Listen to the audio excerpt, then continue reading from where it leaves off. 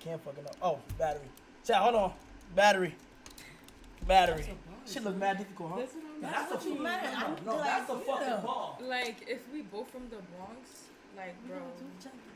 Like, right, we be grinding. But also, if the Bronx being a dirty place, period, is where the house it's of like bars. a- Like No, a no. wordplay. No. That's a fucking bar. Look, That's a bar. if you ask me, that's a fucking bar. Okay, I don't give a fuck what nobody gotta say. That bar. You see, this is why,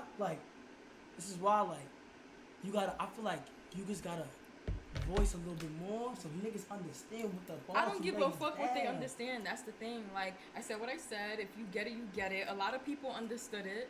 A lot of people explained it for me. They already came to that conclusion.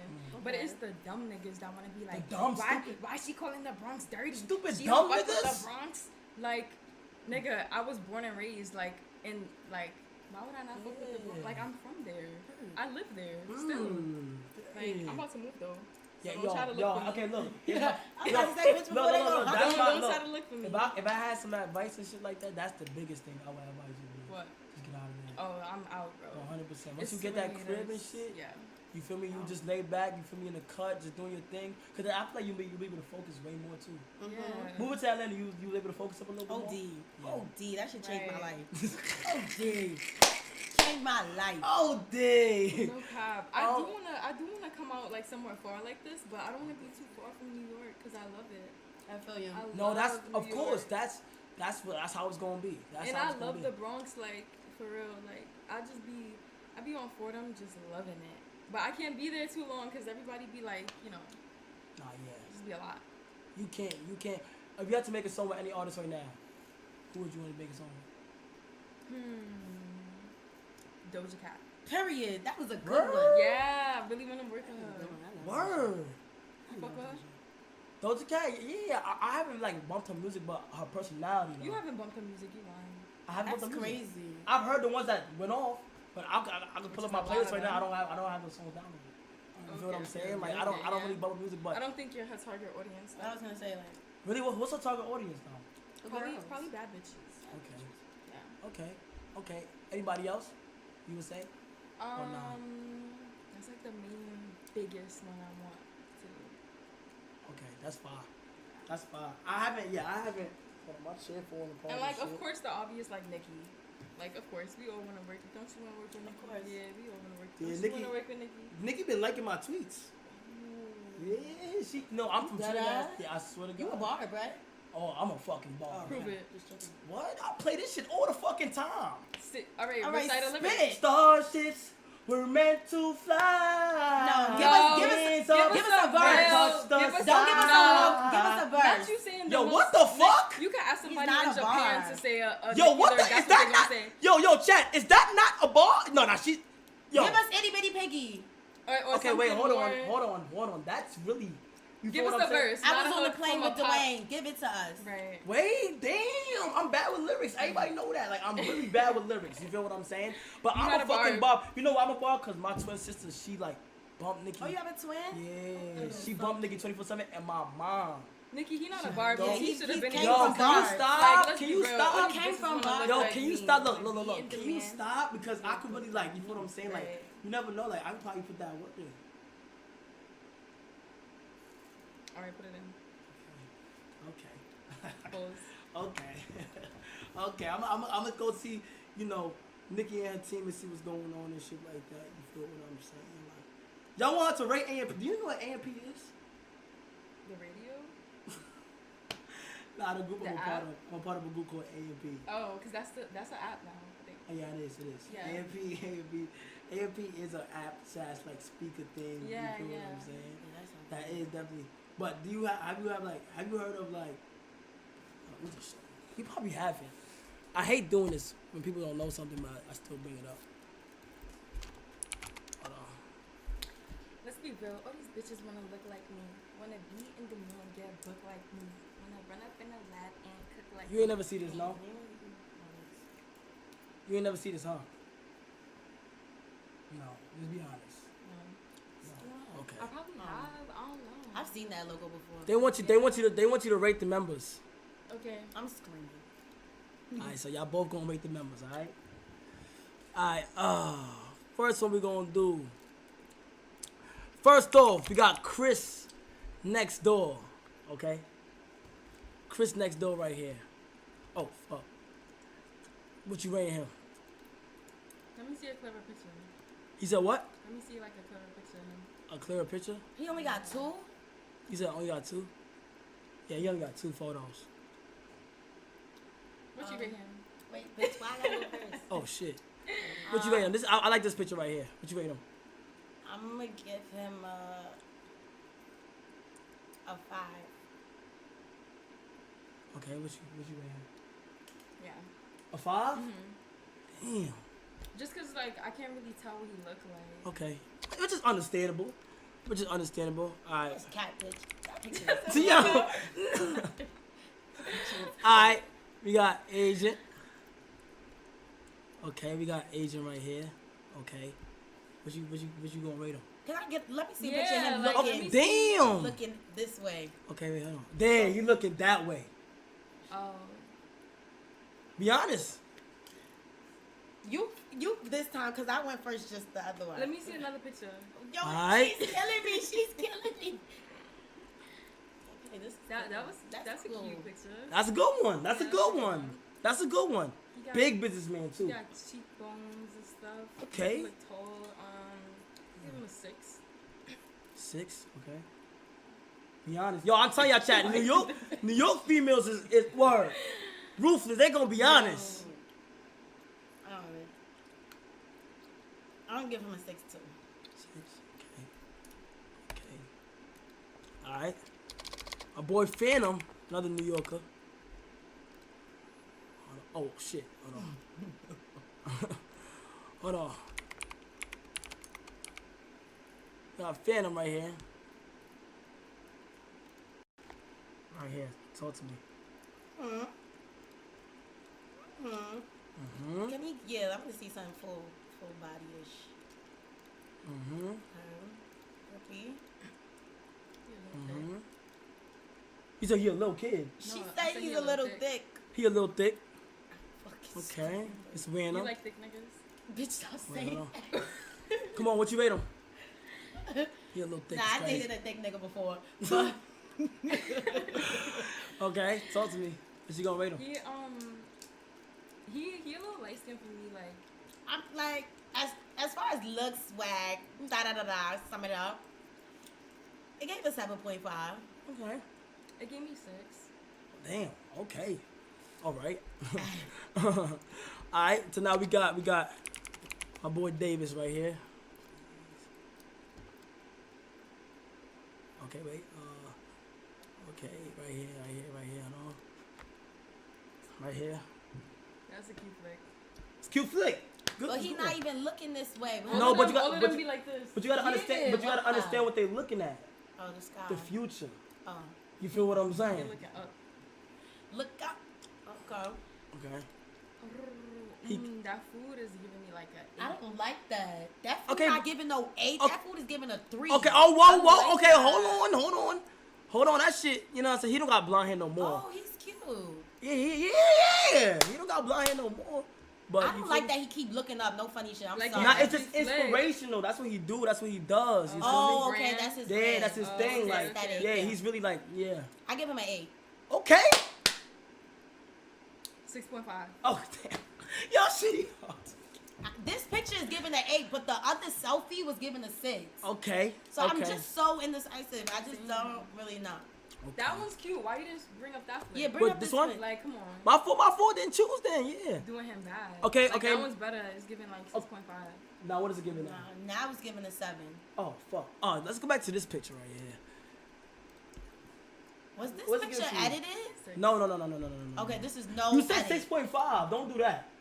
6.5. Okay. You feel This what I'm picture saying? is cute. That picture is 6. good. You feel me? Alright. You got my boy D Block, dude. Alright, hold on. What you gonna rate Duke right here? He like an 8. He need to open his eye. Okay, wait, hold on. Let me get a picture. There you go. Now it's a little bit more open. He like a 9. Nice. No Yeah. shade. Okay. Cause Okay. if I knew like off the rip, like off seeing just the grid without even clicking on a flick. Oh yeah. Yeah. You okay? It's given. It's Okay. giving. What about you? I need to see his face. Okay, you need to see his face. I got Like, you, I of have to course. see- I like the A like that fucking- one's cute. Which one? Which one? Which one? Yeah. Which one? Which one? Which one? Which one? That This one? right This here, one? let me see that Yeah. picture. Okay. How that look? How that I don't looking? know. I don't know about that. Okay, wait. Nah, Okay, I that need probably. to- 'cause No, you no, gotta no, see look. their face. It's like Yeah, eight that in the one's, face. that one's You like this one right here? Yeah. Okay, yeah. That one, Yeah. That one would have got me. So what you got? 9. 9, I'm 8. 8. Okay. Okay. Okay. Damn. This nigga right here too.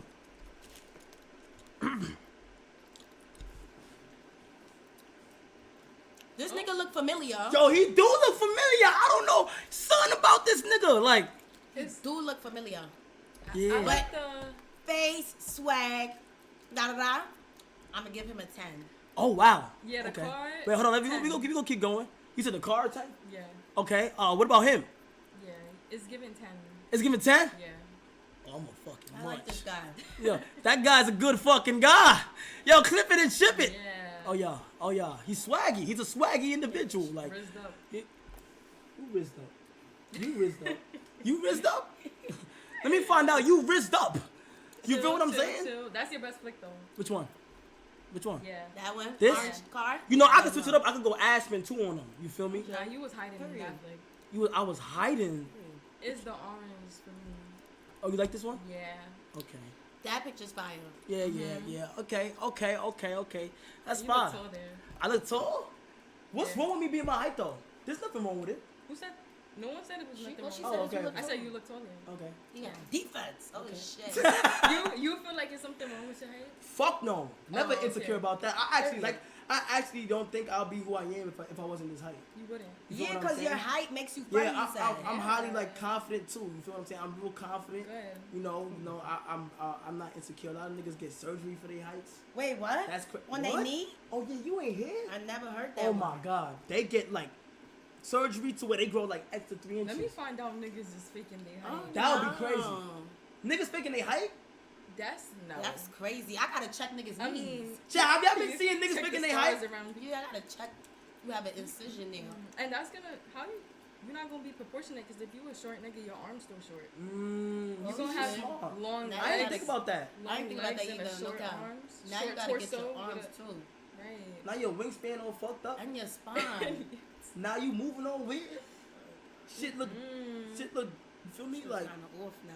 shit kind of looking off and shit. So that was the last person? That was the last person, yeah. Oh, okay. Wait, unless y'all want to do more. Do you want to do more, chat? I think they want to do more. KTK.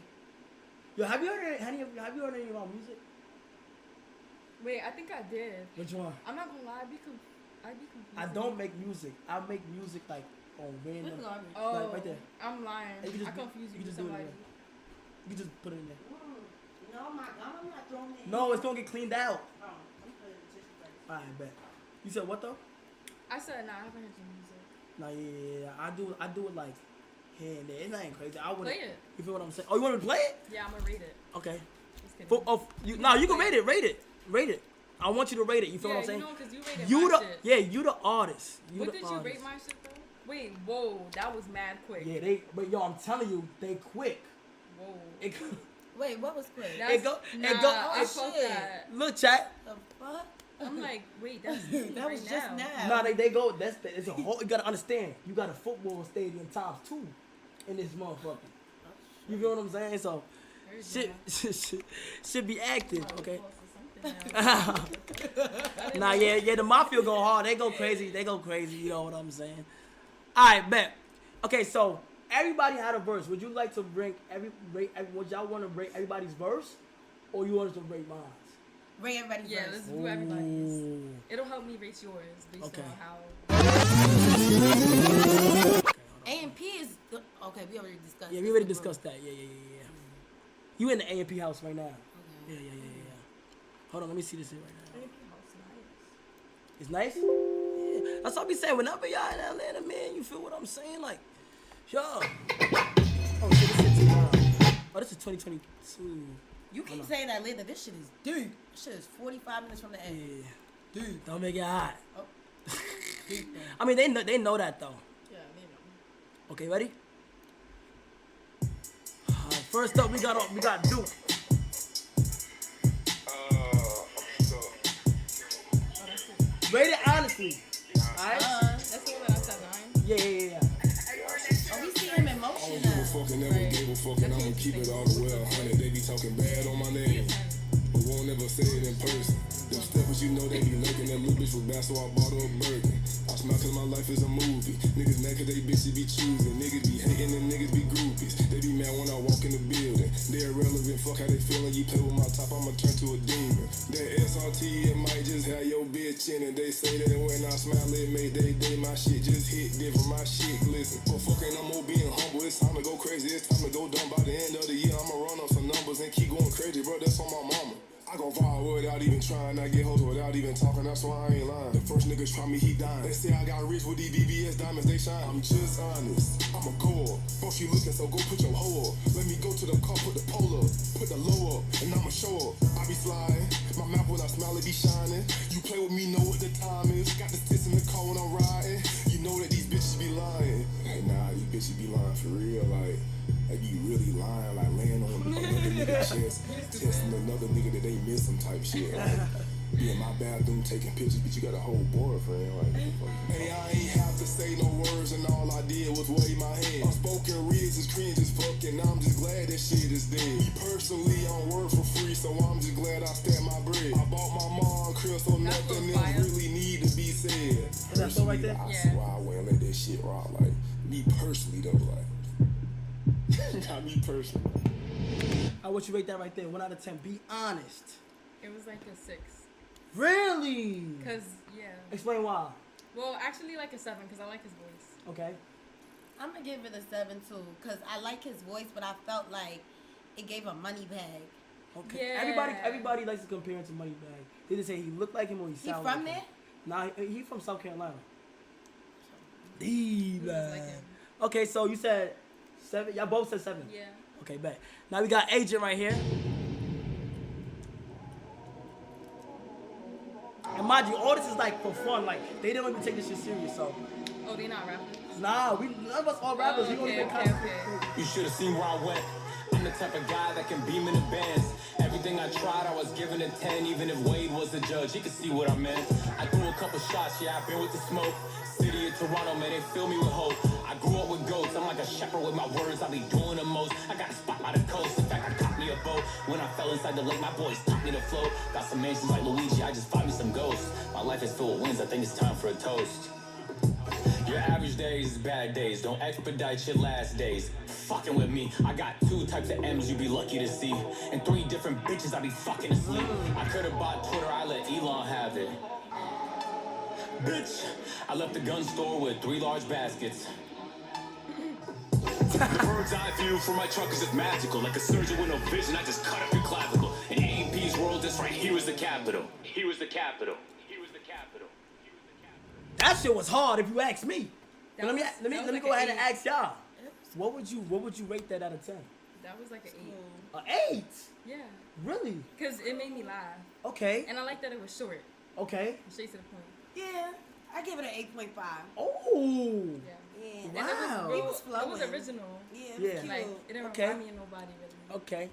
Okay. Here we go. Chris Next Door.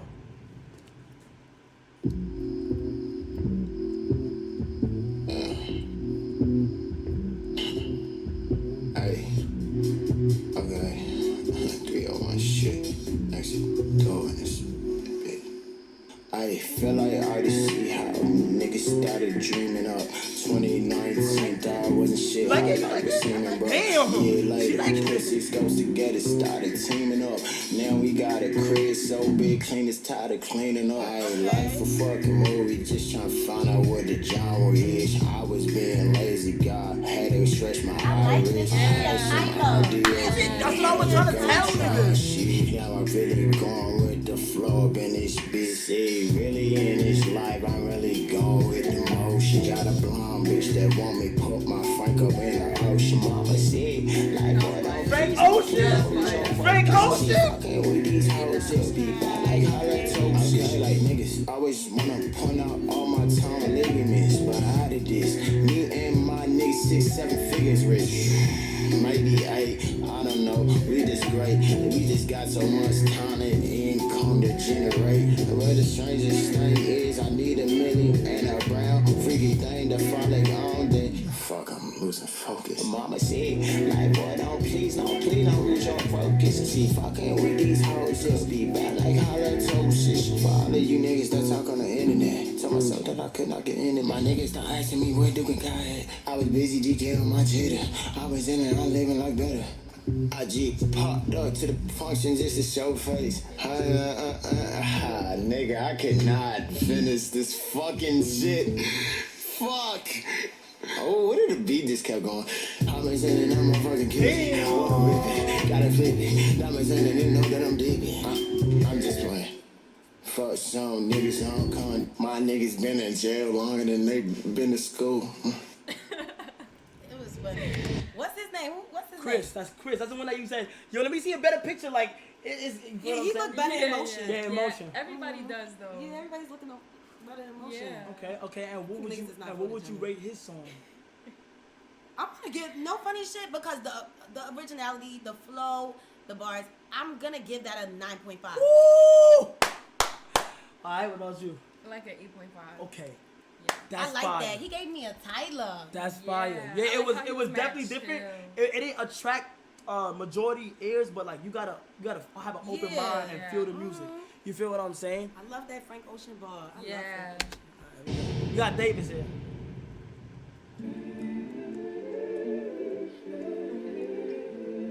Okay, drip check. I can't remember the last time I ain't making 150 grand in my pastime. I don't need your love, baby girl, I'm just fine. Find my own queen, praise God, she just mine. I done see my own man sell his soul for some diamonds and some gold. Man, this shit is getting old, but I'll be lying if I'm saying it's not tempting. With the life I've been attempting, man, this shit is feeling different, but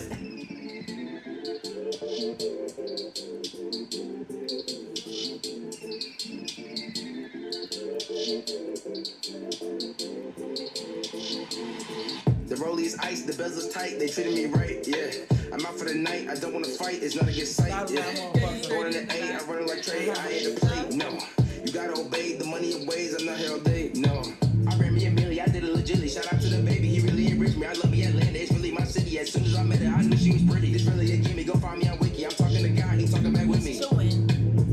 I'm talking to God, he's talking back. I ran up a bag and spread like Moses. You look at the ops, the enemy's close to been holding it down. They call me the Rosen, don't know when I'm down. I show no emotion. I landed in LA, they give me the motion. I stay in the bay and swim in the ocean. Can't stay when they say you can't be a rose. One of my doors, don't nobody owe shit. Damn. Nah, he chewed. He went Yeah. crazy. He chewed. Yeah. I like that whole flow change. That was fire. What you think about it? I'm giving that a 10. Woo! 10. That a 10. The Okay, flow what you and think the about it? beat. 9. 9. Because the beat was just The bumping. beat slap. Like, do yeah. that And mind they you, beat. he, we all made the beats and stuff like that from scratch. Oh, shit. And mind you, he not even from like New York and shit, so He like, said he said he was from the A. yeah, he's from the he's A. Oh yeah. You feel what I'm saying? So he really slid on that. You feel what I'm saying? All right, next one is me and Phantom. We on the same shit. Yo, Smalls, turn me up. Man, what's the word? Get up, boom, nigga.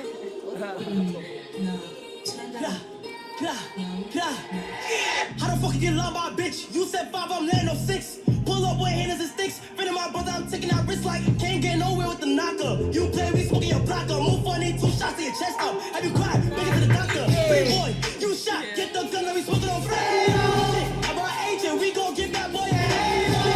You a bitch, let's be real, you was never on shit. Funny guy, fake that nigga, you ain't suck my dick. Ain't gon' lie, Freddie, you blocked me. Nigga, you a bitch. Ain't gon' lie, Jake, you ratted. Nigga, you a snitch. It's like every day I got a new hater. Suck on my dick. You be trying to act harder than that. Nigga, you pussy, you ain't on shit. Damn. I finished whatever I started. You lame, you lose on your soul. I still be in the hood and I told my bro. We slide, shit get lit. 50 put a walk through, suck my dick. They say better when you stay in the city. I'm a real born Freddie, I love what it's pretty. Savage Squad, who? Nigga, eat my dick. What the fuck is a bitch? Nigga, you pussy, you was just on my dick. Damn. If I put it on God, I start on the prayer, catch me in there. Damn. If you pop me the grip, nigga better believe I'm taking that risk. Damn. From a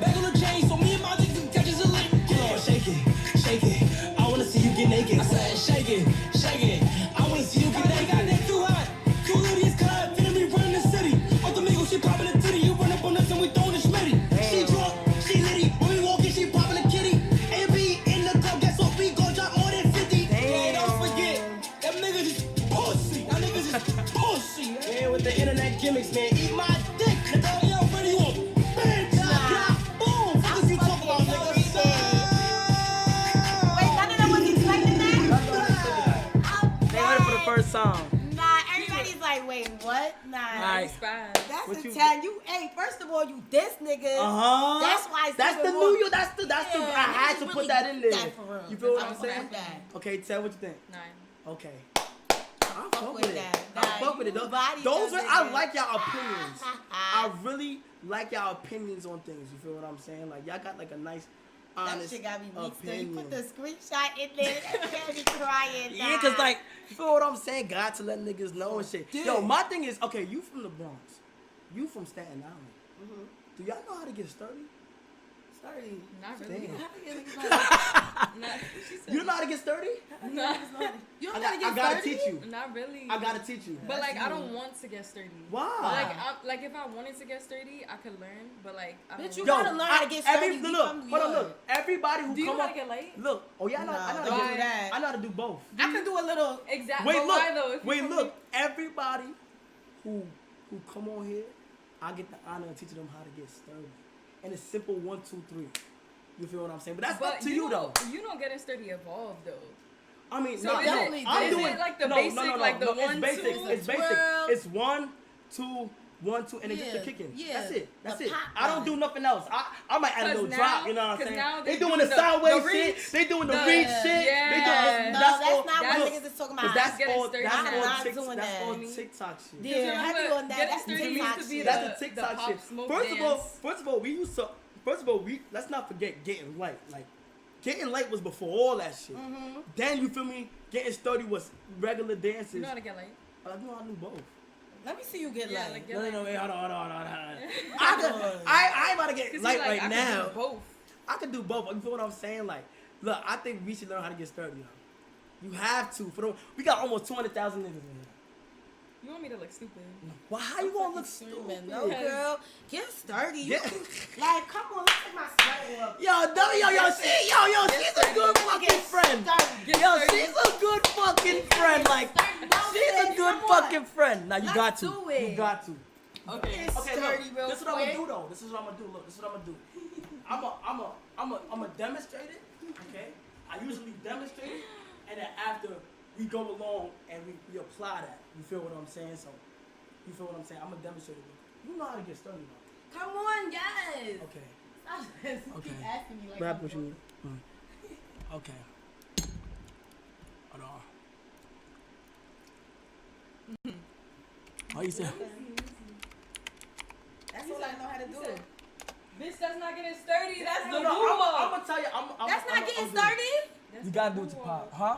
That's not getting sturdy? No, that's getting sturdy, but That's- like people don't usually do that like too much. That's it. You in the Oh, club, then I need more You in moves the then. club and you swag. Yeah, that's me. I be You chilling feel what with I'm it. I be saying? like, Damn. thought you was You about in the to club bitch, and you nah, swaggy you with about it. to- that's my, oh, I'm doing all that shit. That's what you got up to do, cause that's what he about to fucking do. Alright, so No, look. I'm keeping it cute. Okay, y'all wanna do it? Y'all I'm wanna do keeping it? it real. Hold on, y'all wanna do it with me? I think I should do it with me first. Okay.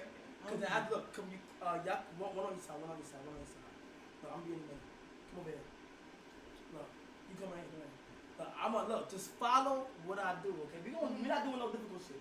We're doing boom, boom, boom, boom, boom, and then we're going to flip into No. this. No, you What? can do it. You can do it. Don't even worry about it. Cause once I'm here, exercise. once I'm here, the energy goes in. Come on, we got. It's an exercise. You feel me? The energy goes into all of us. Okay, and you teaching you me feel me? how You to got do it. it. You good. But look though, when the music look, you know, when pop come on, when the music come on, What song you playing? you get back. That shit is fire. What song you wanna play? Can I pick?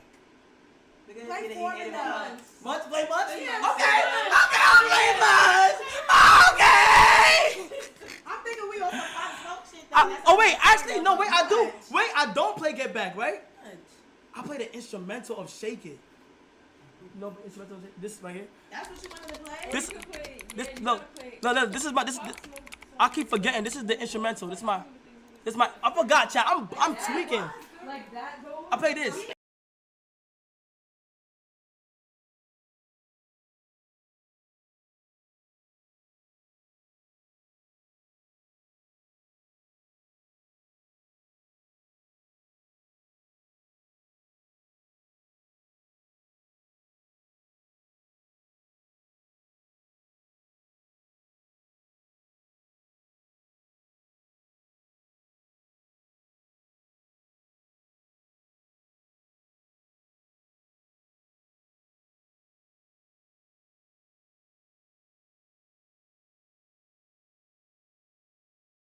hold on. Nah, she Look, went she straight got into it. the moonwalk, She though. got it. Look, She you went straight look. into the You moonwalk, gotta just add swag to it.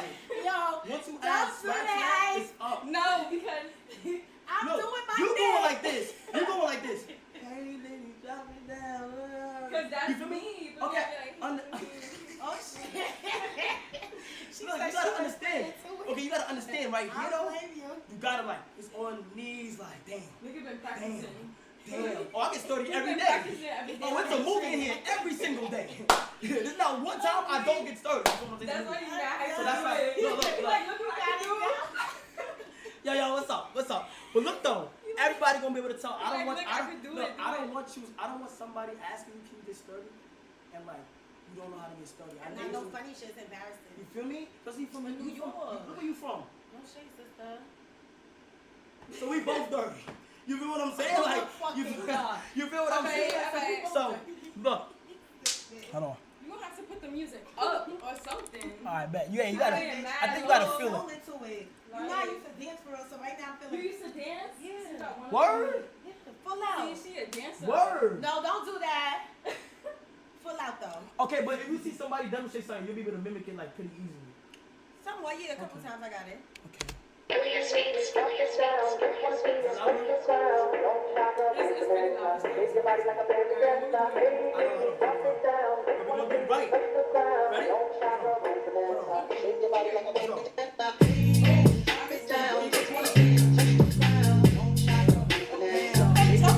You gotta add no swag. Ice. Yo, Spice. What's up? What's up? You gotta give me what's up? You gotta give me a little bit more flavor. What is that? I didn't even see. I was even watching y'all focus on my shit. I told you, what are we doing? Let's get to the next step, the next one, because Okay. I'm not feeling the little. Okay, I don't but know look, what to do with you that. wanna get into that part? It all matters. That's all. It all matters on us. Hot. And then look, you do one of these. Look, hold on. Whoa. And then you turn like You damn, straight damn. I don't wanna do that one. Damn. That's what I'm saying. Why I'm saying? That's too hot. Too much hot. Right. It's only right though. It's only right. Look, you add a little bit more spice, get a little bit loose with it. You feel what I'm saying? You'll be going. Alright. Okay. Yo, you do that same move over. she Like- do this over and over again. Trying to make You me- did that in your thing just now? Somebody said her legs too thick. You just did that while you was doing this? No, I just Oh. did it right. He like, come on. Yo, Ice, I'm gonna need you to add some spice. That's what they saying in the chat right now. I'm Look. gonna need you to stop trying to make me get stirred. Okay, no, I but already it's said I don't know how to no. get Look, stirred. it's about getting out your comfort zone. You feel what I'm saying? That's what it's about. Yes. Oh. Yeah.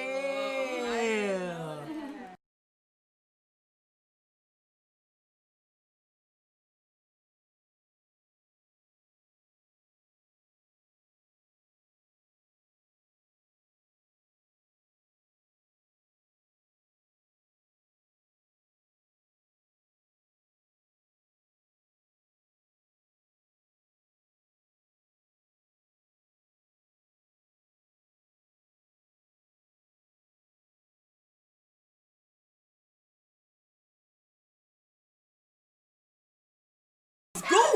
Nah. That was good. good. You It should re- have it joined. re- yeah, you should have joined. That was lit. I'm sorry, y'all. I don't know how to get stirred. I don't know how to bounce. I don't got no bounce. I don't got no hops for me. I'm like, Could bounce something. yeah, I could bounce that. Damn. Not It's chat. hot as fuck. Yeah, it got hot. Like, It got Told you that shit was gonna make us hot. I said that. we remember this bright ass light carpet. Yeah, put the chairs back up. Yeah. Chat, she's not gonna go to step 2, y'all. Yeah. I'm gonna take my sneakers off too. It's alright though.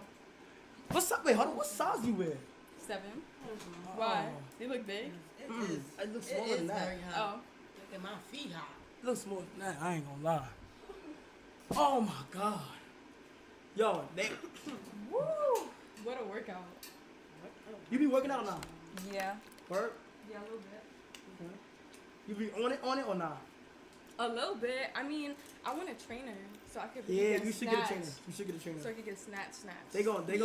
definitely snatch you still. They gonna push you to the max though. Like, they gonna make the best of you. You Like, work out?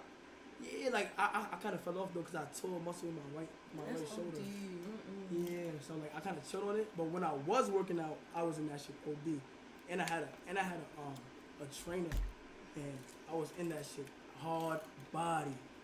You feel me? You gotta get snatched. I gotta get snatched. I need to give a snatch. Fuck you too. mean I gotta get snatched? All of us could get snatched. Fuck you me? Why am I getting snatched? You got abs? Yeah, I got abs already. So you snatched. Snatch.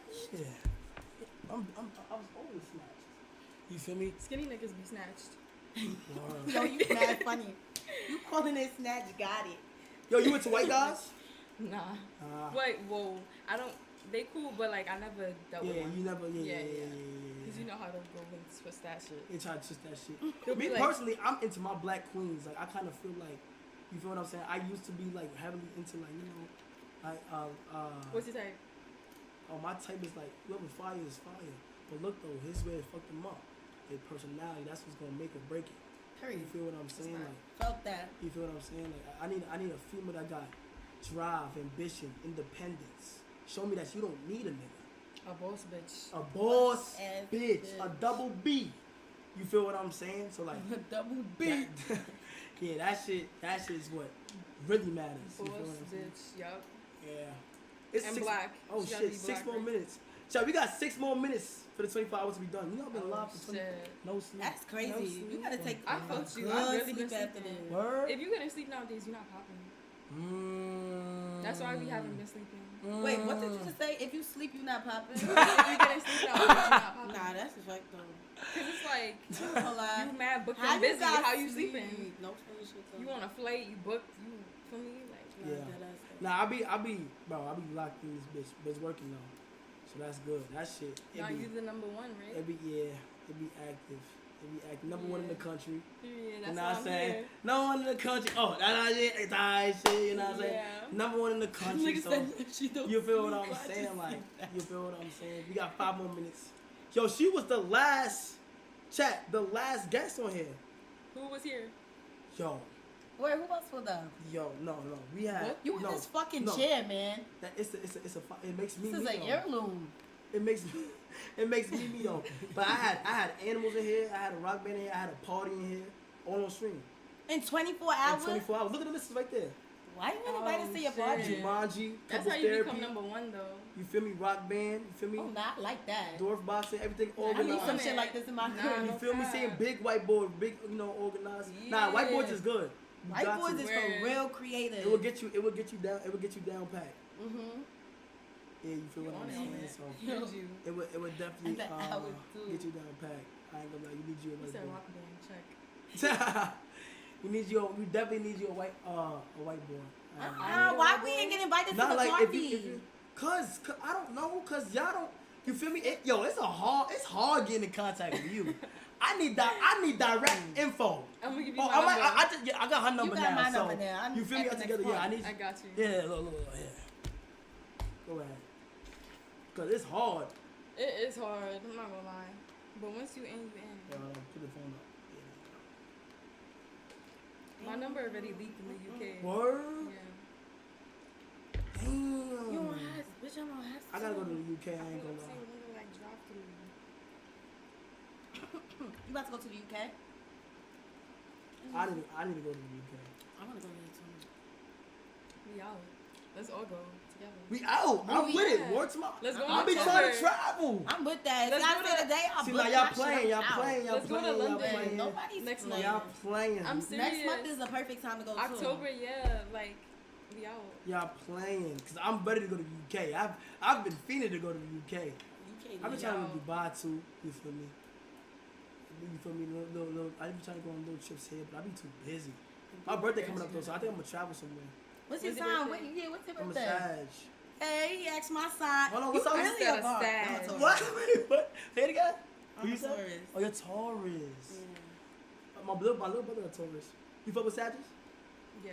I just don't think zodiac signs feel me Think like they matter. matter? Yeah, I don't. I feel like it be some consistencies between some signs. I just feel like y'all be having a bad ex that was a certain sign, and then like ever since he treated you bad, that's how you Nah, look I at don't everybody. do that to the signs because I used to fuck with a Sag that didn't treat me too well. But like I fuck with Sages. Yeah, like What's your sign? Capricorn. Capricorn. Okay. I really don't know my signs too well. You feel what I'm saying? That shit definitely don't define personality though. Some girls be heavy on that though. They be like, they won't let you say nothing. Oh, you a Sag, you're done. Yeah, definitely do. You feel what I'm saying? You Sag, you're done. Sag, That's crazy. you're done. Sag, you're done. Sagittarius, so you know I'm an optimist. Yo, I ain't gonna lie. So like, when the remix coming out though? Let them know. Oh, you can't say. I don't know. That's the problem. Hopefully next month. Yeah. It's already done though. I got it on me. Mini Mentor with the 5 gifted. Shout out Simon in the building. I'll play it for you. He from the wanna UK. play They for from the me? UK. We was talking about Mad T, so that's a fact. yeah, I'm gonna play it for y'all though. Once we in 1 minute and 1 50 minute. seconds. I'm 24 excited. I'm about hour to hear the finally. lunch remix. Fuck y'all. 24 hour finally over with. Later, Oh my y'all. god. I was sleeping on this motherfucker low key. You gonna knock out in 1 minute. Nah, you know what's crazy? When you about to end, you get a burst of energy to where it's like, and I gotta get back. Guess what? I gotta get back on in 3 hours. You lying. Word to everything. Gotta get that nap in. I'm gonna be, you feel me? But I gotta get back in. 3 hours. Yo, shout out Toby. Got the UK creators in here right now. We was just talking about the UK. Shout out the UK. Shout out the UK. You like their music? Well, yes. I fuck with Central C. Okay. Air out the tank. Get we about to hit 105,000. Today was fun though. Word. Today was a fun. And this wrap up was like for the towns. Period. New This York, is for the New York towns. really Yeah, Yo, if you from the town, say yeah. They going crazy right now. Damn. They This get is it. Twitch, right? W chat. Yo, yes. I need to get on Twitch.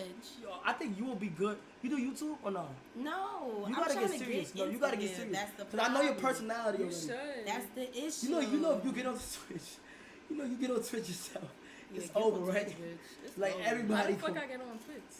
See, that's why you have me now. Yeah, you gotta You help feel me? me. That's settle why. that That's up. where I come in. That's a fact. Feel Help me? me set up That's my Connect mad to Twitch. me. confusing down It looks there. mad confusing, right? So that's where I come in, like KC3000. I be trying to tell that to everybody. I know and shit like that, but people don't be taking it serious. I be trying to tell them like, yo, Twitch is something. I'm getting It's on lit. Twitch, y'all. it's lit. Right. When you make it, you gotta let me know. I'm gonna make my shit. So No. it's like a 5, 4, like a 3, 2, 1. Later, y'all. 24 hour is officially over. Period. Oh my fucking god, man. let me make my Twitch right now. Yo, me alright. put on my Alright, first of all, let me go ahead and say this real quick. Yo, y'all, this 24 hour is fire. If anything you want to tell them? Why the people say it? Stream Munch is already at 11 mil. Munch. Keep it going up. Munch. You about to turt. We Munch. already turning, but we Munch. about to be in the hot 100. Munch. Period. I think we should play that for the outro. Yeah, Stream Munch. Hurry. I think we should play that for the outro. Mochi with the 50 Leo. gifted. Chat, we about to get to 105,000. Oh my god. Tell Betty I get what I want. Oh shit, my shit is busting right now.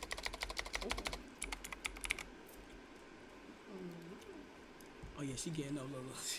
But she hear that. Yeah, she get it ready. No, that's all prop. Oh. You feel me? We don't keep, you know what I'm saying? Like, Astro Planner with the 20 gifted. I remember when I first reacted to this. What did you say about it? I don't remember what you said. I was like, You was probably no, talking cause shit. no, I was like, you never seen that clip? I did, but it was like a month That clip ago. went I seen everywhere. a short. You was like, But what at the the- fuck? And you checked it over. But my thing, I was like, yo, what the fuck? Like, cause after when I heard the lyrics, I was really trying to think like, how you think of these? Then I spun it. Then it hit me back. I spun the block and said, yo, let me listen to this. We always be. Yeah, Munch is so heavy on that on Twitch right now. It's crazy. Y'all. Better play this one.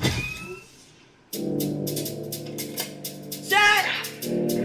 Yes, I get started. You thought I was feeling damn that nigga. He like the jewelry I wear. I gotta let that play. You and I got a shoe. Not that for real I just though. want the blue. Gripping my eyes while I'm doing my dance. I'ma She see gon' y'all. stare cause shorty a fan. Damn. Stick to the plan. He mad as fuck, I won't give him a chance.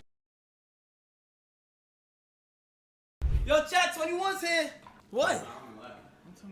Yeah, this crazy, bro. I'm about to come back. They- You guys are watching. Don't come back, bro. The cops still not there. I want to call Jet again. No, I mean, okay, look. Alright. Just gotta be really careful. Okay, he's on with LAPD right They now. gonna turn you on crazy. You can Easy. Let me get a chair for you. I hear it. All right, bro. David, I'm streaming. Everyone can hear you, so don't say anything crazy. But, Don't leave us for an hour like you did with Baby Tears of Joy. I think they're in cuffs right now because I think someone's down the fucking ground. Yeah, he in LA. Let me know. Yo, chat, I know this now we supposed to be starting, but bro, God, crazy, bro. Fake, bro. It ain't no police in insane. the bro. You think it's fake? Yeah, what the police? No, but there was flashes though. Like earlier there was flashing, but. So why they still hands behind their head? You don't see no police in the background. And on the couch and everything. He the only one got his hand behind his head. And he just pulled his phone. This is my third time getting swatted. Bro. Hold on, let me see. They came through the elevator. They guns at me. People in the chat was saying it was fake too. They me, Pammy, and then they just put us in cuffs. I don't know if it's fake though, bro. I don't think so. So the police never came on camera? They never came on camera yet. Cuffs, check the entire house, make sure there's nothing going on, and then just. There was a helicopter too. The thing is this, You could hear it? Oh, yeah. I'm like, bro. That's Chat, this is my third time getting swatted. I want to let you know right now, bro. Again, whoever did it, I want to let you know a lot worse is about to happen to you. How they know? And they can't say that streamers on a bunch of games. Cause it's trolls. Like the trolls were like, it's some online. I just be watching Twitch. They would troll. They would get whatever the info like that, and they would just send it and be like, "Yo, this ain't happening here. This ain't happening here." And it happened. I'm not gonna lie. Arsh. I'm surprised no police is on cam yet though.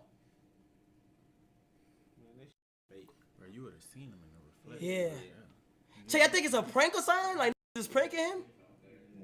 Probably have, you know. If you heard a helicopter, then that ain't no prank. So wait, the police I don't think it. I don't think, bro. They supposed to be surrounded around their house. Yeah, I think they're supposed to be. I ain't gonna lie. But I think it's a swap. I'm thinking coming in there. There's no way you guys. It's not scripted though because I ain't gonna lie. Aiden would have lied about. Yeah, Aiden would have lied. Hold on, I'm getting a call. Yo. Hold on, Ant's calling me. Oh, he picking up the phone and everything. Pick up,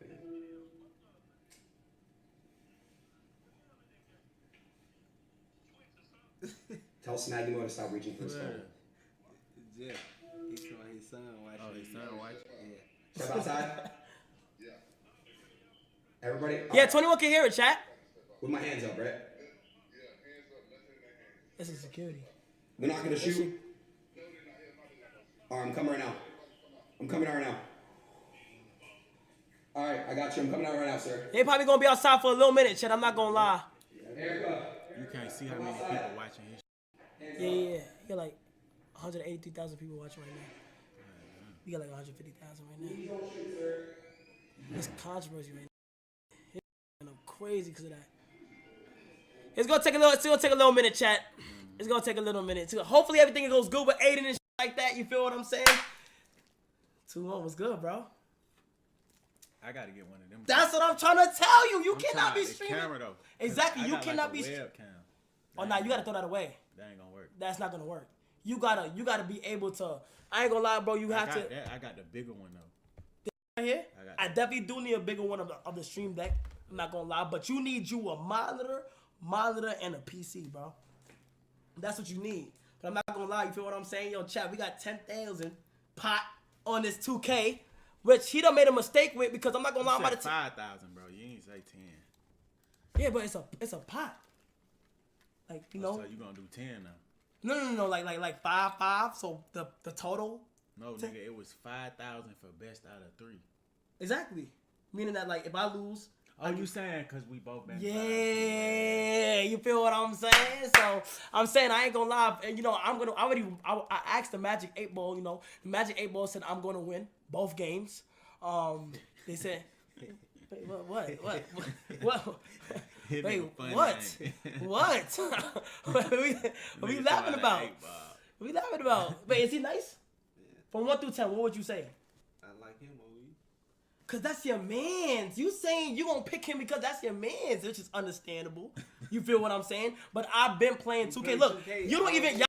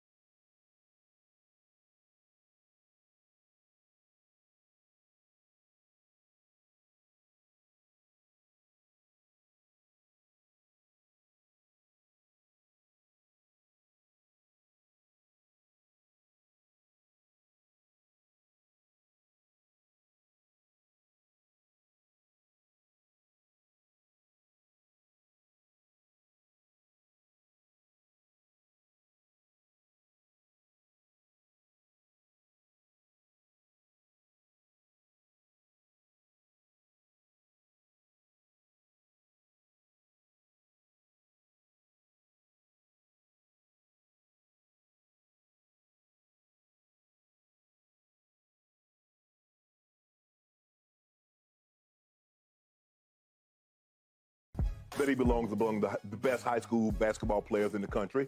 He can shoot the ball at an elite level, not good, at an elite level. Yep. 5 of 8 from 3, finished with 15 points. His last triple put the West up 106-105. They ended up losing the game. But, Skip, you can see the improvement that this kid has made over the last several years. The only thing that his mom and dad could provide for him was resources. He has to put the work in. Absolutely. So let's not pretend like he's the only kid that parents had resources. But they didn't work as hard. You can see the improvement. At the end of the day, Skip, his dad can't play for him. He can't shoot the ball for him. He can't defend for him. No. He can't do anything except provide the resources and advice. It's up to Bronny to put the work in. And you can see that he's putting the work in. You can see the improvement that he's made. Skip, I can hear it now in barbershop where he ain't even belong there. Look at the little paltry numbers. But he showed last night he belonged amongst the best because that is the way he shot the basketball. He showed that he belonged at this level. He showed that he can go to the next level and compete at a very high level. Now, whether he stays 1 year, whether he stays 2 years, that remains to be seen. But I like what I saw last night, Skip. He wasn't the moment, and I guess, Skip, growing up as junior to LeBron James, I guess he's been in the spotlight his entire life. And he hadn't shied away from it. No. He understands who his dad is. He knows what that name represents. And I think he had a great showing for that name last night. His mom and dad and his grandma and his brother that was in attendance, I'm sure they're extremely proud. I know his dad is like over the moon. Like over the moon. His dad is he over could the moon. barely contain himself in the front row. He was. Pretty soon I thought he was just going to go out on the floor and say, I want to play with you, just right? hug, just like, right. boy, you do it. You made that. You made your old man proud tonight. Correct. Skip, he can play. He can play at an elite level, and I believe he's just going to keep on getting better and better and better. And I don't care how much money someone's family has. At the end of the day, that said individual has to put the work in. So because he's not the first player, basketball, football, whatever the case may be, that's parents that have had money, had resources to give him the best trainers, the best instructors, and it didn't. The promise that was there went unfulfilled because the desire and the work ethic wasn't there. I believe his desire to get better, match with his parents' resources, gives LeBron Jr. a great opportunity to go not only to the collegiate level, but to a level beyond that. Okay. And by the way, he wasn't the only famous son there last night because Pace's son was there playing. Yeah. Looked like he can play. Mm-hmm. There was a third-generation Wagner, and you remember? Yep, Deshaun and His dad, Milt Wagner, played with Louisville. He did. And there is a Reed Shepherd, who's the son of Jeff Shepherd, who won 2 titles with Kentucky, and now the kid is going to Kentucky, and he looks like he can play. Right. So these are all kids who are born with, quote-unquote, silver spoons in their mouths. Right. And you can argue they got great genetics, but they have to do the work. Right. Okay, before I launch on this, and I got a whole lot to say. Okay. I want to make a point and bounce it off you. You did have an older brother who was really, really good at playing football. So it had some impact on your rise. Right. But I'm here to make the case. I believe there's as much pressure on LeBron James Jr. as there was on senior, as in Bron, coming out of high school. Not that Bronny is as good as Bron, because he's clearly not. Right. Because who could be? Yeah. But because of everything you just said, and because of the social media world in which Bronny grew up in, the pressure on this kid, and I want to say poor kid in some ways, but the pressure on him is staggering to me. It's beyond anything I've ever seen. And because he is the namesake son of that guy who is still the face of the NBA and is now the all-time leading scorer in the history of the NBA, for him to be on display at the McDonald's All-American game, is that what they call it, All-American? McDonald's All-American. Okay. For him to be the centerpiece, that game was just spilling over. Every time I looked up, I said, that kid can play, and that kid can play. And for him to be in the eye of that storm last night on national television with his famous father and mom and brother and sister and grandmother, all of them just right there in the front row, getting shot after TV shot after TV shot.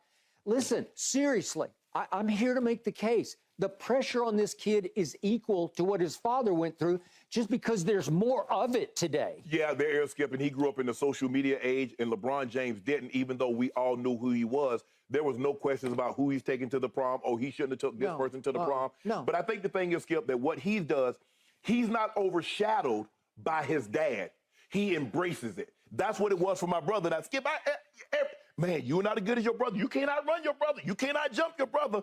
I embrace that. It's like, I want to show you. But you heard it in second grade yeah, or whatever, I did. right? So he understands that my dad is LeBron James.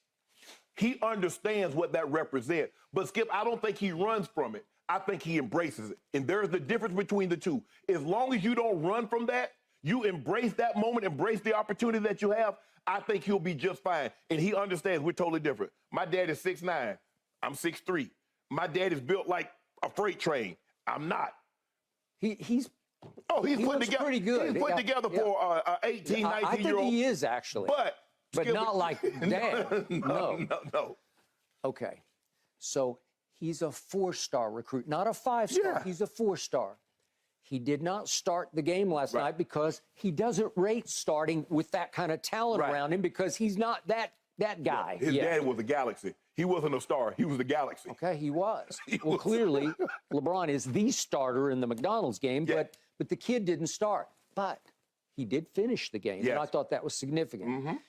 Now, to all of your points, I have loved this kid from the start because he comes across as a very special young man who, in body language, in poise, in makeup, in the ability to embrace the pressure and rise above the pressure, I'm not sure I've ever seen anything any better than this. Right.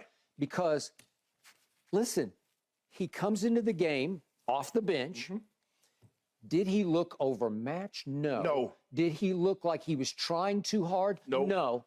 Did he look poised and confident, supremely confident and comfortable in the moment? You better believe he did. He hit his first 3.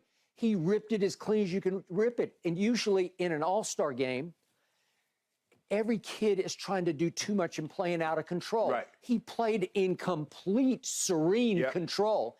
He was actually, Bronny was playing basketball. Sometimes the kids just play wild, one-on-one dunk contest ball, right? Right. But that was the best McDonald's game played that I've ever seen. Yeah. They actually played pretty good basketball. Everybody wants to showcase skill while I'm here. Well, sure. Well, they do. but I saw some pretty good ball movement, and Bronny benefited from that ball movement because he was getting off multiple passes, open threes, and making open threes. Right.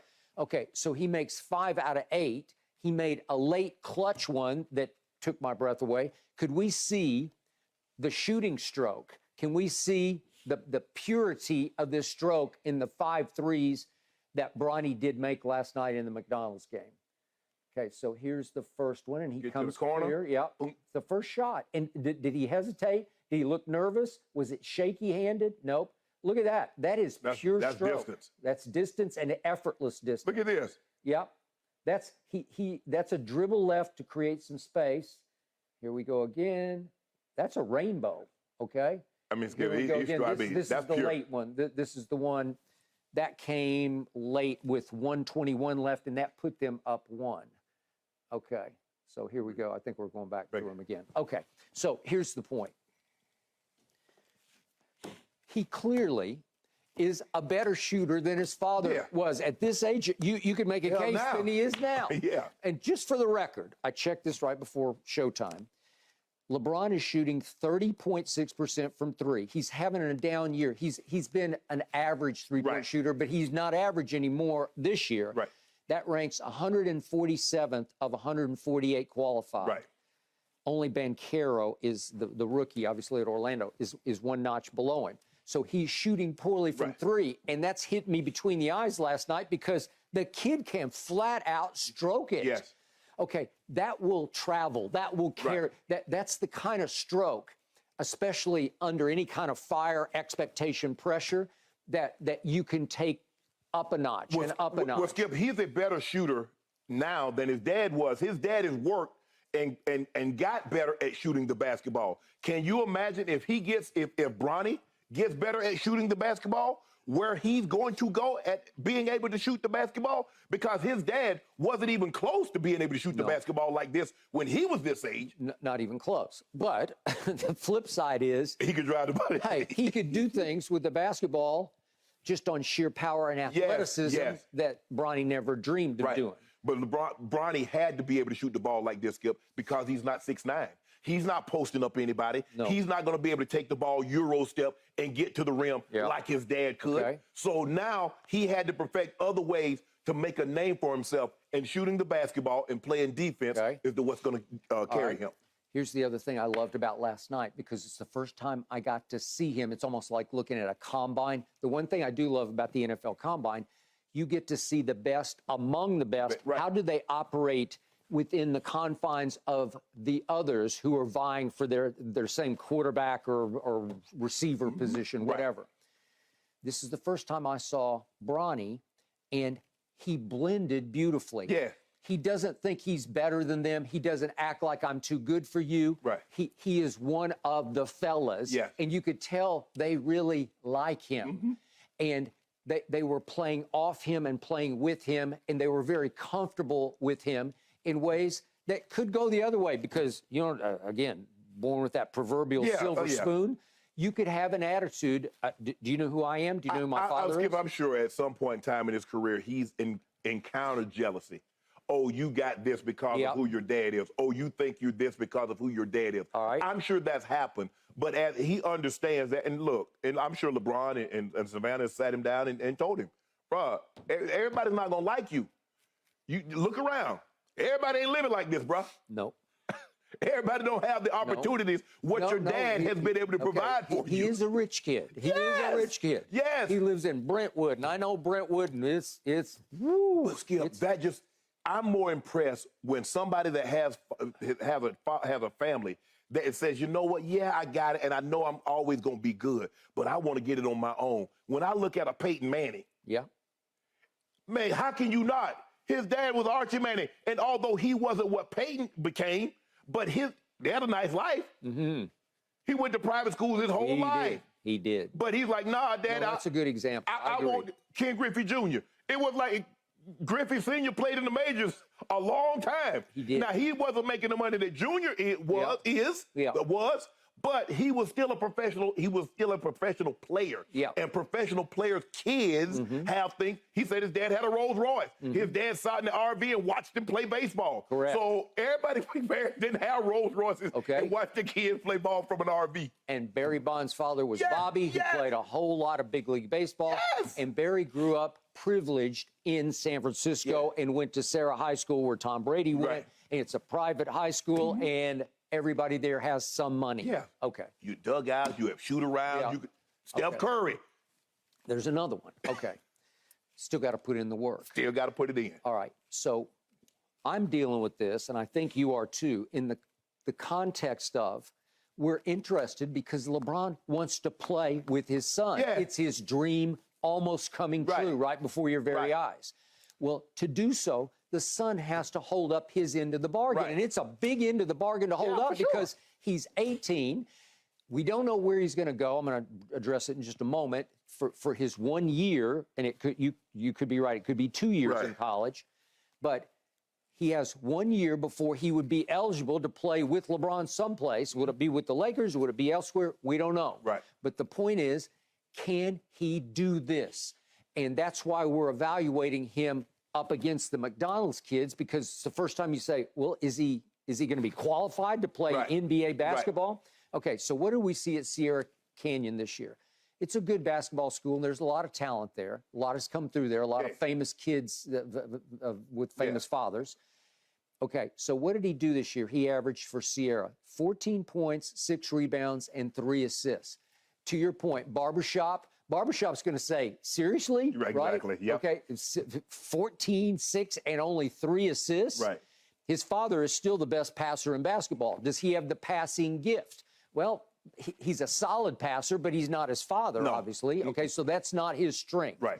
Okay, so they played that Notre Dame school in Sherman Oaks this year 4 times.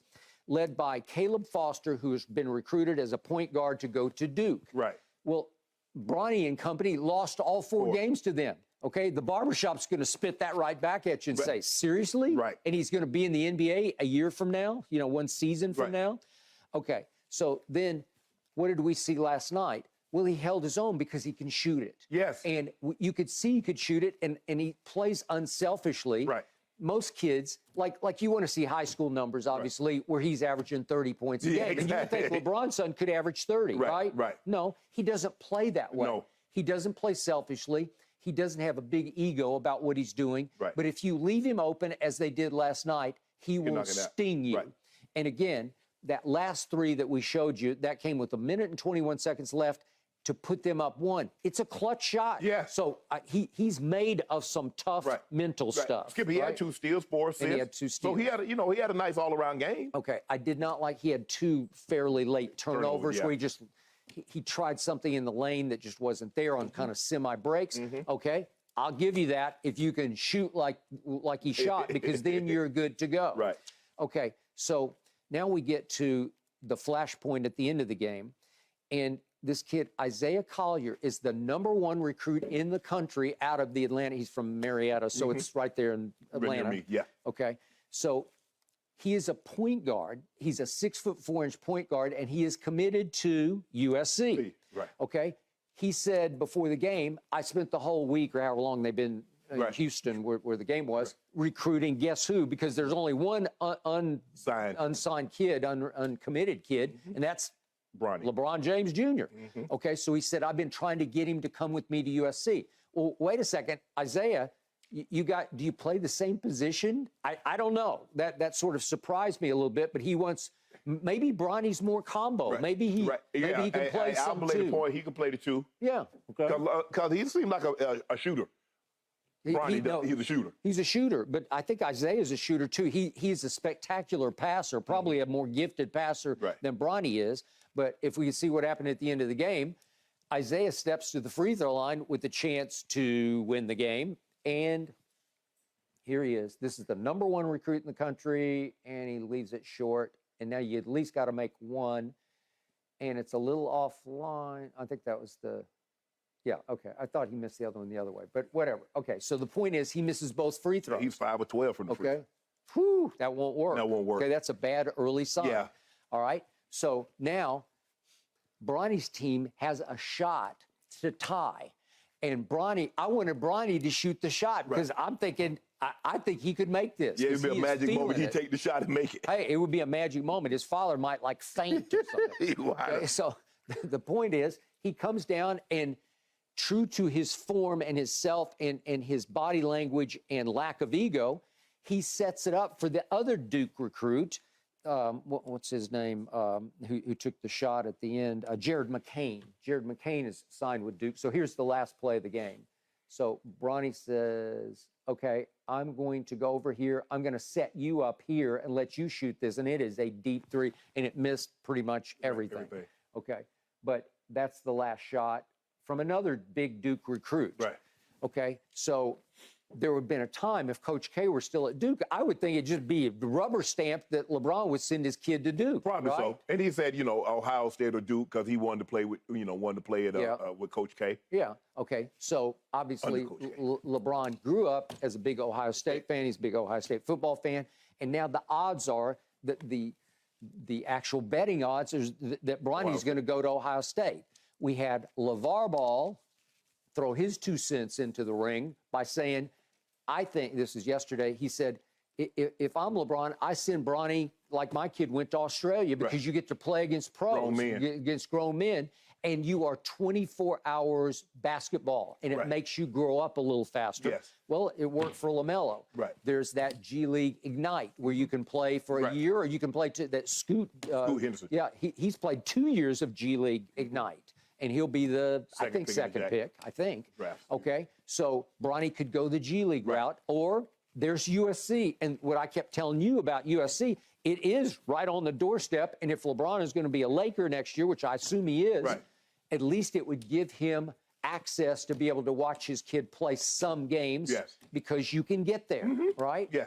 Okay, so that made sense to me. It does. It does. The question is, does he want the college experience by going to college and being on the college campus and doing things like a college kid? Yeah. Because I think his dad really never got a chance to be a kid because it was basketball all the time because that was the way out. Yep. Bronny has at least had some high school experience because he's had things that he never had to worry about that LeBron was worried about. Like the lights being on, food being on the table, being hungry at night.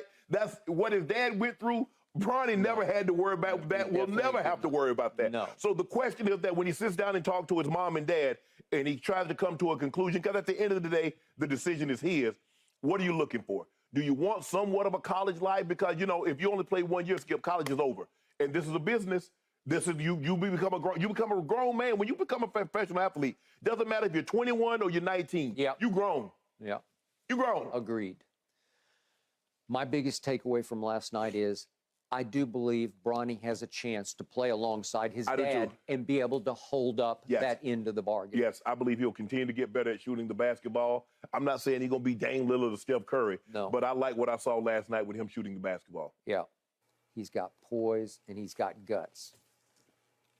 Thanks for watching, Undisputed fans. Subscribe here to get the very latest from Skip and Shannon. Plus, go watch a few segments from our other shows on FS1.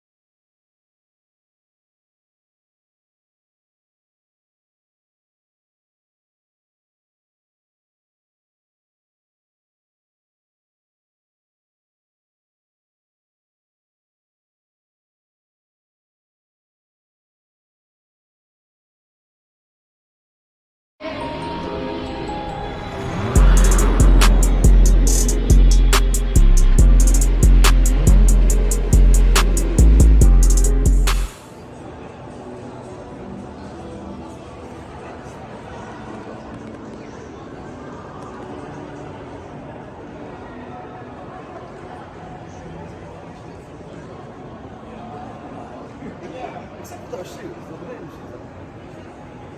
The shit I want doesn't fit. So pretty good? You got to recognize one. That's what it's called. Listen, man. You guys are the stars. I'm not. Oh, yeah. Yeah, we'll walk through the airport. You see how often we get recognized. Man, I walk near you and I turn to security. That's funny. Yeah. What's up, man? Oh, McQueen. This is I think this is like the third biggest Versace store too. Wait, where are we going? Starbucks or we just head back to the car? Just head back to the car. Yeah, let's head back to the car. Yeah. Do you need to get into the Wi-Fi? Nah, I'm just only like a random like vlog. I'll post it later. All right. So what's good, bro? What's happening? Okay. Where's Myron at? Where are we at? Wait, where are we? We're at Sticky Paws in Las Vegas, Nevada. There you go. Yes, sir. Yeah, this will be on screen. I feel like oh, not it won't. All right, so let's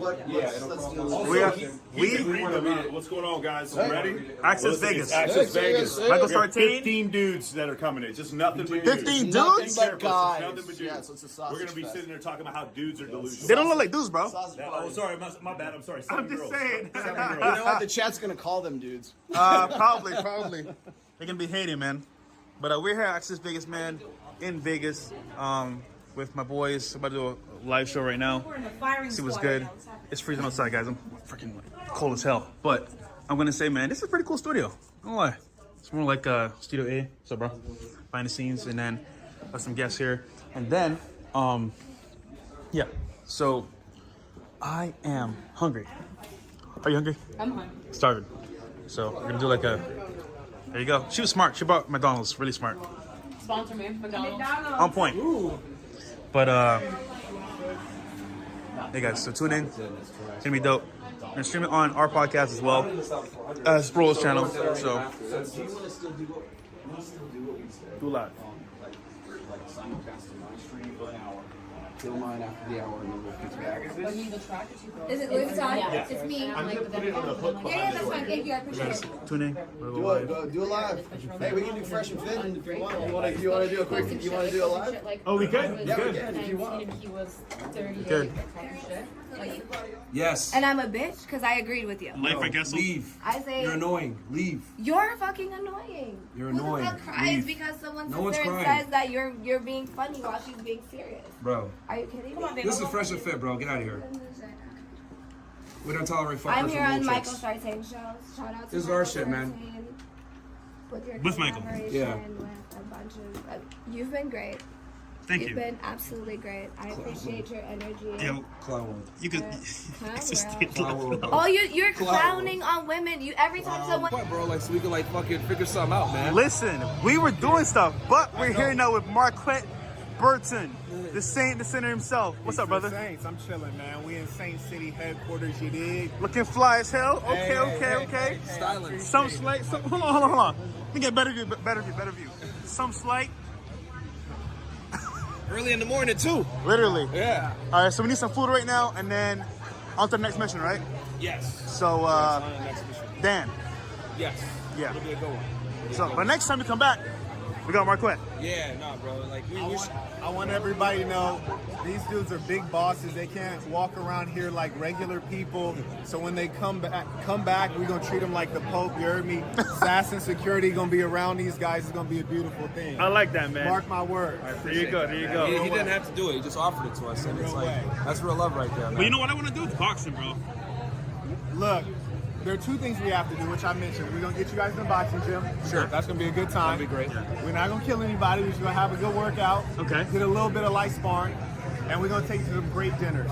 Nice. Fire. Best dinners in the city. So Let's do it. Absolutely, yeah. Nice. Let's do it. Yes. All right. You gotta know somebody. Damn, so like my head is dealing with all that shit. Then I remember last night. Hey guys, we're heading to get some brunch now with Marquette, Saint the Sinner. Came to give us a shout, man. Showing good faith and good vibes. But Vegas is pretty, man. It's cold outside right now, pretty chilly, but the sun's out. So imagine that. It's windy and chilly, but the sun is out. And you beautiful water here once again at the Mirage. Great spot. Now, obviously speaking, you know, guys, Marquette was like, there's better spots to stay at, you know? So next time we come to Vegas, we'll stay at a better spot. But at the same time, you gotta be here, man. Content, podcast, working hard for you guys.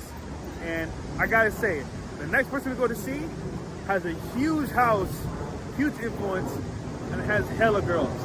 You know who it is? Put in the comments below. Anyhow, guys, we're almost waiting for his car to pull up right now. Get some food and then to the next spot, man. And then back to Miami later tonight. So, see you guys in a bit. Peace, man.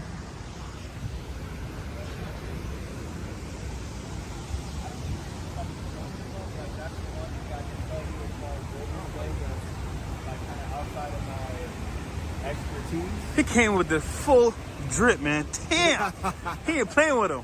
Oh, I got a trick for you. I got a magic trick for you. Check Oh, you do? this out. Yeah. Check this out. All right.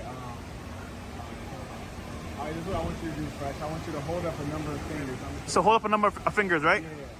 All right. Not behind the camera, my boy. Okay. Okay. 3. You're holding 3 fingers. How'd you know? Because I got eyes in the back of my head. Okay, no. I'm back here now. Are you back there now? How many I got? You're holding 4. Take your glasses off, bro. Take glasses off, bro. Yeah. That's right. Yeah, man. You ever check these out? Nah. You actually had to put them on to use it. How do you see behind you? It's the millionaire. You probably got to take your hood down. Oh, yeah. okay. Yeah, the millionaire Louis. These were the ones that were last ones made by Virgil Abloh. Ah. And it was a refresh on Pharrell, so you can actually see behind. Yeah, you can. See it? You can. Okay, you got to look in the corner of your eye, but you can see it behind you. Bottom left corner, upper right corner. That's Okay. crazy.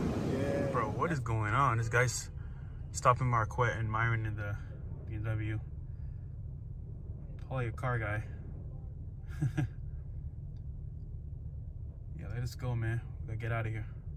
Get out of here.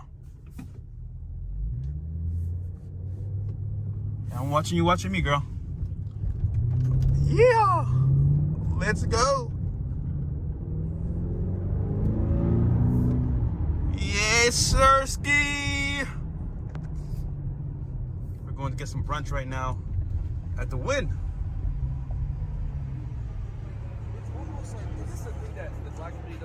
Are you guys famous? Are y'all famous? Who are you guys? Oh my God, that's Marquette and Myron Gaines. What's good? What's good? It's like in the United States,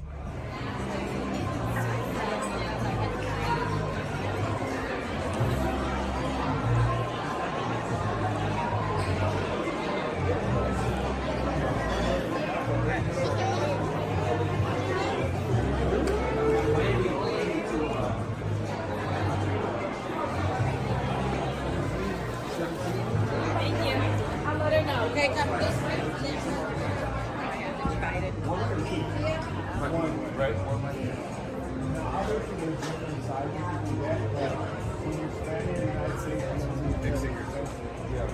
The funny thing in Europe, though, which is what I like when I tried it, much better. No comparison. Let me tell you this, though. One thing I noticed that I don't know about being flights from like only flights that take you direct are exactly. Frontier. Thank you so much, bro. Absolutely. Miss Cara G. Much love again, bro. Thanks for brunch. So guys, we just had brunch. We skipped the whole line because of Marquette. Yep. On some G stuff, man. Yeah. So it's the mayor of Vegas right here. Literally. Knew where to go, what to do. Ready? Time to go. All right, man. Later, bro. Let's get it. Thanks, bro. Appreciate it, man. Hey, thank you very much, man. Hey, man. Big supporter, man. Shout out to you for supporting us and doing good. Cool. Thank you very much. Thanks, G. Yeah, I watch you guys every day, man. Thanks, bro. All right. You're welcome. Thank you, Myron. He knows your name. Thank you, Myra. Okay. This is the calm before the storm. Setting up for the interview with Dan Bilzerian. Pretty dope. Was a long time coming here, but finally made it happen. So, lights, camera, action. Let's go.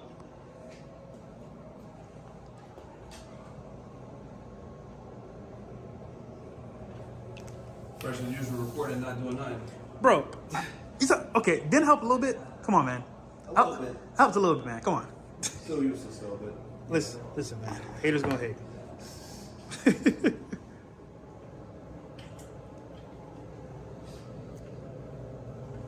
Rollo and I were afterwards, like, how many countries can we do?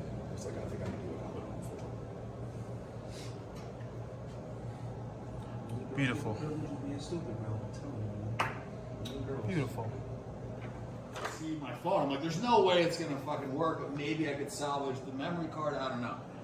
And so I go down the fucking elevator, and this chick goes down the elevator butt ass naked, all her clothes are in. What? Yeah. Well, because I was so mad, she just showed my phone for no reason.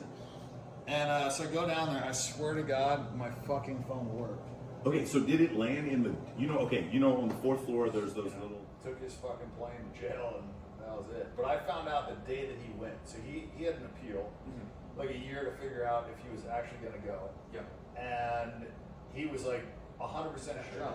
Right? And so that's like a similar thing in college, right? If you're going in there and you're 4 years older, then you're going to have 4 more years of fucking experience. You're going to be in better shape. And it's, everybody knows guys mature slow. Yeah. You're not at your fucking peak at 18. Unless with the headphones. Okay, Oh, with the let's start headphones I can hear it? Okay, yeah, then I'm on the summit here in Vegas. Here we got and then just give me. I'll be listening, but give me. Justin Waller. Am I here? Michael Sartain. Hold on, we're gonna go do deadlifts now. Our backs hurt from respecting women all day. Oh wow, that's awesome. I thought that what you do respect women. Listen, I'm tired of what people. I love my black queens. Okay. That's what I'm saying. He's such a liar. We go through this guy's phone. We don't care what you say. We dabble. Do we dabble in the dark? Yeah, we do. We don't care. I love my white, not anymore. Asian, I have a girlfriend, and black. but before I would be open to it. Okay. Like the United Nations. You know what I'm saying? Bro, I'm not even trying to be a part of this conversation. We're gonna get in trouble. Look at those arms. All right, guys, we're gonna start in a second here. Got Marquette Safety Center. We got as well Aaron Cleary, my granddad. All right, y'all ready? My Gans. All right, 6:30. Charlie, Miguel. Let's go. Listen, guys, this is crazy. We had a flight at what? What time was it supposed to be? We're supposed to depart at 12:09, but boarding was 11:24. Tell me what happened, bro. This is my audience here. And we go to check our gate. Actually, it didn't even say the terminal on the website. I had to check when I got inside. We get over to Terminal 3, which is far as fuck from the entrance. And then we sit here for an hour at gate E8. If you check Frontier's website, it still says right now that it's at gate E8. Still, bro. We sat there the whole time. And like an hour. And then they're like, all right, final boarding for Atlanta. I'm like, we're going Never did they mention that they Fort were going to Lauderdale. Atlanta. So we're supposed to go to Fort Lauderdale. So at separate times, him and I ran literally across the entire airport, get there. Not only did Frontier decide to be on time, but they left fucking like 15 minutes early. With no update. No update. Still, no email, no text. And their website, like I said, right now, Frontier says that our flight was at E8 where we were. We had to go to the opposite side of the building, taking a train to D gates, run through a bunch of people for the lady to be like, yeah, you got to go to the ticket counter. And they knew that there's nobody working at this time. You can see there's literally nobody here. Empty. So they sent us off to just get us away from them. That's crazy, guys. Listen, man. At least we got news flight with United right now, so it should be a little bit better. But, bro, that was wild. Just saying. Peace. So this is the new Fresh and Fit. Me being fresh and being fit. And it's Brian, right? Yeah. Well, Anthony. Well, whatever works. Yeah, my name's Brian, but I go by my middle name, Anthony. Is it not opening? Are we on the wrong side? No, it can't be. No, they exit that way first, and then they open this. That's so that people don't push in at the same time. Bro, you made me question myself. Yeah. I'm like, I know what I'm doing. He's like, I want to get home. Forget like, that. we just did this, so we couldn't do it wrong again. Yeah. I'm just like, bro, like, at this point, I don't know what it is, bro. I don't even want to sit down. But my airport life sucks, bro. Like, randomly, I'll miss flights, passport issues, and the plane just left us because... But I mean, this is... It's unfair. One of the worst things that's happened to me, Yeah. like you said, is the unfairness of it. Yeah, it's unfair, so yeah. I can't imagine something worse than this can happen. You know what I mean? Like, this is pretty fucked up. Please stand clear of the tram Being doors. late for your flight is one thing where you can be like, all right, I fucked up. Yeah. But we were nothing early. to do with An it. hour early, bro. We had nothing to do with it. That's what makes this. But you know what's funny? outrageous. I had a choice to fly American. That's why I messed up. I should just float American, bro. I was like, you know what? This tram It's a little bit later. I'll make it on time. I'll be early. It's fine. And still, bro, they messed. Dude. I would have flown Spirit, but I found the flight for Frontier was half the price, so duh. Now look at what it cost. Right. 4 times the fucking price. Right. Outrageous. Save nobody. It's all good though, guys.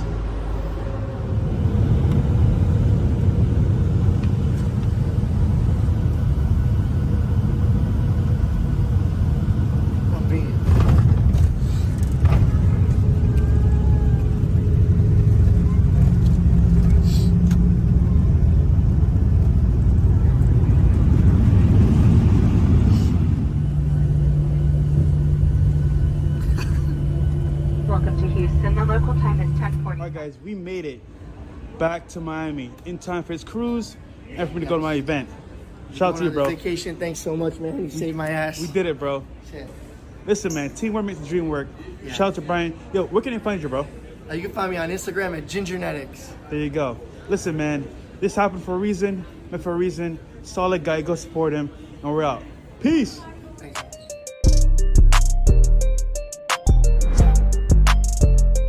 Conversation with him, and then, you know, sometimes it was hitting on him, sometimes it wasn't, whatever. But like, and you would get rejected, and then eventually you just wouldn't give a shit. It was, and I had learned this from a friend of mine because he would go up to all these girls. I'm like, man, I can't believe this guy's just like going up to all these girls. And they'd reject him, and he wouldn't give a fuck, and he'd just keep doing it. And the dude, you know, ended up getting laid a lot. He got rejected a ton too. But at the end of the day, like, you know, the good-looking guy that goes up to 2 girls and, you know, fucks 2 girls is still fucking less girls than my buddy that goes up to 50 and fucks 3. Yep. You know, so it's like, I think seeing somebody do it and get rejected so many times, you're like, you know what? If you can do it, I can do it as well. So that's yeah, powerful. it's like less hyped up. Yeah. You know, I think like when there's all this like pressure put on it, your friends are watching or whatever, you know, it's just like, yeah, I think that's a big mistake that guys just don't talk to girls in general now. They do. That's the biggest mistake. But the second biggest mistake would be like going up there with like a specific purpose, like, oh, I got to hit on this girl and I got to get her number and whatever, instead of just going up and having a conversation about. Enjoy it. So at this point, were you like reading any of like the books as far as like game books, you know, like the Mystery Method or whatever? Because in the early 2000s, this is like kind of when the PUA stuff started like picking up. So were you like a student of any of that stuff? We were talking about that on the phone today. The game, that's the only book that I read was the game. Okay. No Strauss? Yeah. But that was, you know, that was kind of like an eye-opener a little bit to... Did you read it before or after college? I think I read it in college. In college, all right. I think I read it. Fuck, I don't remember when it came out. I want to say I read it in like 05. Okay. But that was like a big eye opener for me because it was just like concepts that I had never thought about. Yeah. You know, like to me, it was like the move was just to go up. Oh my God, I think you're beautiful. Can I buy you a drink? You know, Yeah. It's like this bullshit they tell you in Hollywood. But it's like that's actually the worst possible thing that you could do. Absolutely. You're communicating a ton of interest. You're doing exactly what all these other fucking idiots did. The same. And and you're also just like putting yourself beneath her. You're like offering to do something for her. It's like playing poker and showing your fucking hand. Yep. Right? It's like if you flip over your fucking hand, which is what you're doing, then it allows her to then, react to that and decide whether or not you're good enough for her. Right? Because the moment you hit on her, it's like all of a sudden in her mind, it's like, okay, is this guy good enough? Do I want this guy? Because he's clearly interested, right? But if you just go up to her and talk to her, then she might be wondering, like, does this guy like me? Like, whatever, like, what, all this shit. But it's just a different conversation than if you just go up and immediately communicate interest. And like I said, just like in poker, just flipping over your fucking hand. So you mentioned earlier that guys should, don't go into college right away. And you went in after the military and you got 14 girls your first semester, which is pretty damn good for a guy that, didn't necessarily study it or whatever right before. And high standards. And okay. Okay. The whales. So for the young guys out there, I want to know, what did the military army with that gave you an advantage over the other guys that you were competing with on campus to get those same girls? I mean, fuck, man, you're 4 years older. It's not even close. It's like, I mean, I think it was in this book, Outliers, but basically the people, they looked at a bunch of these basketball players and a bunch of them were born in January. And it was like, what's the correlation between all these people that were born in January being in the NBA? And it was because they basically almost had a full year of growth over the people that were born in like December, November, whatever. And so they're like a year physically more mature. And so they got more playing time. They were like more likely to be starters. And because they're more likely to be starters, they're more likely to get more coaching. Because they're more likely to get more coaching and start, they'd play more fucking basketball games. The more basketball games they played, the better they became. You know what I'm saying? It was like this whole snowball effect. The other people just like couldn't catch up. Right? So that's like a similar thing in college, right? If you're going in there and you're 4 years older, then you're going to have 4 more years of fucking experience. You're going to be in better shape. I mean, it's, everybody knows guys mature slower. Yeah. You're not at your fucking peak at 18. So, women are more at their peak at 18 than they are probably at 22. I mean, assuming they don't take care of themselves and they party too much, right? They always gain the freshman 15, all that stuff. So, like, it's actually like flip-flops. So the girls are the hot commodity as freshmen and the men are the hot commodity as seniors. So it's like, for me, I just had 4 years of being a fucking senior. Yeah. And girls like mature guys, older guys. Yeah, absolutely. So, yeah. And then not only that, I mean, life experience, being in the military in general, not being a pussy, like all these like discipline, being in better shape probably than all of your peers. And on top of that, you were in a fraternity as well. Yeah.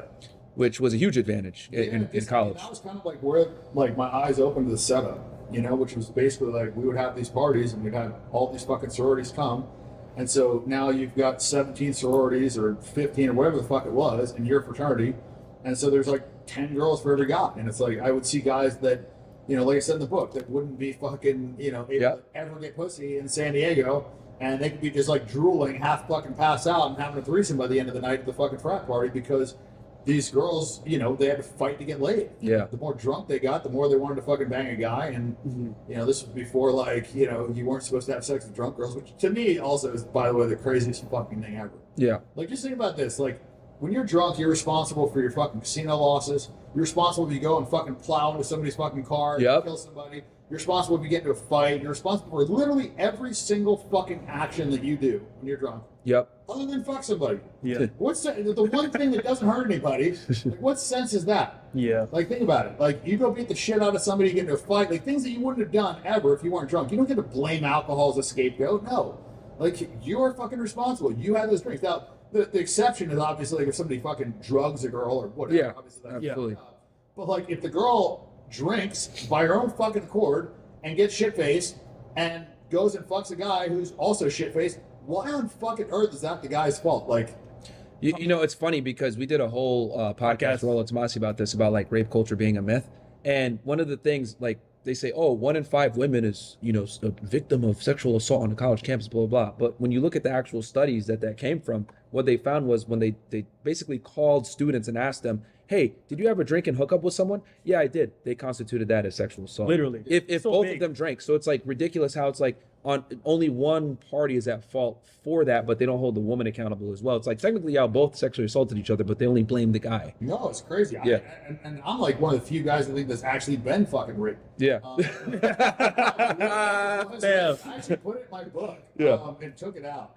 But yeah, man, I was fucked up on G, and I took these 2 girls down to my room, and they went in, and I was like gonna smoke weed with them. But I was like, I'm probably too fucked up. Like, go in there, and I had this whole like room just full of fucking glass rigs and shit. And I was like, yeah, go in there, smoke. I'll be here. I just laid down on the bed, and just immediately fucking passed out. Yep. And I wake up with no recollection of like where I am, anything, and this chick is on top of me, riding me. So, like, you know, my first thought was like, is she hot? So I'm like, yes. I'm like looking up, I'm like, where am I? And then it was like, where am I? Like, what day is it? Like, what? Like, I've never been more confused in my fucking life. And then the thought was like, okay, keep your dick hard. Wait, why am I not wearing a condom? It was like this whole fucked up thought process. But it wasn't until later that I like looked at the security footage and realized like what had happened. Because at the time I just like wake up in the middle of this and it's like, okay, like fucking hot chick, like I don't know where I am. I'm trying to figure that out. I'm trying to like also fuck her good. You know, it's like all these things going through my mind. And then 30 minutes later, I'm like taking a shower, and I like sit there. I'm like, oh, you know, I don't even know. He was like, oh, you raped me, and she's like, yeah, ha, ha, ha. That's funny, huh? Yeah, And it's interesting because like we're having this conversation and laughing about it, whatever. But like if it was the In other way reverse. around, it'd be a problem. It'd be a huge problem. And it should be. Yeah. You know, Yeah. It should be. Understandably but so. Like, it's just funny, but it definitely is a double standard. So I watched the fucking footage, and like they come out of my classroom. I'm literally snoring. You can hear me on the fucking, like on the audio. Because I had audio too. I had video cameras in all my rooms and audio. And anyways, I'm fucking literally snoring, and the chick starts sucking my dick, and her friend's like sitting there, like, you know, like, oh my god, like, you know, I can't believe this is happening, whatever. And then the chick like is like, fuck it, gets on top of me and starts like fucking me, and her friend is like dying loud, like, I can't believe that you're doing this, whatever. And she like watches for a little bit, and then she leaves, and like, I don't know, 10 seconds later I wake up or whatever it was, and I was like, oh my god, like, legitimately. But if the chick was ugly, I think I would have probably pressed charges. But you're lucky. Which is fucked up, you know. And this is actually something I was talking about with my friend the other day. Mm-hmm. You know, all this like inclusivity bullshit and everything we're being fucking pushed on. Like, people don't actually care about inclusivity, because if they fucking did, they would include ugly people, because ugly people get discriminated against more than fucking anybody. I don't give a shit what race, religion, whatever. There's nobody on earth that gets more discriminated against than ugly people. Yeah. Because, and you'll see it when you talk to girls, and they will talk about like somebody that came up and hit it on, and the only difference between the creepy guy and the guy that just like hit on him or whatever is if the guy's ugly or not. Thank you. Literally the only fucking Absolutely. They could say the same thing to the girl. And one guy, oh, you're just stop kidding around. You're weird. The next guy, grape, or I'm going to report you to HR. It's like. It's so crazy, but you know, it's like funny because, you know, being fat is like the one thing you can do something about. You can go fucking work out. You just eat less fucking food, right? Yeah. And so it's like, you know, but they need to be included. But then the ugly people who have no fucking choice, it's not their fault, right? Like fat can be lazy. It can be not working out. It can be undisciplined with the fucking diet. It can be a million fucking things, right? Yeah. And there's all these fixes for it, and they're all pretty much just like fucking discipline, and it's all going to make you healthier, because being obese is like the number one fucking cause of like heart disease and all these other fucking problems. Right? Diabetes, all of it. Yeah, but like that's encouraged. You know, we want to include these lazy people, but then the people that were just like born ugly, like fuck those motherfuckers. You know what I'm saying? Yeah, I You can't fix it. 100%, man. But you're lucky because, like, for example, you might have been draked, bro, like by that girl. You know what I mean? With the whole condom stuff. What is it? Like, remember the girl went on top of you, right? And like she just rode you, whatever. What if you like bust inside of her? Oh, had a kid with you, bro? I wore a condom every time for like 3 years. Yeah. So that was another thing in my thought process. Like, why am I not wearing a condom? Oh, like, that's crazy, bro. It smells good at least. So I was like, all these crazy things. I'm actually surprised I could even fuck this girl with all these crazy thoughts going through my head. And I remember those distinctly. I don't remember like, you know, a lot of the other shit, but I remember distinctly like the thought train that like went through my head, which was like really crazy. Like, oh, is this girl hot? Like, where am I? And it was like in this order, you know? And then it's like, why am I not wearing a condom? Oh, but her pussy smells okay. Yeah. Good to go. So So you kill it in college. You graduate from college. What year did you graduate? Well, I don't know, like, killed it. So I mean, with the girls. Well, so like my first year was really good, and then I got into gambling, and then things like started actually kind of going downhill. I went broke my sophomore year. Okay. I was like doing like I had a 4.0 GPA, like everything was good, and then I got into gambling, and it just like kind of like derailed my fucking life. Can you talk about that a little bit, and then your rise and making all the money that you made gambling? Yeah, I mean, it was just like a shitty time. Like I literally went broke in college. Mhm. I had to pawn 3 of my guns. And my car was like I had to take out loans in the car. Like I was like broke. Yeah. Wow. And yeah, from like having a car paid off, having all this fucking money, to like go from that to like being busto. So you lost all your GI Bill money, everything. Well, I still had it coming in monthly, but I had to take out a loan on my car. You know what I'm saying? Like I owed some people money. You know, so it's like I was. You had a lot of debt. Yeah, and then like my parents were like, "No fucking chance, we're not helping you." My brother's like, How deep in the hole were you? Not that deep, like not unrecoverably deep, but just like to where I had like no real like liquid capital. Like Yeah. I exhausted all my like ability. Like I had to sell 3 of my guns. That was like a distinct like. What were they? Glocks? No, Six? they were, like I sold the shitty ones, like a 357 Magnum. Okay. They don't really like wheel guns. Yeah. I think it was shotgun, and there was like one other, a 9mm Beretta, I think was it. Ah, okay, yeah. Those guns suck. Yeah, okay. You good then? Yeah. You know, I was like literally like met up with somebody in a fucking parking lot. This is before like Craigslist. Yeah. We're in Miami, so yeah. Yeah, like whatever. But now you got to go to a gun store. You got to have a background check. Yeah. FFL, all this crap. Yeah. Like, if you're gonna do it for like having a new gun, like it's kind of stupid and not. You know. Yeah. But whatever. Anyway, so I had to go through that shit. And then I was like literally on this gambling boat playing like a $500 fucking buy-in game, staying at like a shitty hotel. In Miami or like where were you at? No, this was in St. Pete. Okay. The gambling boat was like, I don't know, 5 miles offshore, whatever, like put it in international waters. So we'd take a boat to the gambling boat, and then I would play poker for like 16 hours, eating the shitty food, go back to the hotel, the shitty ass hotel, crash in there.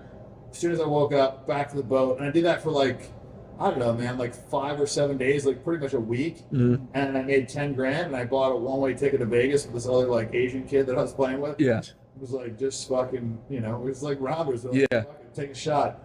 And yeah, I lived at Bellagio for 3 weeks, man. I won 187,000, and it was just like Holy shit. Wow. It was like it was a turning point in my life, and I was like, How old were you at this point? this is 05, so I was 24. Okay. So you're 24, just made 187K at the Bellagio. Yeah, so I had like You did it playing poker? Yeah, all Poker. Okay, all poker. All right. Yeah, all live poker. And so it was yeah, so I like came back with literally like a briefcase, 187,000 in cash, and it was just like, What'd you do with that money? I felt like a man. I was like, I felt like a drug dealer. And back then, inflation is a bitch. That was probably like maybe $250,000, $300K today. That's a lot. Yeah, definitely Yeah. worth probably at least double. But Yeah. yeah, I remember What'd you buy? I bought a Range Rover, a used Range Rover. So I like paid off my Beamer, traded that in, I got a used Range Rover. It was like 40 grand or something. Okay. Sport? No, it was a regular one. Okay. Yeah, and I remember it was like it had the hydraulic suspension, so I could like parked it on like the stairs and go to my fraternity. Yeah. Yeah. So then what'd you do after that? Then I was like playing online a little bit, but I had more discipline, and my account was like everybody had it flagged like this guy's fucking crazy. I would play on the drunk or on GHB or fucked up, and I would play like Because the internet's a thing now at this point. yeah. This was in college, so internet came around I think like 01, maybe like I think while I was in the military. Yeah. But by the time I got it in college, it was it was a thing. Like online poker was a thing. Yeah. And so yeah, I was just fucking playing that, and then there was like some local games I was playing, and then I would pop out to Vegas for weekends, and then pop down to the Bahamas, and it's like now I had like more of a bankroll, and I was playing, like I said, more discipline, and people would have those tags like guy plays crazy, like call this motherfucker, because you could like write in whatever you want, like, leave a review. Yeah. So I was just known for playing crazy. And the thing about back then is there was two types of people. There was the recreational players and there was the pros, and all pros played super tight. It's like they didn't bluff. They were like always showing down like big hands. Like they didn't fuck around. They just like very patient, playing like 8 tables, 9 tables, like only playing premium hands. So like what they could show up with in a hand was like very limited and very capped, right? Like in a raised pot, they probably weren't going to show up with a fucking 6 or 7. So the board was like paired or was like possible low straight. Like they just like were probably never going to have it. There was just like things that they would do, or they wouldn't re-raise those hands, shit like that. So like they would cap their ranges. And I was just playing, like I said, very aggressively, and that was not really, it's a thing actually now, that's the correct style. But I hadn't like figured it out back then. So I was like playing aggressive, so I'd have these big swings. But when I developed self-control, then I was like capable of having these big wins, and I would kind of like, you know, fucking limit my losses more. And when you could play tight and get paid off on big hands, that's actually the lowest variance style of poker. Because like, okay, I'm gonna wait for a big hand, I'm gonna put my fucking money in. Like when you're bluffing, like some guy can just be like, you know what, fuck it, I don't believe this guy, or I'm just not gonna fold and just call you, and then you lose, you know? Whereas when you wait for a good hand and just fucking bet the money and get paid off, that's very low variance. You just fucking collect the money, and if they don't call, well, you still win the pot, you know what I'm saying? So when I was able to kind of like tighten up and just play like that, but still have the image and people knowing that I was capable of putting my fucking stack into nothing, then I was able to like, you know, get paid off. And that translated into the private games too, and the casino games, whatever. Like I had a reputation for playing pretty crazy, and I would come in there and I would raise a lot more hands than a normal pro ever would. And I had this background of like my people knew that my parents had money and shit, so they're like, oh, you know, this fucking rich maniac. And I would just get crazy action. So I'd get good games, so I'd get paid off at spots where like I wasn't supposed to get paid off in. I would like value bet my hands like a lot thinner. And so yeah, I just you had a bunch of like variables that, like in your favor, like people didn't think about back then. Like, like people didn't really consider table image that much. Like people weren't, you know, not that I was like doing fucking range distributions and shit back then, but like I'm saying people didn't have that in their mentality. So the game was a lot different. It was a lot easier to exploit. Less structure. What's that? Less structure to deal with. Like, and everybody just wasn't as good. There was no like right way. Like now there's like a fucking exact correct answer for every spot. Back then there wasn't. Yeah. What's the most you ever won in one of those games? And well, in the casino games it was different. In the private games, 12.8 million in one night. Traggy? Shit, man. What's up? So damn. Yeah, so that's interesting. So you had an unorthodox way of playing. 7, I think it was. It was 10-8 and 12 cents. Yeah. So you had an unorthodox way of playing. You played very aggressively. People weren't used to it. You were, you know, playing online while also going to Vegas. That was a big thing. Like just doing that alone. Yeah. I would see, you know, like just to give an example, you see, say 20 hands an hour on a regular table. You play 10 hours, 200 hands. Yeah. If you're playing online, you're playing 10 hands or 10 tables, and you're seeing probably 100 hands an hour. So, you know, play 10 hours, you're seeing 10,000 fucking hands. How many days, full days, you have to play in the casino, 200 fucking hands every 10 hours to see 10,000 motherfucking hands? So, you know, being that there wasn't like an established right way to play back then, having that volume, like you would see patterns. You were just getting reps. You'll see patterns, right? Like in a live game, like there will be so much variance, and like you're such a small sample size that you don't really get punished. You could get lucky in spots and just think that you did the right thing, but really you just got lucky. Yeah. You get totally fucking saved. Whereas online with that volume, you start to like see, you start making the same mistakes multiple times. You start seeing them in the same session. Whereas you're seeing fucking 200 hands a night, you're not going to see the same mistakes in a single session. You might not see the same mistakes in a fucking month. You know what I mean? So it's like, yeah, just condensed volume. So this is something interesting because this is, you know, you got a bunch of haters on you. Like, oh, he's not even that good at poker. I don't know how you made all this money, blah, blah, blah. And I'm really happy that we're like kind of hashing this out here because people don't understand, right? Because I'm 33. I'm a little younger than you. But I do remember what the internet was like. And, you know, you go back to like 04, 05, people weren't using the internet, let alone using it to play poker for money. So you had an edge there where you were young enough to like, okay, this is kind of something new. I'm gonna play here, get reps in, and then you're young, so they're gonna underestimate you when you go to play in real life. And they assume, okay, he's a rich kid, he has money, he doesn't know what he's doing. Let's go ahead and try to take him. And next thing you know, you're smacking the crap out of him, and you have an unorthodox way of playing. So it's like, it's almost like the perfect storm from what you're describing. 100%. And that's why I say if I had graduated SEAL training, I would have missed that window. This was like the first Moneymaker won the World Series. Over $25, the guy made like $1 million. He's some fucking idiot with, you know, sunglasses with the fucking croquis on there, drinking a beer at the table. You know what I mean? Just like a fucking average Joe. You know, and people see this guy and they're like, fuck, well, if he could do it, I could do it.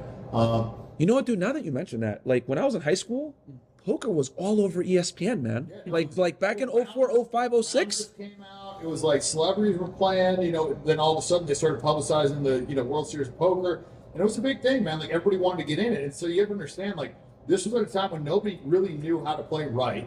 And you have all this influx of traffic of all these fucking new players wanting to play. Online had just started.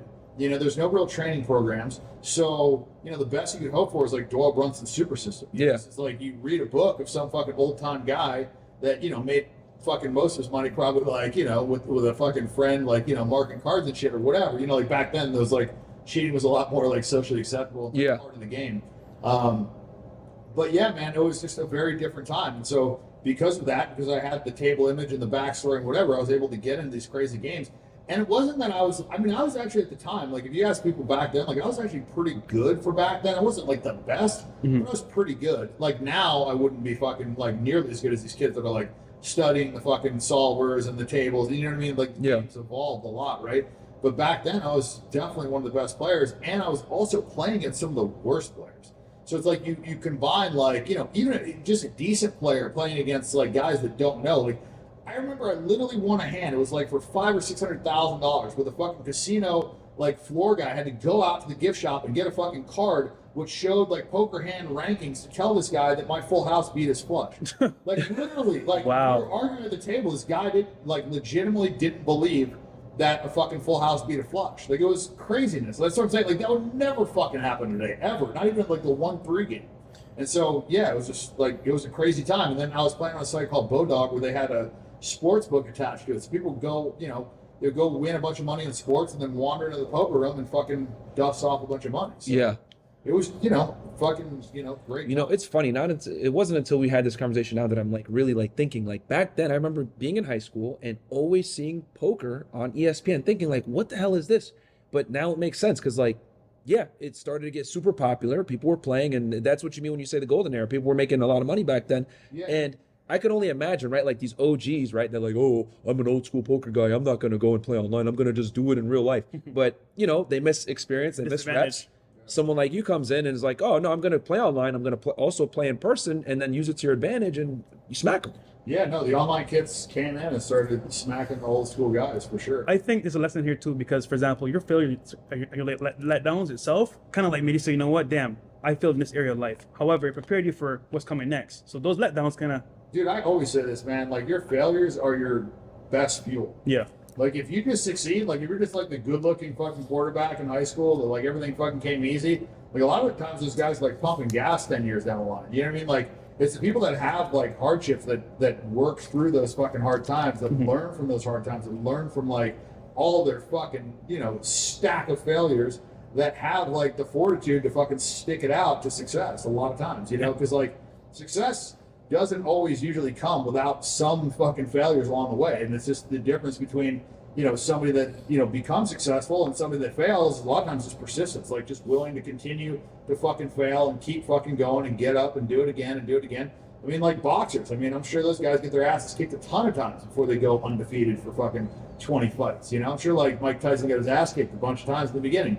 Same with Floyd. You know, like if they just quit the first time they fucking lost, they probably would never fucking make it. You know, it's like that with anything. You know, and especially with poker. Poker's a fucking brutal one, man. Poker's one that like. You can do everything perfectly. This is why I like never recommend this job to anybody. You can do everything perfectly and fucking go into work, bust your ass, and just lose money. Like most jobs, like if you fucking have a shitty week or whatever, like you still get your fucking salary. Yeah. You might not get your commission, whatever. But like, you usually don't go fucking into work and lose millions of dollars. You know what I mean? Like unless you're a trader, those are the only guys that probably understand like the difficulty of being a poker player, because like managing your money when like your money is part of your fucking bankroll, right? Like that's not only is it what you're living on, but it's what you're like using to produce new income. So it's kind of like, and then try like having respect for money when you're playing fucking $10,000, $25,000 blinds. The blind is 25 grand. The opening raise 100,000 or 75,000. You know what I mean? Like wow. You're opening just to see a flop, just to see the first 3 cards. You got to put a Range Rover in the center. You know what I'm saying? Like it's just. You know, it's hard to like value money. I mean, I tipped a dealer $300,000. You know, like it's hard to like have appreciation for money, value for money. It's hard to like put things in normal terms when you're gambling for millions of dollars. It's like it's hard for that not to jade you and fuck you up. Not to mention if you lose at the big stakes and you lose a lot, then to have to like go down to lower stakes and then play. That's like something that almost nobody can fucking do. And you know, that's a good point. It's a rough living, man. Some guys just like never bump it up in stakes. They never want to take the shot, and so they're never successful. And then you have the flip side of that, which is the guys that, you know, take all the shots, but, you know, are just inevitably going to go broke. That's you the need a pen?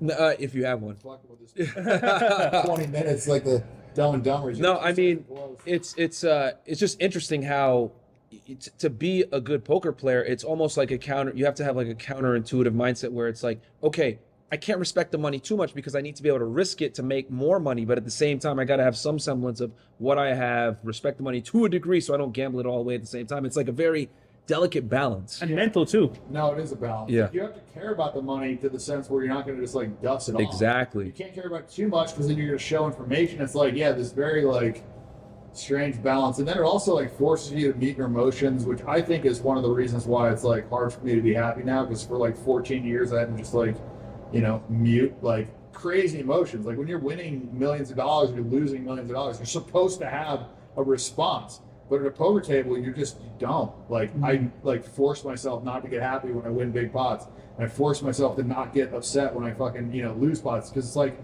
you just want to just like, the more even keel you are, the less you're gonna like negatively react in the game, right? Like if you're losing a bunch of money and you start chasing the money or playing more aggressively or whatever, then, you know, people call it opening up, you know, when they open up a player and then the guy, you know, fucking loses a crazy amount because now he's chasing the win, and what he's doing is more predictable because like now he's just raising too much, he's calling too much. It's like he's in there with weak cards because he's impatient, you know?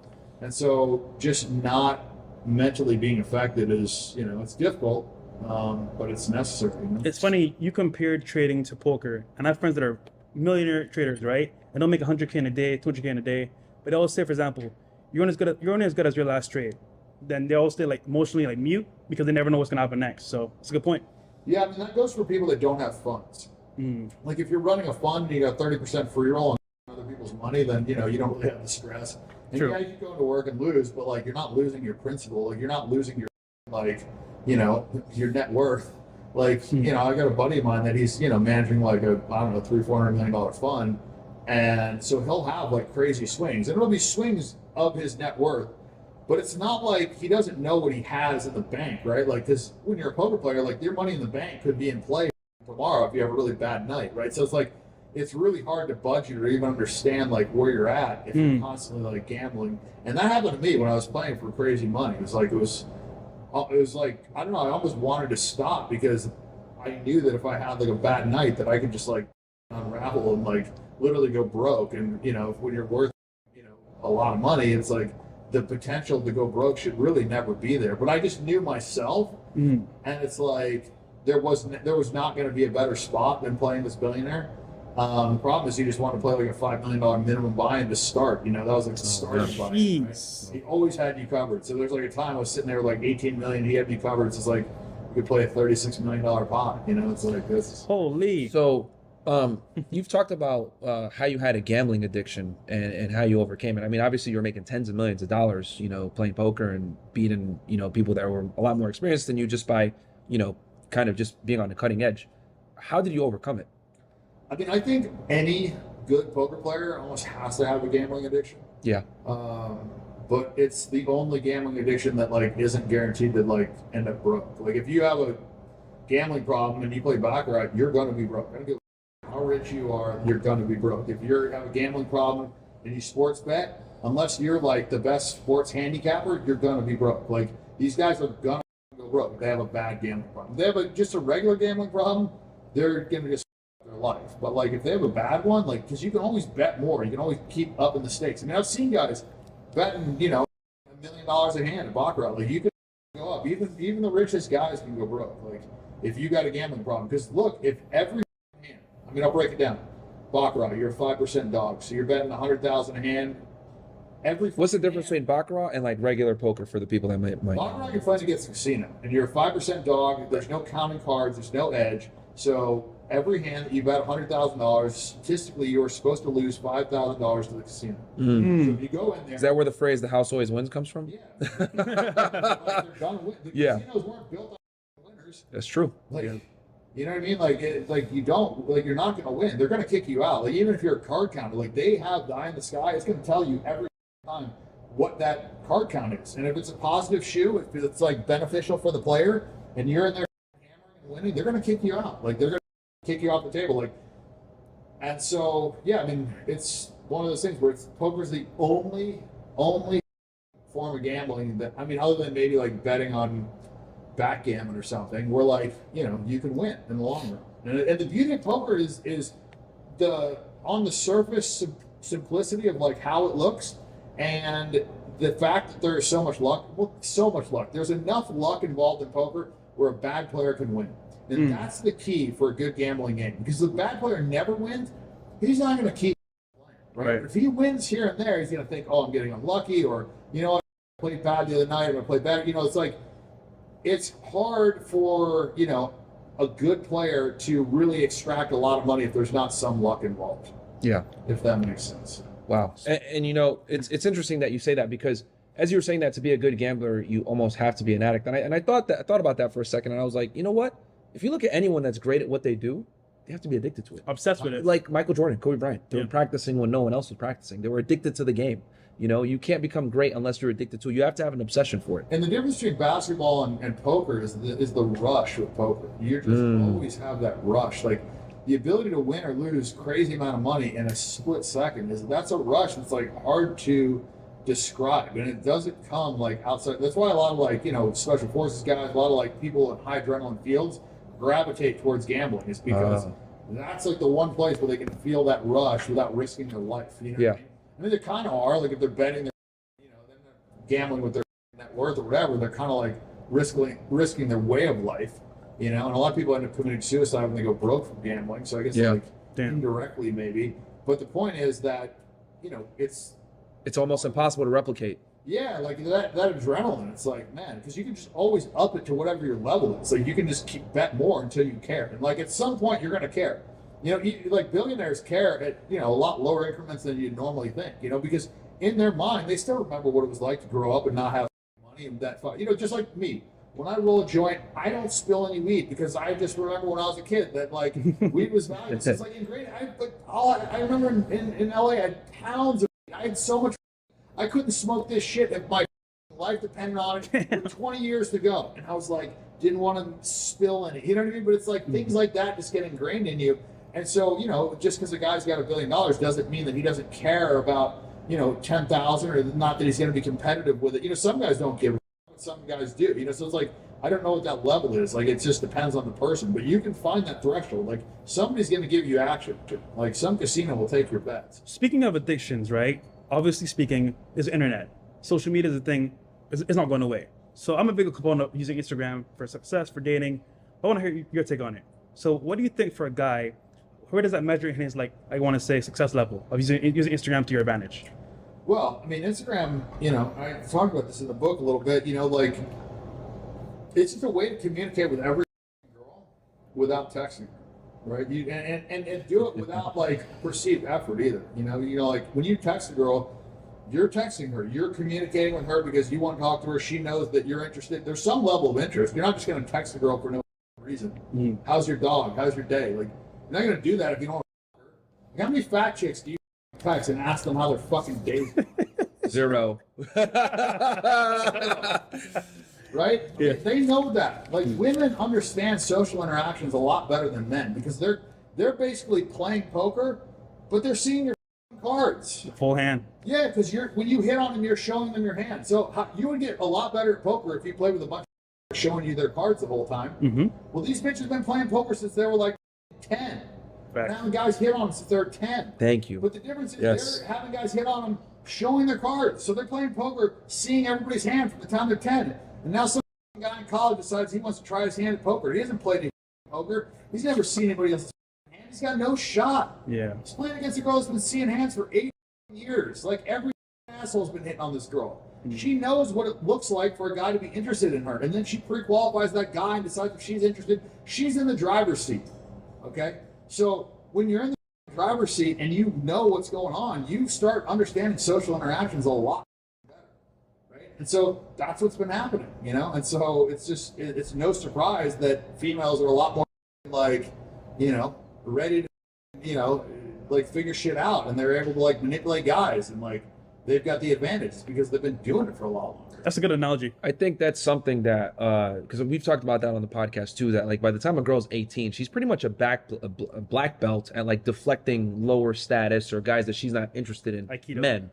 versus dudes, they're just kind of like approaching girls for the first time, like, hey, how are you doing? And it's like the girl can like smell the low value and the lack of confidence. Yeah. And then the desperation, the reeks of them. But anyways, to answer your question, so by doing a post, you're communicating, and you can do it subtly, you can do it not so subtly, you can just beat them over the head like I would do with my posts, right? Like, but you're communicating value, you're communicating like interest, you're communicating what you're doing. Like when I say communicating interest, you're like communicating these things that are going to make them interested in you. You're not communicating interest to the girl, right? You're just doing a post. You're just saying, hey, I'm in Bora Bora, or, you know, here I am on this boat, or, you know, like whatever. It's me and this hot girl having dinner. Like whatever it is that you're posting. I'm not saying to post this thing. I'm just saying everything you post communicates something, right? So you could just post a picture of, you know, your cat.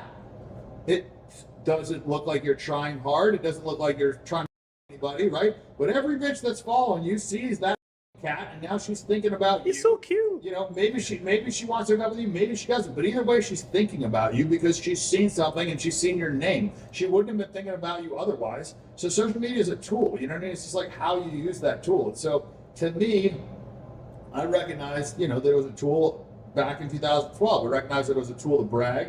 I recognized it was a tool to get laid. I recognized it was a tool to communicate, all these different things, right? And so what did I want to do? I wanted to get more pussy, and I wanted to get into better poker games. So I was able to like show people that I had money, which helped me get into better poker games.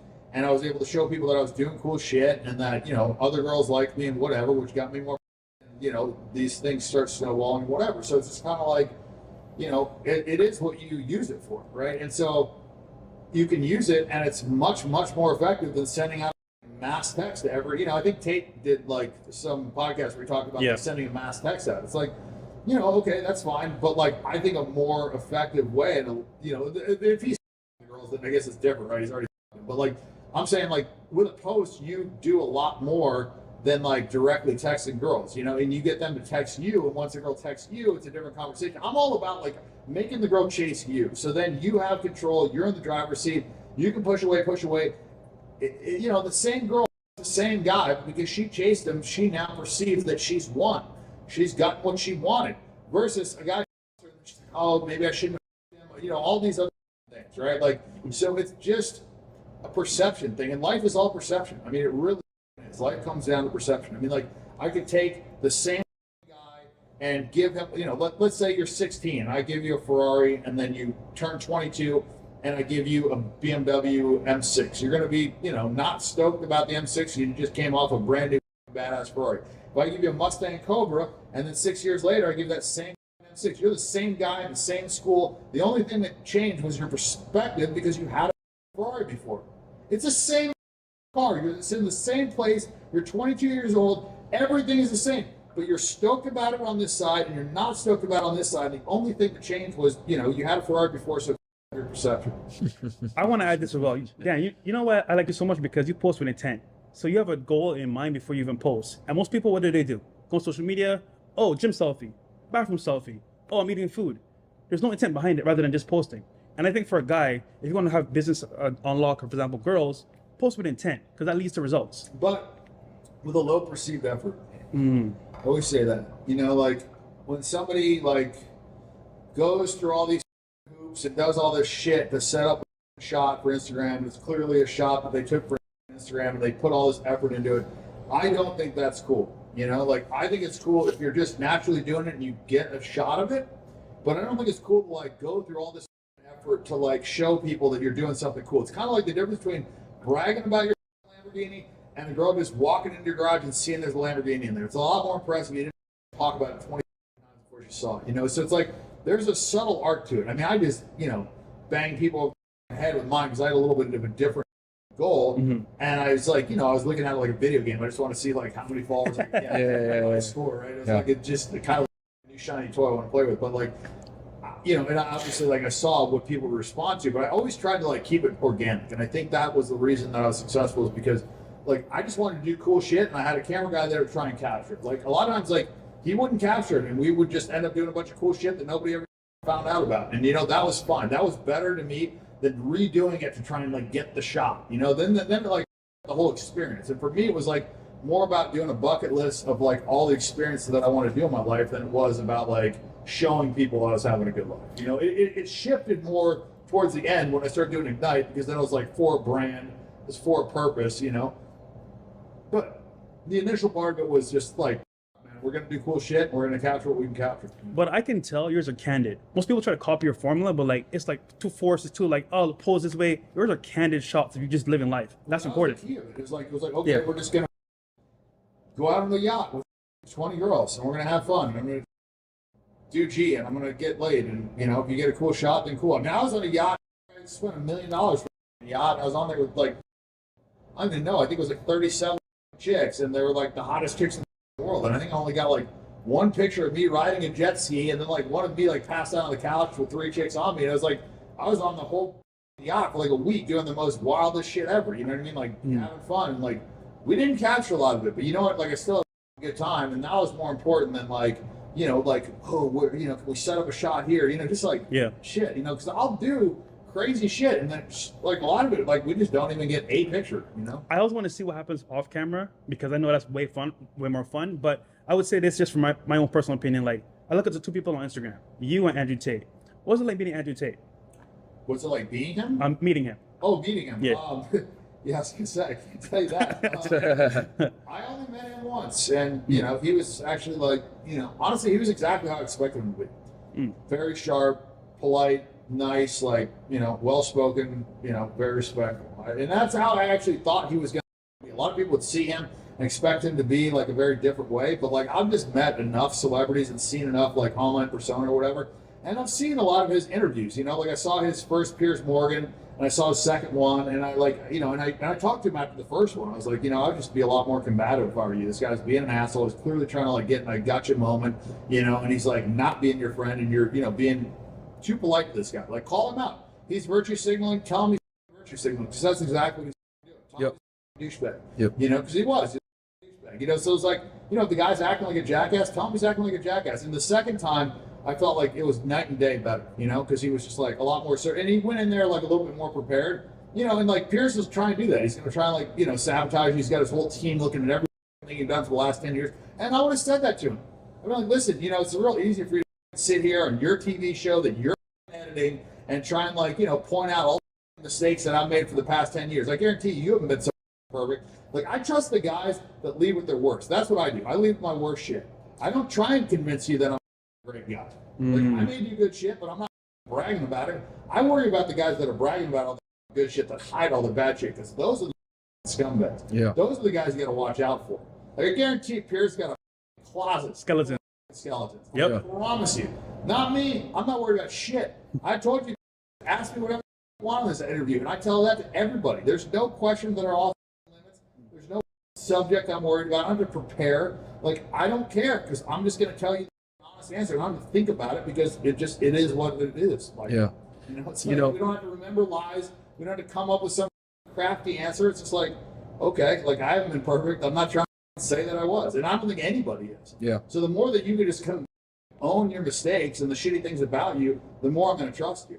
Yeah, the Piers Morgan interview, we actually went to London with Andrew when he did it. And I remember after, he was like, you know, I don't know how that interview went and everything. And, you know, and then it came out and I looked at it and it pissed me off a little bit, because I could see he had an agenda. He kept cutting Andrew off. I was like, this is fucking bullshit. But the YouTube comments never lie, man. Yeah. And they roasted Piers Morgan for that. And I think Andrew, when it ended up coming out and you can actually watch the full interview, everything, Piers Morgan, I think, actually made himself look really bad, which is why on the second interview, he toned it back, was a lot more respectful, let him finish the sentences, etc. So, you know, the people aren't stupid. They always see the jump cuts, they see the edits, and they see when you're trying to push an agenda or virtue signal. So, thankfully. I also think Andrew stood up for himself the second time more. Yeah. Bullies respond better to that. Yeah. You know, a bully gets more and more empowered every time you kind of like dance around something and they feel like they can get you, or, you know, they can just keep cutting you off. You know, that's what Piers has, like, bully, you know, mentality. It's like, okay,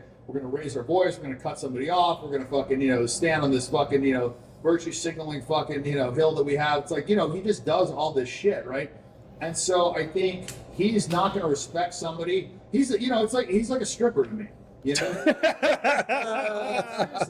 strippers don't have respect for themselves. So when somebody treats a stripper really good, that stripper loses respect for that. Facts. Yeah. You know, so like, but when you call them out and tell them that they're a piece of shit, and they think that they're a piece of shit deep down, they'll actually respect you more. And that's why strippers always end up with fucking guys that treat them like shit because they don't feel like they're that great. So when a guy treats them how they feel like they should be treated, then they respond better. It's kind of bad for the strippers because you know it's like kind of a fucking like, you know, recipe for unhappiness. Thank you. Someone else said it. I've always said it. When you treat strippers well, they treat you like crap because they're not used to guys treating them well because, quite frankly, they know their POSs most of the time. Yeah. It is what it is. I mean, that's the thing is like somebody that doesn't think highly of themselves, it's very difficult to treat them well and get a positive result. Yeah. If they don't think they deserve to be treated well, then you're just like, you know, digging yourself a hole. Wasting your time. Yeah, they lose more and more respect for you. It's like, I found this with girls. Because for me, it's like I had all this fucking money. Like, you know, if I could just, you know, hand a girl $10,000 and solve some of her problems that I was dating, like that's the path of least resistance for me. Because the least thing I care about, and it's something that she cares about, you know, money isn't going to change my life in any way, shape, or form. I won't even fucking notice. It's like a penny falling out of my pocket, right? But like I found that by doing that, it would actually fucking hurt my relationship with her. That's powerful. Yep. Powerful. It was like I would have to force myself to not do it. Yeah. It's like, here's the problem. We could throw money at it and solve it, right? But like when I had to be careful with doing that with the wrong girls because they would actually, like I said, treat you worse because of it. Yeah. Because all the guys that had done that previously were fucking simps and suckers and whatever. So it's like, you know, by doing that, you put yourself into that category, and then you also kind of like, you know, she starts like subconsciously like viewing you as like a guy that, you know, is trying to earn her respect or whatever the fuck ever. You know? Yeah. And it's crazy how like guys don't understand this until they get burned. Like I've always said it, like typically the worst women that like are super promiscuous, terrible people, etc. When you treat them well, they will punish you for it, man. It is what it is. And yeah, and that kind of goes into the whole, you know, can't turn a home to a housewife. Absolutely. There's a reason for that. It's because they're, you know, they're broken and their like thought process is wrong. It's not because, you know, they fucked too many guys. It's, I mean, that's not a great thing, but like that's not the problem. The problem is their like mentality, which led them to fuck, you know, way too many guys, right? Yeah. Because they didn't have respect for themselves or like whatever it was. Yep. So, you know, you like date damaged people and you're gonna get damaged. Yeah, absolutely. So you got almost 40 million followers on Instagram at this point, I would say, right? 33? Oh, So I got like 15 on Facebook. I got, you know, this Twitter. You know, I think combined it's like 55 or 60. okay. So, well, either way, I would consider you the king of IG when it comes to like leveraging it to get girls. Yeah. Can you? Although I don't know, man, Tiger's used his platform probably as successful as anybody. I swear to God, motherfuckers had ever been just DM. Man. Yeah, no, he is. As I've heard. I thought it was an Autobot, bro. Yeah. But he's like recruit girls for his OnlyFans.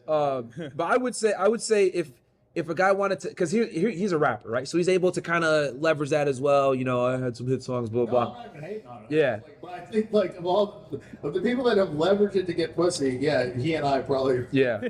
But here's the thing. I'll give you the edge, and I'll tell you why. Because a regular guy, right, can take your playbook and use it to his advantage, and not have to rely so much on like the rapper status, if that makes sense, right? So, what I would say is, why leverage Instagram so to get women, and how has it worked for you? Can you explain how you did it? Well, I mean, you know, mine was a bit of a different playbook. You know, not everybody could just like take a page out of mine because mine was like very specific. I made a bunch of money playing poker, and I wanted to do like a bucket list of all the things that I wanted to do when I was younger, and I did that, and I tried to capture it as best as I could, right? And so mine was kind of like, I don't know, man, like the rise to the fucking top. Like it's almost like when a band guy gets famous, like that rise is more interesting than like following him when he's famous. Like I think that's why like Entourage was so interesting. It's like people want to watch like that journey, you know. And so this was kind of like a look in. And when I started posting, I wasn't famous, you know. And so it's like as I was doing more and more, I got more and more famous, and so like crazier things started happening because of that. And so it was an interesting ride. And plus I had a fuckload of money and I was just doing all the things that I wanted to do. And that's pretty rare. Like there's a lot of guys with money that are probably doing wild shit, but they're not like posting about it, or they got a wife, or they got a fucking, you know, business, or, you know, the CEO, you know what I mean? Like not everybody can just like be out there with their shit. Absolutely. And I just did. So it was kind of like a perfect storm. Like nobody had done that before. And I think people want to see it, obviously. And Yeah. I think with your progression itself, and then, for example, you having the mindset, you know what, I don't care what people think about me, that helped a lot too. You have to, man. Like, if you get fucking beaten up by the comments, it's gonna drive you crazy. Like, Yeah. you literally kill yourself. Yeah. Because there's always gonna be somebody like talking shit. I don't give a fuck who you are. Like, there's nobody that doesn't have people talking shit. Because like, people are not that happy, you know. They're Yeah. Like, and I think it's like getting worse, and it got worse over COVID and whatever. Like, people are genuinely miserable, and because of social media, people like hate their lives more than they ever did before. Because now, you know, I was talking about this with my friend on the phone earlier. It's like everybody's comparing themselves with the fucking upper echelon. There's always going to be a fucking dude with more money, that's taller, that has a bigger dick, that's more famous, that's fucking, you know, whatever the fuck ever, whatever your superficial fucking measurement is. There's going to be somebody that's going to beat you. And now everybody in every one of those categories is fucking on the internet, and everybody's comparing this to this, and it's like, it's creating these women that have this fucking absolutely crazy skewed idea of what they deserve. Like, what these fucking sixes think they deserve is mind-boggling to me. Because if you take that 6 and fucking bring her back 20 years and stick her in fucking Idaho, she would think that she maybe deserved the third son of the fucking farmer with the fucked up haircut. You know what I mean? Like, maybe if she was lucky, and she'd be happy if that motherfucker brought her Denny's. Now she wants a dude that's fucking 6'2", making fucking 7 figures a year. And not only does she want that, she thinks that she deserves that. And one day, one of these fucking guys is going to get drunk and accidentally fuck this girl. And then she's going to compare every single guy that she dates from that point on to that dude. And she's never going to be happy. Yeah. She's going to end up in one of these relationships that I see every fucking day, which is with a guy that she treats like shit, that guy thinks he's never going to get better than her because he's been conditioned with the fact that he just hasn't been getting any pussy, right? And she is like comparing him to this other guy, so she's like legitimately believes that this guy doesn't deserve her. And so like, both of them are not going to be happy. And the problem is, this is like a formula for like everybody being miserable, and that's what you have today. It's like, did you know that from 2008 to 2018, like the amount of guys under 30 that have had sex has like gone down like 3x? Yeah. Almost 3 times. 1 in 3 men now Yeah, between 1 in 18 3. and 30 is a virgin or has had sex. It's literally tripled like the amount of guys that aren't getting laid. Yeah. Fucking crazy, Yeah. dude. And that was till 2018. I guarantee after 2018, It's gotten worse. way worse. With COVID, with this OnlyFans bullshit, you know, with all this stuff. It's like, it's crazy. Bro, don't fucking DeMarco, man. Him, bro. Because we see it all the time on the podcast. we talk bro. about this on the pod, bro, All the when, time. when we bring girls on. And I'm really glad that we can have this discussion with you, because here's the thing. You're the one fucking these girls. Let's keep it 1,000, Dan. You're the one fucking these girls. You're the one that the girls are cheating on their boyfriend with. You're the one where they're traveling to California to go see that guy or whatever. That's You're the why guy, I know. or Vegas. That's So why I know, because I've seen it. I'm Yeah. on the other side. That's why I never want to be on the fucking wrong side. Man, it's like, fuck. I feel honestly, I stopped fucking girls that had boyfriends. I just like felt bad about it. Like in college, I did. I didn't care. But then when I feel like when it got to a point where like they might not have cheated if it wasn't for me, then I felt like a responsibility to like not ruin relationships. You know, before I was just like, well, shit, if she'd fuck me, she'd fuck anybody. Yeah. Whatever, you know, like the sooner he finds out she's a whore, the better. But like now it's a little different. And so, yeah, I try not to do that. That's a good man. I'm not always successful, but I try, you know. And I want to say this too, Dan, because what you just said is literally spot on. Because, you know, we bring girls on the show, we talk with them, we ask them, you know, what do you want in a man, etc. And all these guys, all these girls describe a guy in the top 1%, man. And it's because they fucked an athlete before. They fucked a guy like you. They fucked a rapper here, celeb here, whatever, actor here, whatever it is. Like, and it's a girl that's like average, maybe a little bit above average, 5, 6, 7 at the best. And they think, I deserve this guy. And not only do I deserve him for sex, but I deserve him for a relationship. And it totally skews their standards. It's like, that guy's never going to date her. He'll fuck her, maybe. Yeah. You know what I'm saying? But the problem is, he's still, like, she's still got his phone number. Bam. You know what I'm saying? It's just like, now, like, 10 years down the line, like, she still might hit him up. You know what I mean? It's just like, that's one of the problems with these girls that have fucked, you know, like 100, 200 guys. It's like, they've still got all those guys' numbers. You know what I mean? So it's like the likelihood that they cheat when they have all these, like, because I've fucked tons of girls that I'm one of these guys that I'll like repeat. I Come don't back. care. Like, Yeah. I'll have forgotten what it's like to fuck this chick 2 years later. Yeah. Fucking a new chick. What do I care? Like, Yeah. whatever. So for me, as long as there's been like a period that's passed, it's like fucking a new chick almost. I don't care. So like I'll go back all the time. Like I don't care. And so there's plenty of guys, but the problem is when these girls have this like Rolodex, all these exes that they can hit up, it's like, man, that's kind of like, it makes it so much more likely for them to cheat. It's also a guy that they've already fucked, so they didn't count it as like a number, you know? I got a Could you question for you, Dan. Oh, go ahead. Could you imagine the guy that she's dating that doesn't have a clue what's happening? Like she has like, for example, maybe Tiger in there, maybe you, maybe, I don't know, Tiger Woods. And it's like, hold on a second here. The guy she's dating is a regular guy, going to work every day, busting his ass for her, comes home and like, oh babe, I'm going on a girl's trip. She's coming to see you. He has no idea. It's horrible. This happens Dude. so many fucking times. I've seen it so, like, the most fucked up shit you could imagine. Like, I mean, bro, there's this. You got a story? I can tell you so many goddamn stories. I mean, like, one story. All right, there's this girl. Let's see. Oh, all right, here's one. She shows up at my house, and her boyfriend drops her off, and she's like, "Oh yeah, like, you know, it's actually." She was coming there for a shoot for. It's not that. She was coming there for a shoot with my buddy BK Baldwin. He was doing something for like Recoil. He's an off-road truck racer, or whatever. He needed a sponsor, and he needed some models. It's like, yeah, no problem. I can bring some out. So she was one of the girls. Before we even like got to Vegas, we were flying from LA to Vegas. She was already like naked on the plane. There was like a picture taken that was posted on Instagram before we even landed. Right. The boyfriend's already seen her fucking topless on my fucking plane, this and that. And we're like, we get to my place in Vegas and we're like having lunch. She's like, oh, like I want to watch you fuck another girl. I was like, okay, like after lunch, you know. So like after lunch, we're in the theater, and I'm like fucking this chick and she's watching. She's like, oh, I want you to come in my face. And I was like, okay, cool, fucking this chick. And then she's like, yeah, like don't forget, like I want you to come in my face. And I was like, okay. And the third time, I was like, bitch, don't worry, I'm gonna tell her your face. I was like, what are you talking about? So, you know, anyways, fucking come in the bitch's face. She's happy. Go upstairs, whatever. Have some cereal. She fucking blocks the dude because he's been like blowing up her phone. She blocks him. Hold on, it gets crazier. So then that night, I think I ended up fucking her that night or whatever, but the phone's still blocked. The next day, she's like talking shit about this guy. She's like showing all the fucking missed calls, all this shit like at breakfast. And then she like unblocks him and leaves him a voice note like, hey, have you walked our dogs?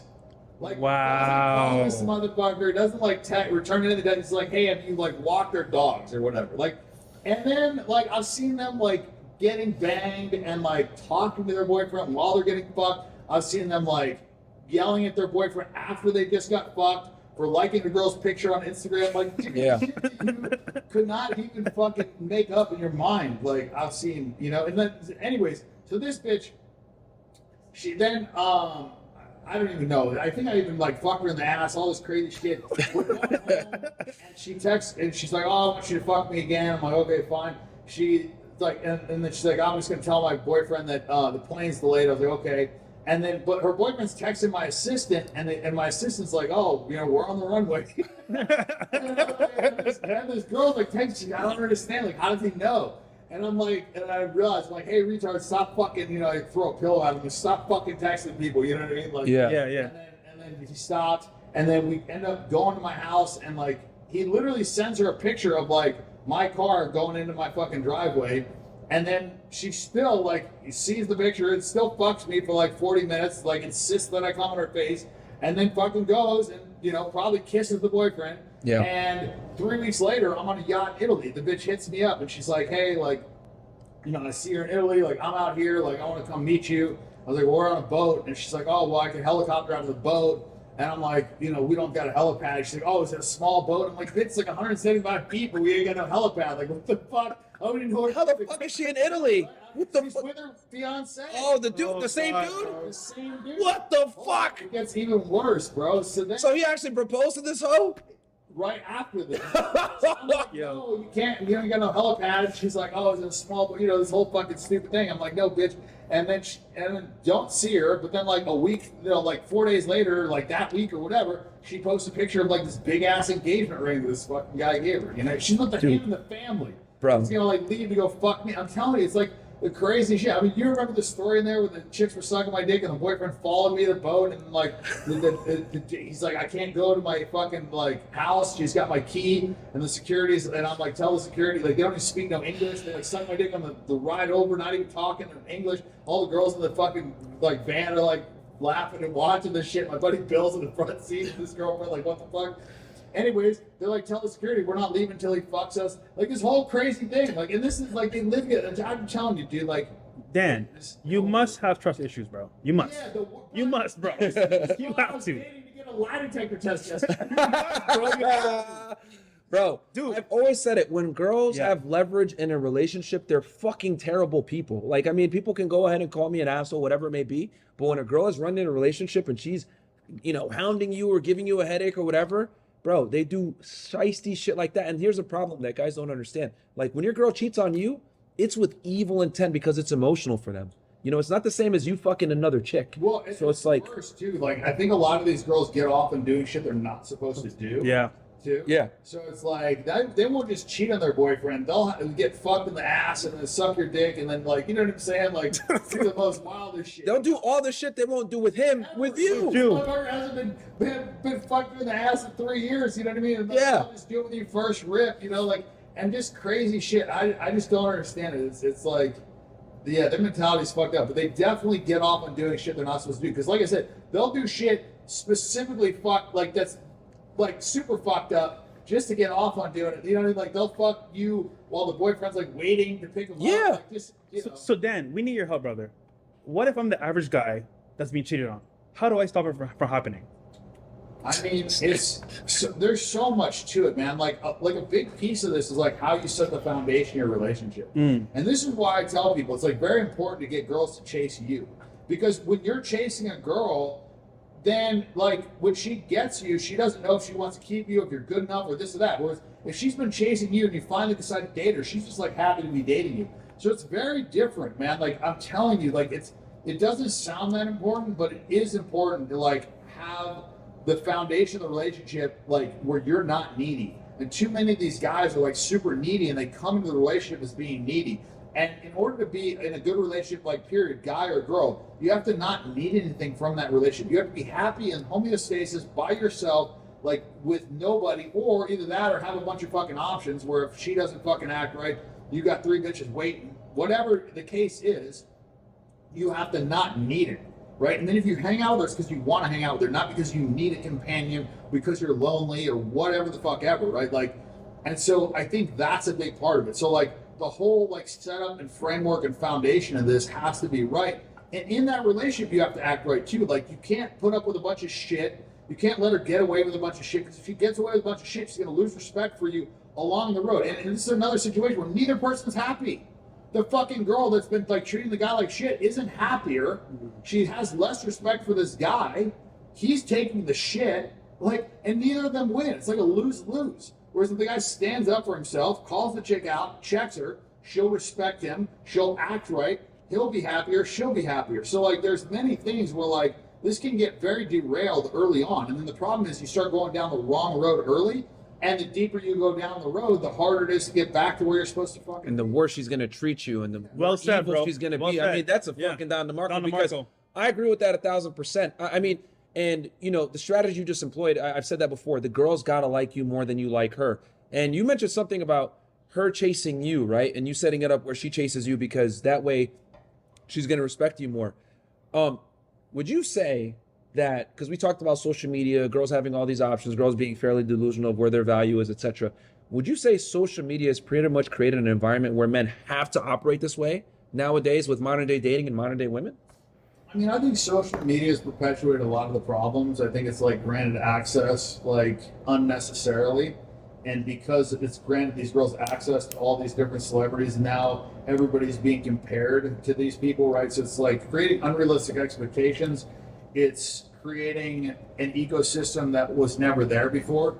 And so it's like, if you give everybody in the world access to everybody else, then it's like everybody's competing against 8 billion people. Like, you know, I can compete against, you know, 400 people in a small town and be the man, but, like, can you compete against fucking, like, 10 million people in LA? Can you compete against fucking 100 million people? Can you compete against fucking 4 billion people? Like, at what point, like, can you not compete? Because nobody's the best in every single category. Yeah. So no matter who the fuck you are, there's going to be a category that you're lacking in. So if you're being held to that standard, it's like nobody's going to be happy. The girl's not going to be happy with you. You're not going to feel adequate. It's like this, like, you know, just nonsensical thing. And it's like they focus it really, like, on the body positivity shit.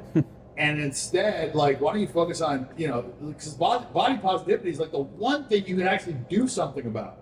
Like, almost everybody could have like a top tier physique if they just fucking worked hard enough, you know? But all this other shit, it's like, you can't grow taller, you know? Like, not everybody can be a fucking billionaire, you know what I mean? Like, everybody, you know, it's whatever these things that they want are, it's like, all of this is not achievable. Can you focus on like one thing and get better at it? Yeah, but like, you know, if you're born ugly, like, you better get rich, you know what I mean? Yeah. But like, you know, that's what I'm saying. But if she expects good looking and rich and this and that, it's like.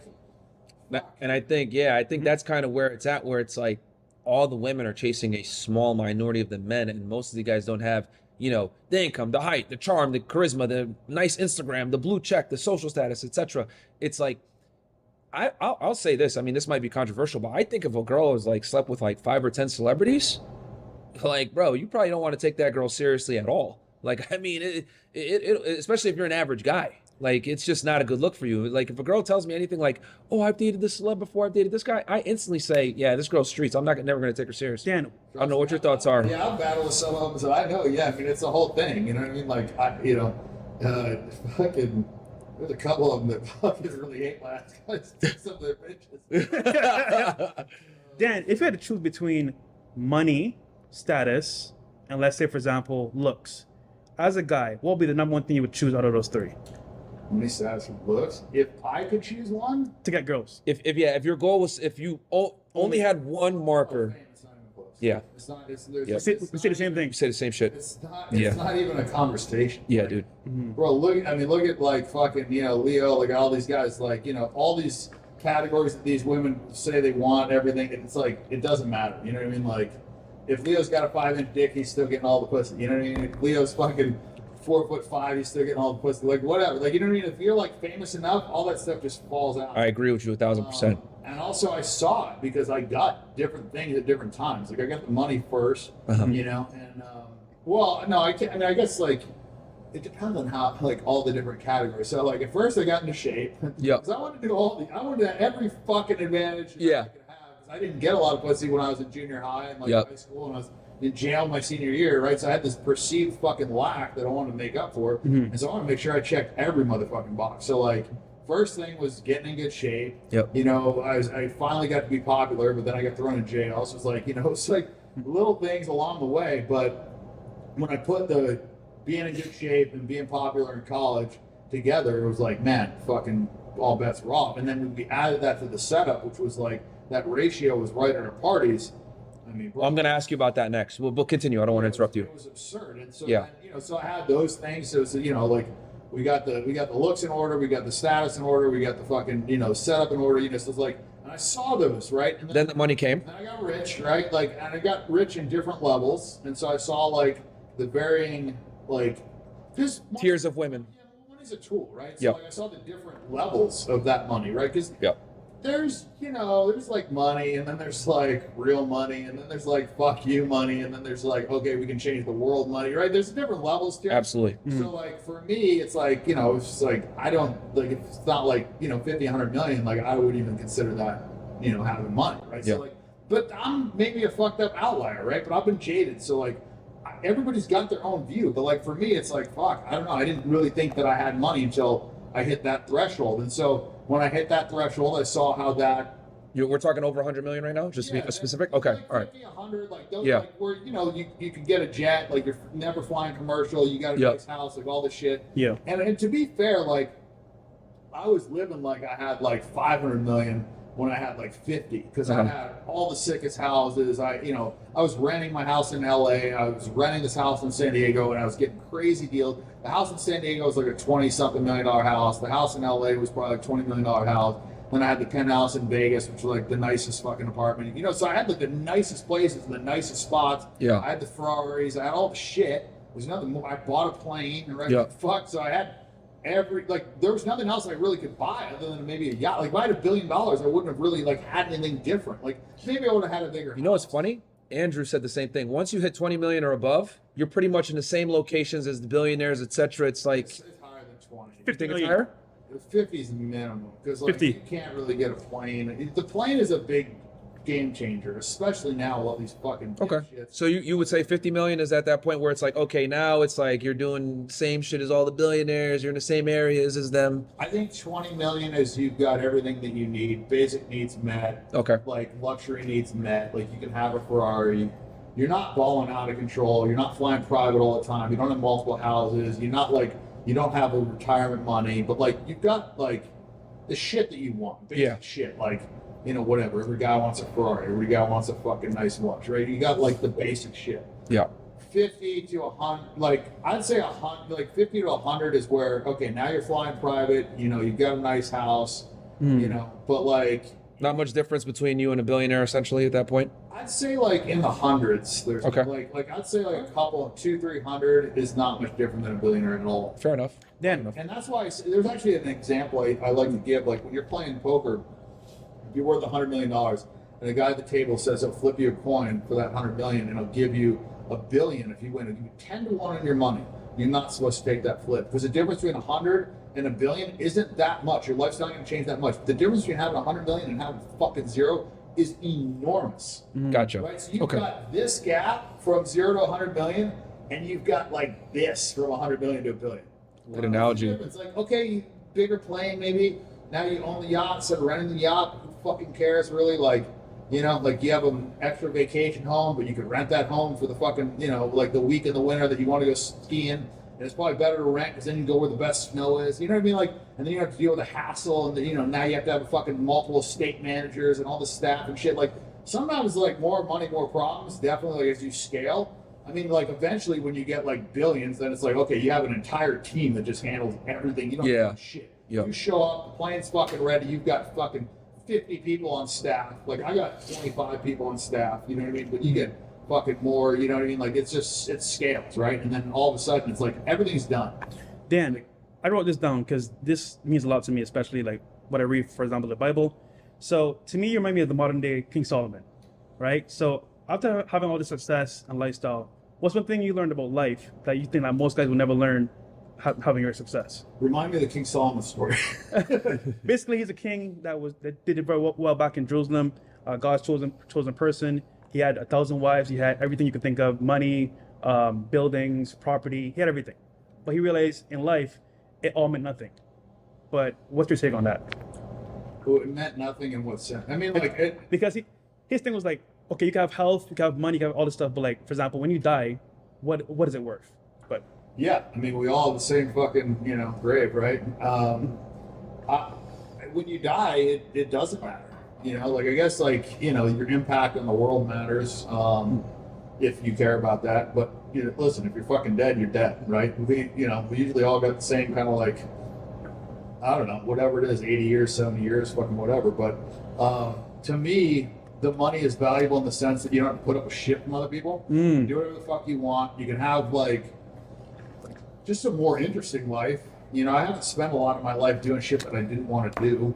I mean, I have, but like not compared to like the average guy that has a 9-to-5 that fucking spends 40 hours a week and then fucking, you know, spends another 10 hours commuting and then fucking, you know, whatever, right? He's spent like the bulk of his life doing shit that like doesn't really benefit him or that he doesn't enjoy. Right. So to me, being able to spend your time doing things that you want to do and bettering yourself and, you know, improving your health and, you know, whatever, I think, you know, traveling, just getting experience, like, I think that there's value in that, but I don't think that money is necessarily correlated with happiness. And I think the reason is because you just get used to whatever you have. And so it's like, eventually all that stuff that like you want because it's going to bring you happiness or pleasure or whatever, it's like, it doesn't last that long. So you're just used to it at some point. And that's just your life. Like, this is just my life. Like, I don't think twice about like getting into my fucking plane or, you know, fucking hot chicks or eating the best food or like, none of that stuff really brings me any joy at all. It would bring me misery to not fuck a hot chick. It would bring me misery to fly commercial. It would bring me misery to eat a shitty meal or drive a shitty car. But having all the best shit I don't notice it at all. It doesn't, like, I don't get in my car anymore and like smile because like, oh shit, like we're in a Rolls Royce, we're in a Ferrari. It's like, I don't give a fuck. Like, I had a Ferrari one time. The last one I bought, I was happy with it for less than 24 hours. I put less than 100 miles on it in a year and fucking sold it. Lost $80,000 to drive with less than 100 miles. Like, you know, I didn't care. I didn't care anymore. But when I was In college, if I had that Ferrari, I would have been fucking driving to the goddamn grocery store even if I didn't need bread. Just because I wanted to fucking drive it. You know, like it would have made me super fucking happy. But eventually you get used to shit, and then does it really fucking matter? I mean, not really. Like, unless you're using it as a tool. Like, to me, money's a tool at this point. It's like, okay, can it help me do this? Or, you know, for most guys, can it help me get laid? Or whatever you're using it for, you know, it's a tool. But do tools make you happy? I mean, I don't know. Sometimes, like, for a short period of time. Usually, like, the result is what makes you happy. Yeah. So to me, like, money is just freedom and the ability to, like, not have to take shit from people. That, to me, I think is the biggest advantage of money. That and, like, the ability to kind of, like, you know, spend your time doing what you want to do. Yeah. So freedom. A lot of people can't do that. Yeah, you know? absolutely. That's powerful, man. So going back to what you were saying, because we were talking about levels of money and women. So you were talking about we were at the 50M point, and then you said, so you got the money, and then you ended up, and then you started getting the Instagram up, right? That's where you were before. Yeah. So to finish off, the money was a big one. You know, I'd throw parties. The ratio was good. I had poker games. I had all these fucking hot chicks there. You know, definitely brought in pussy, but like the fame was a whole different. The fame was the main amplifier. I knew it was going to be strong. I just didn't know it was going to be that strong. Because like I went on tour with System of a Down. Okay. I was good friends with the drummer. Yep. And I'm like, okay, we're in Milan. We're going to get all the fucking pussy. I got the backstage pass. Like, it's all over. It's over for these bitches, right? Like, we're fucking, it's done. I didn't get no pussy in 3 weeks. Me, Yo. What the fuck, man? And like, you know, people didn't really, you know, people at the shows recognized him, but when we were out in the streets, like, yeah, nobody really gave a fuck. And I was just like, I was so surprised, dude. And then when I went to Europe, when I was famous, it was a whole different motherfucking animal. Like, I was fucking chicks at the portalets. Like, it was crazy. Motherfuckers were coming up to me like, people see the Instagram thing, like, oh, it's Instagram fame, it's not real. It's like, dude, I've seen like traditional celebrities, and then I saw the shit that I had, and it was not even fucking close. Yep. Like, it was not even close. Like, I mean, the shit that happened and the mayhem that I saw and caused, it was just like, and it was all over the world too. That was the crazy part. Like, 80% of my following is outside the U.S. So this was like in every fucking country other than Japan and China. Those places, they didn't really give a fuck about me. Like, fucking India, goddamn, like places you wouldn't even fucking think. Like Iceland, like, bro, so everybody knows who the fuck you are. So status is by far the biggest amplifier, and I agree with you 100% on that. You get laid in spots that you wouldn't even try before. Like, that's what I'm saying. Like, I would fuck a chick in a hotel lobby. Like, shit that I would not even attempt, I would do and be successful almost every time. Wow. So it's like, it almost encourages you to act like a jackass because you just get rewarded and you get away with all this shit. It's like these fucking, hot chicks, rock stars that roast a goat in a hotel room and they get headlines of how cool they are. They do things that, like, normally in society would throw you in jail. People think you like you're a fucking idiot. Like, throwing a fucking TV out of the hotel room. It's like, oh, this guy's a rock star. So that's awesome. Normal guy does that. It's like, hey, you fucking retard. Like, you're in jail. Like, I heard you pulled it off one time where you slept with a girl and you didn't even say a word to her. Yeah. Legendary. Yo, tell us about that, man. Because most guys can barely get anything. They gotta talk. They gotta do something. You know what I mean? Guys can spend months talking to a chick. How'd you pull that off? You didn't say a word to this I bitch. didn't care. That's why. Bam. It was 2014, and I had 2 or 3 girls earlier that day, and there were like other ones waiting. And we were on a yacht. We were in Cannes, and fucking that was the night I got fucking beaver laid. I mean, it was just like pussy was everywhere. And I just saw this chick. She was looking at me, and I stared back at her, and I was just like, you know what? Fuck. I wonder if I could fuck this chick without talking. And I was fucked up. You know, when you're fucked up, you try shit that you wouldn't normally try when you're sober. You know, when you're fucked up, so you think of an idea, and you're like, I wonder if I could pull this off, right? So it's like, okay. This is gonna be a great story. Let's see if we can pull it off. So I just like went over, grabbed her by the hand, and it's like, they didn't actually, not even a great story. It's just like, it's just funny. Like, I just like, just stared at her for a second, went over there, grabbed her hand, took her upstairs. And we started hooking up in my room, fucked her, and like she said something to me, I think, while we were like taking our clothes off, and I like had to like consciously not. Yeah, you were just like. But it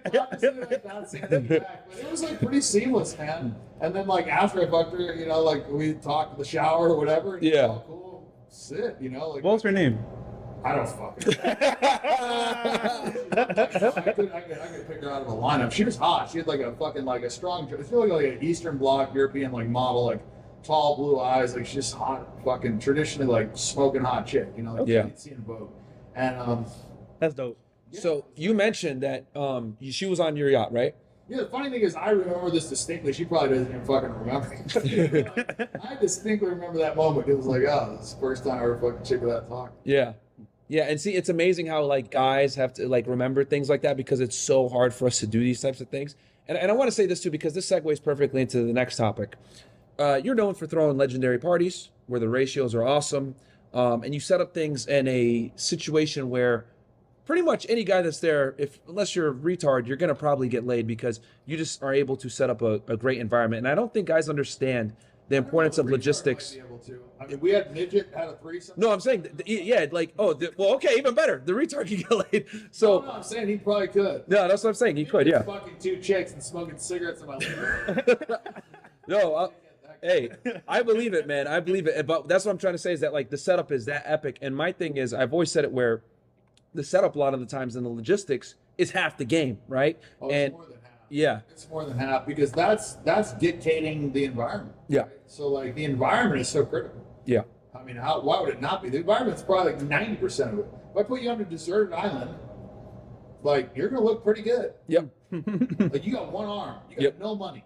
You're the only dick in town. Like eventually you're gonna look better and better and better to this chick, right? So like that's an environment. Another environment is, you know, a fucking party in Beverly Hills where there's fucking 3,000 other girls that are hotter than you, you know, and now like you're looking at this dude with one arm is like, you know, fuck, this is my only chance for fucking, you know, validation tonight. Like I'm just saying, like, depending on the situation, it's gonna depend on how people act, right? Like if they're, and I'll give you an example. We were on a vacation and like the hottest chick in the fucking group was like got butt naked and started fucking like, I don't know, she got butt naked, jumped in the jacuzzi, and then came back in and started doing shots, and all of a sudden every chick in the fucking house was naked, doing shots and this and that. And then I've been on other trips where like the hottest chick was like a fucking prude and acted like she was too good. Then all of a sudden all the rest of the chicks were way fucking more boring. You know what I mean? Like, Yeah. So Women are followers. environment's huge. People in general. Yeah. Like so, environment's very big. So, because one thing I like that you do is that you really show off the importance of social proof, pre-selection, and having other women around and creating a really fun environment. And also, I've talked about this so much, how when the ratio where there's a lot of girls and not as many guys, that changes things drastically because the girls now have to fight for the men. And when the women have to fight for the men, it's better for everybody. But when it's the other way around and it's a sausage fest, there's a bunch of dudes and not that many girls, the girls start to think that they're more special than they really are. And there's nothing worse than a pompous woman. Can you speak to that? Why ratio is so important, social proof, all these things? It's funny, man, because like one situation results in like all the guys getting laid, and then the other situation results in nobody getting laid. Mm-hmm. So yeah, I mean, it's you know, women are the gatekeepers, and people a lot of times forget about that. You know, they talk about like, oh, it's the same if a girl's fucked 10 guys and a guy's fucked 10 girls. It's like, no, dummy, it's not the fucking same. Like for women, you have the opportunity any night, any day to go out and get laid, almost fucking with impunity. Like, have your pick. Right? Yep. Like, you know, because most guys, hot chick comes up to them, even a decent chick. It's like, oh, you know, she's like, hey, can I suck your dick in the bathroom? It's like, okay. Yeah. You know, you go up to fucking like a hot chick and be like, hey, can I eat your pussy in the bathroom? Almost equivalently to be fucking dumb. So it's completely different. Yeah.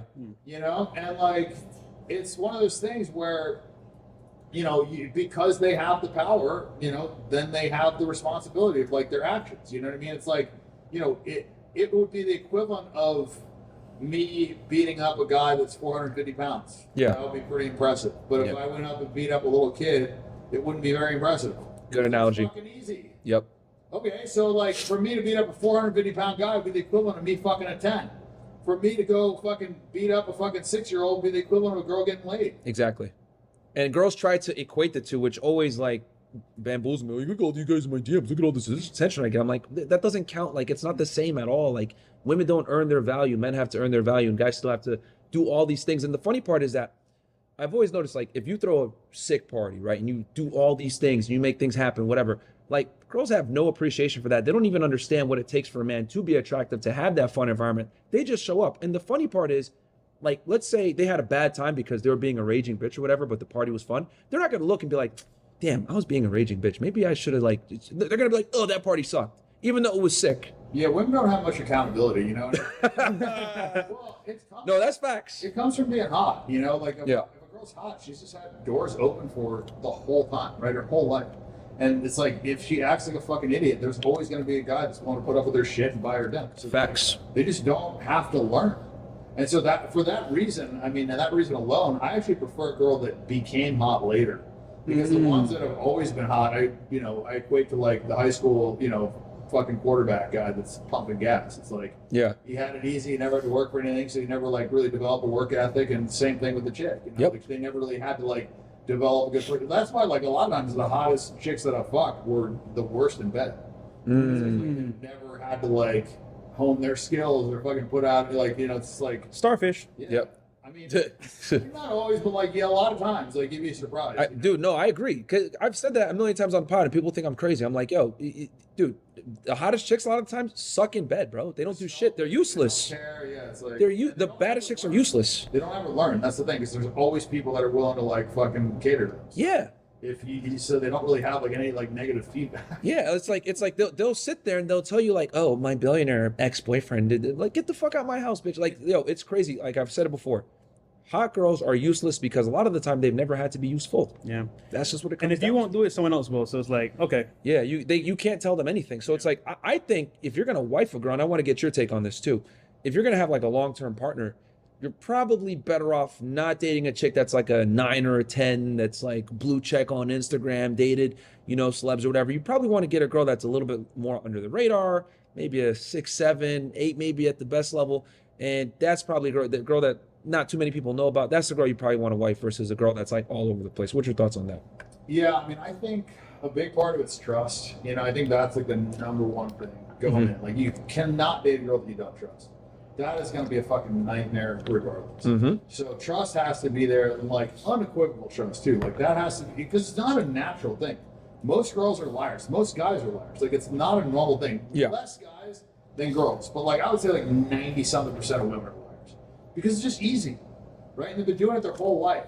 So it's like when posed with a difficult question, they just spit out a lie and the problem goes away, versus if they're honest, they've gotten punished for it in the past. You know what I mean? Like, when they're honest about something, usually like, they pay for it. So it's like, but if they lie, then it gets pushed off, and later maybe they get caught and they fucking like don't take the blame, and the guy puts up with it anyways. You know what I mean? It's like, there's not like strict accountability. If I catch a bitch lying, it's done. Yeah. That's it. I'm fucking done. Yep. I'll never fucking be serious with her. If I like, because I stress it. You know what I mean? So like, there was a girl I was dating, I hooked her up to a lie detector test. She fell and threw her ass out the fucking house.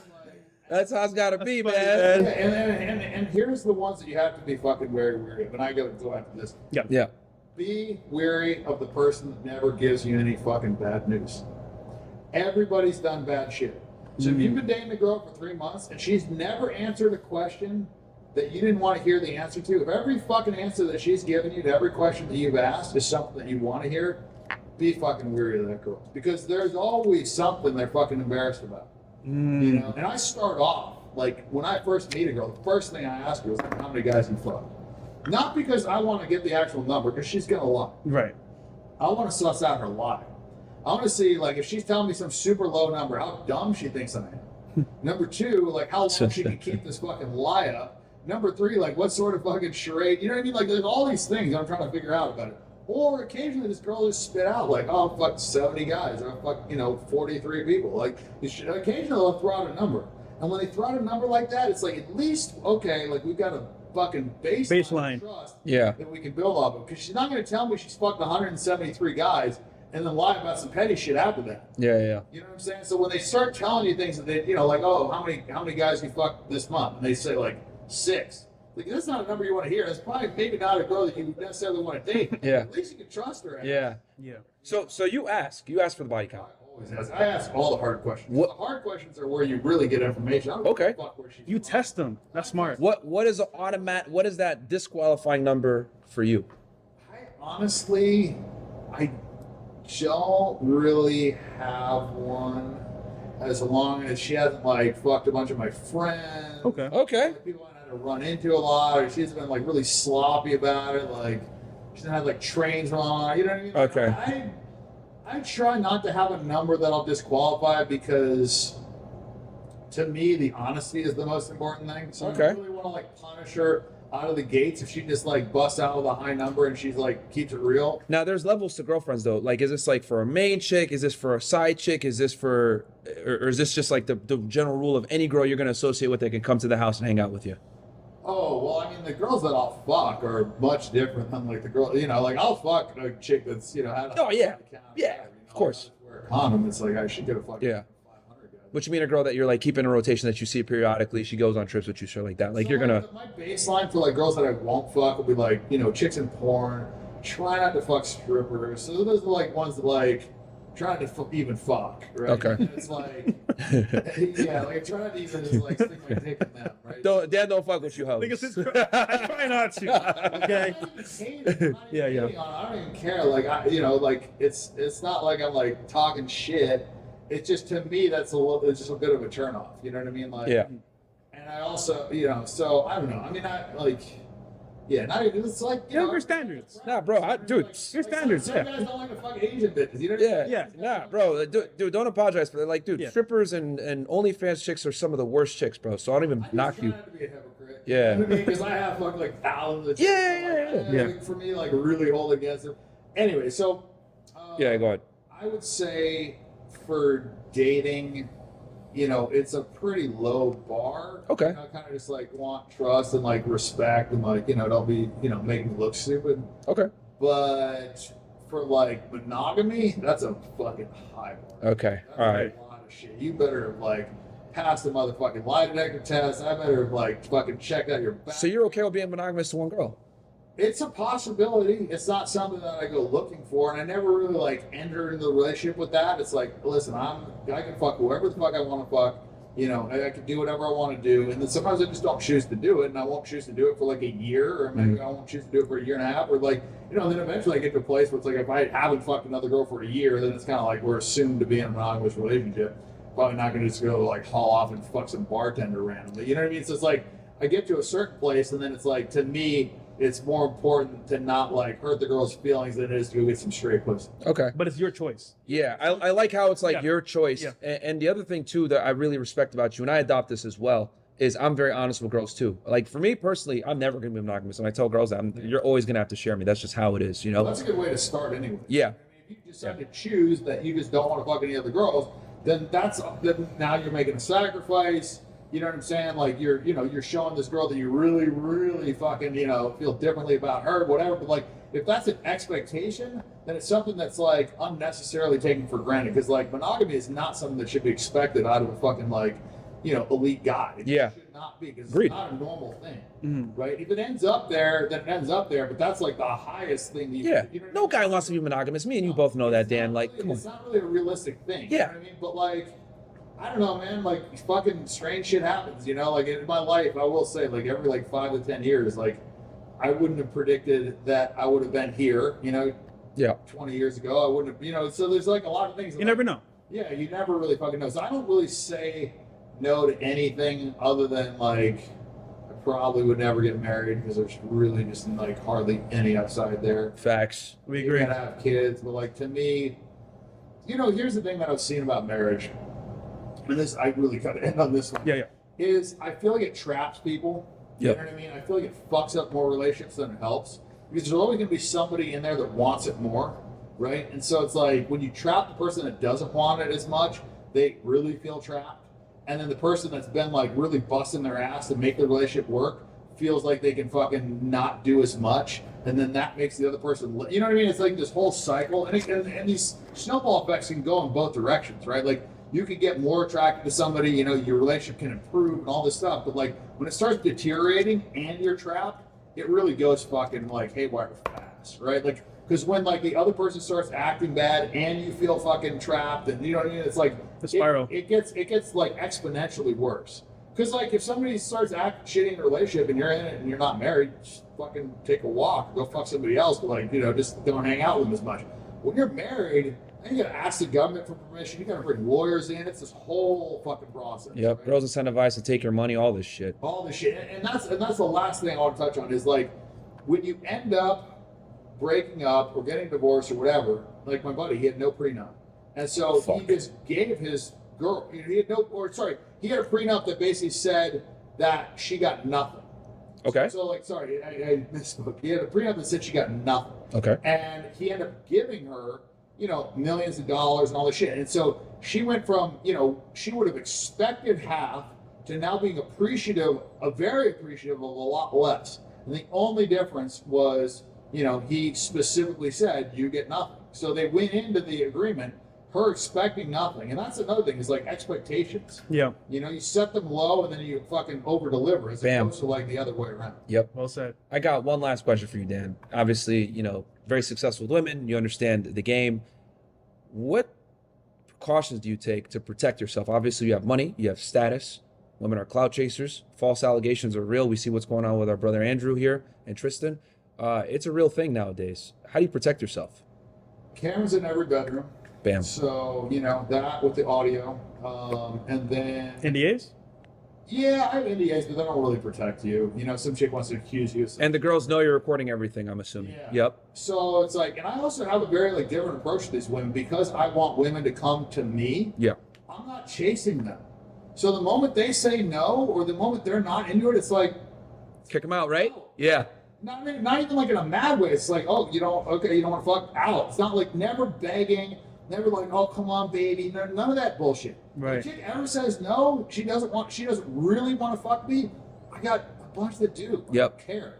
Like, and I don't want to have sex with a chick that doesn't really want to fuck me. Exactly. So because of that dynamic, I always go into it with that dynamic. It's like, if I even sense that the chick's not super into it, I'm done. You can leave.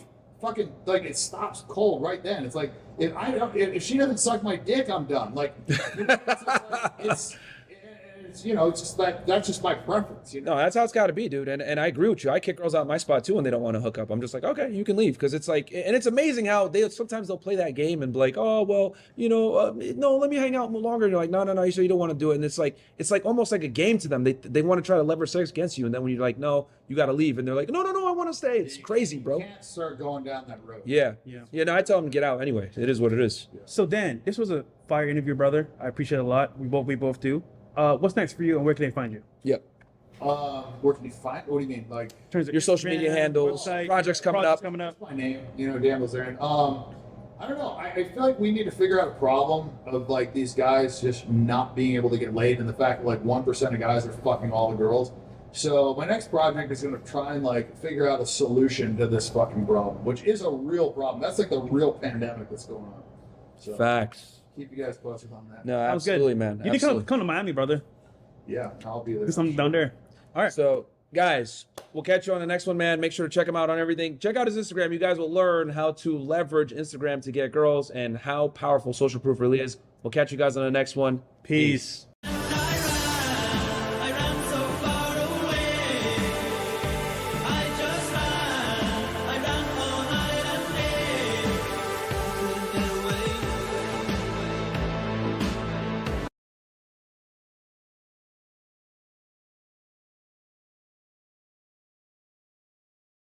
Vacation, but she worked so hard. She's able to hire 2,500 Africans to do all the work for her, but she worked so hard. Okay. Anyway, I think I'm caught up. Hold on, y'all. Let me go back. Nicholas, this is ridiculous, man. Thank you, Terenzo. It says Pearl is going through a set it off gauntlet ritual, like set it off, and we all know how that ended. Thank you, John Till. They don't speak for passport, bro. Yeah, that too. I understand. Look, y'all, it's so many conquering and dividing ass people out here. Yeah, stay away from the passport bros because, those niggas is this. Stay away from the black manosphere because those niggas is that. Stay away from the conscious community because those niggas is this. Look, y'all. If you a solid ass individual, I rock with you. I roll with you. Period. I don't care what sector you're from. I don't care about your background. I don't care about what you believe in, what you don't believe. If you solid, you solid. Y'all gotta stop letting people be able to do that to y'all. I don't care what culture you're from. If you solid, you solid. They got us out here trying to divide and conquer with FBA people and, foreigners and shit. Like, we're not doing all of that. If you solid, you solid. I stand on integrity. I stand on principles. I stand on morals and values. I stand on respect, dignity. You know what I'm saying? Authenticity. That's what I stand on. And amongst all those different groups, you're going to have raccoons. We get that. We understand that.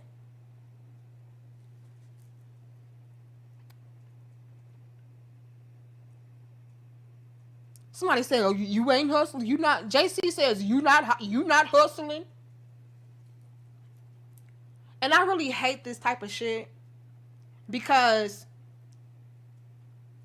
the difference between hustling and being supported is the fact that you actually are passionate behind what you do. You're authentic in your stances. You're real about the work that you put in. You actually stand on your square, right? So the difference between hustling and being rewarded or supported is the fact that, hey, I really don't believe in this shit. This is not something I really rock with, but hey, it's money in it. So let me hop on this bandwagon so I can capitalize. That's hustling. Versus coming on, speaking your mind, being passionate about what you do, being real in what you do. Again, I've been doing this way before YouTube, way before a check, way before an AdSense, way before a subscriber. Now I'm able to have people, a community of people that actually want to pour into the platform and support what I do and stand behind me. Is it hustling because people want to support me and my passions? Should I not be compensated for following my passions? I hate that about us as Black people. You shouldn't be able to have monetary support even though you're true to what you do. Because if you're really sincere about it, you would rather be poor. You would rather be broke. That's crazy to me.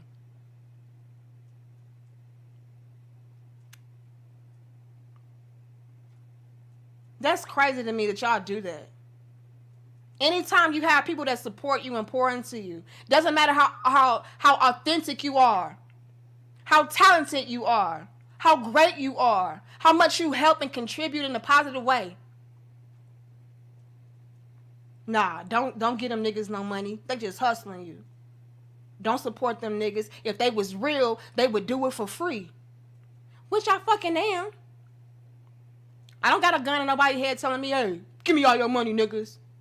Now, I was being funny tonight and talked about putting, stuff on my books. But nonetheless, I've never come on here like, yeah, y'all better cash at me. I'm going to stop the whole show unless you send me a super chat. Y'all niggas, send me a super. The most I ask for is likes. Because that helps to get us out into the algorithm.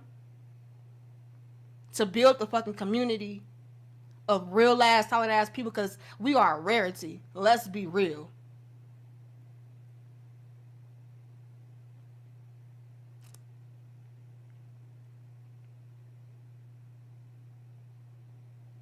And so, no, I'm not hustling. Hustling would be doing some shit that I did not agree with. I did not want to do for real, but it's quick and easy money in it. I'm not passionate about it. I'm not true to it. But hey, I can get it. I can get some money. If I were a hustler, I would be a stripper.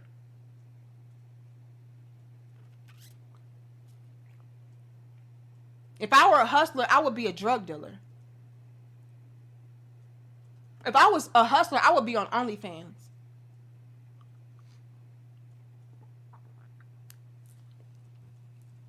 That would be quick and easy money for me. Please believe me.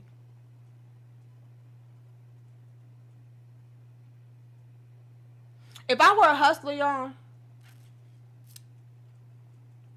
do you think I would have evolved into the woman that you see before you today?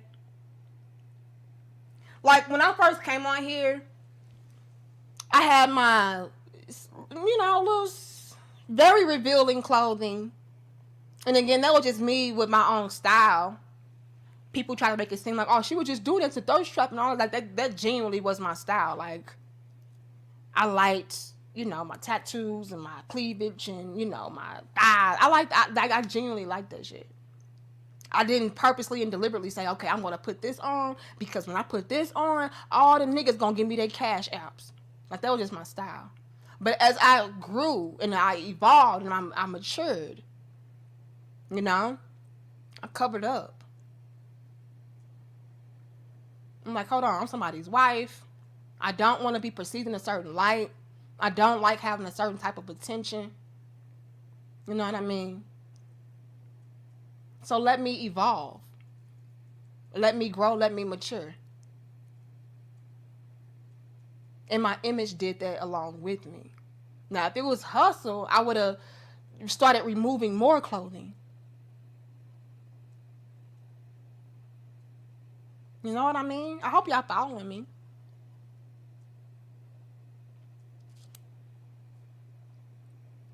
I would have got more raunchy.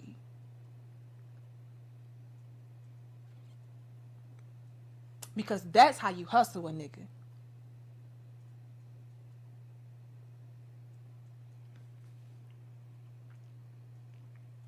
But my crown heads showing up and showing out and pointing to me in my platform and supporting what I do. That's dope. That's beautiful. I think we all should do that. I feel like we all should find our passion in something that we're really, we strongly feel good about, or we're, again, just passionate about. I think we all should find that thing and be able to be compensated for it. To be able to make a living off of it. I feel like all of us should be able to do that. Whatever you're passionate about, I feel like you should be able to make money off of it. Without being deemed a hustler or a grifter or shiesty or fake and all of that. No. I feel like you should get rewarded for that. That's beautiful. We all should strive for that and not try to condemn people for that.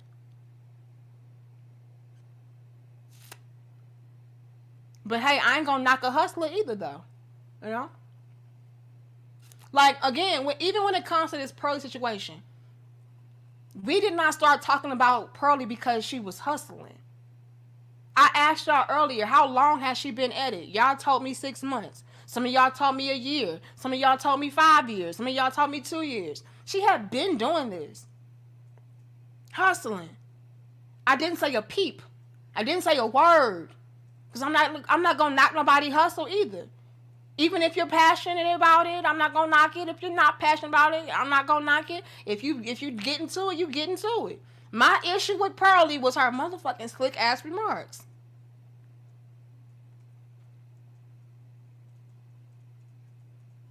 My issue with Pearly was exposing how she truly felt about black people and our struggles in our community and what our people went through and gone through after pretty much capitalizing off of us. That was my issue. Not the fact that she was even hustling.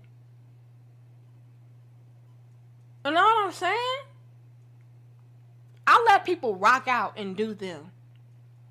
I really do. Unless they come to me on some bullshit or they come at my people on some bullshit. Then, hey, it's fair game. But other than that, I mind my motherfucking business. I really do.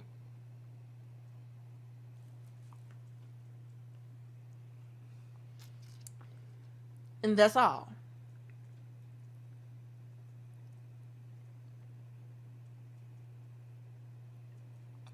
Hold on, let me see who else I see.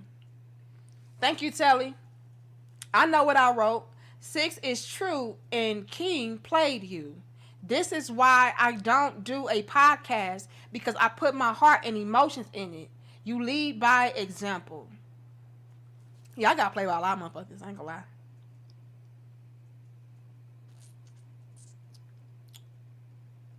Now that pisses me off when people try to pretend or pose like they're down for something and they're passionate about something and they use me and then hustle. So that's disrespectful to me.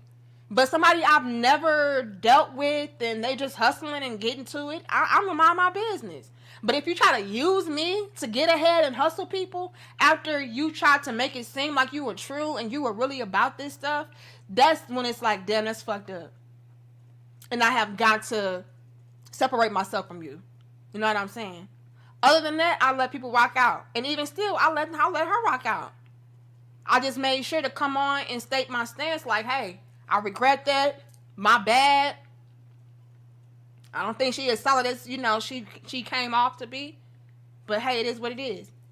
And even in that live that I did with the King chick, I told her, I said, look, you seem genuine, but if I find out you on some bullshit, I'm going to have to talk about it. I'm going to have to call it out. I'm going to have to separate myself. So I was real enough to let her know in that live dope discussion.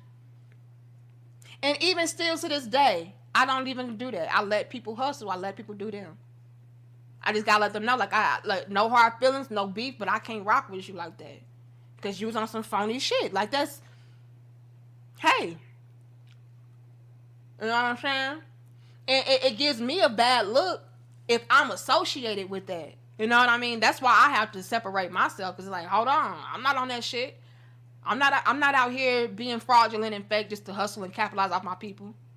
So I can't even be affiliated with you. But go ahead and do you, though. I'm not going to hate on you. You know what I mean? Thank you, Jay. Been rocking with you for a while, sis. Stay your course. If you were hustling, you wouldn't have matured the way you did. Facts. If I was hustling, I would have got way more risque and raunchy.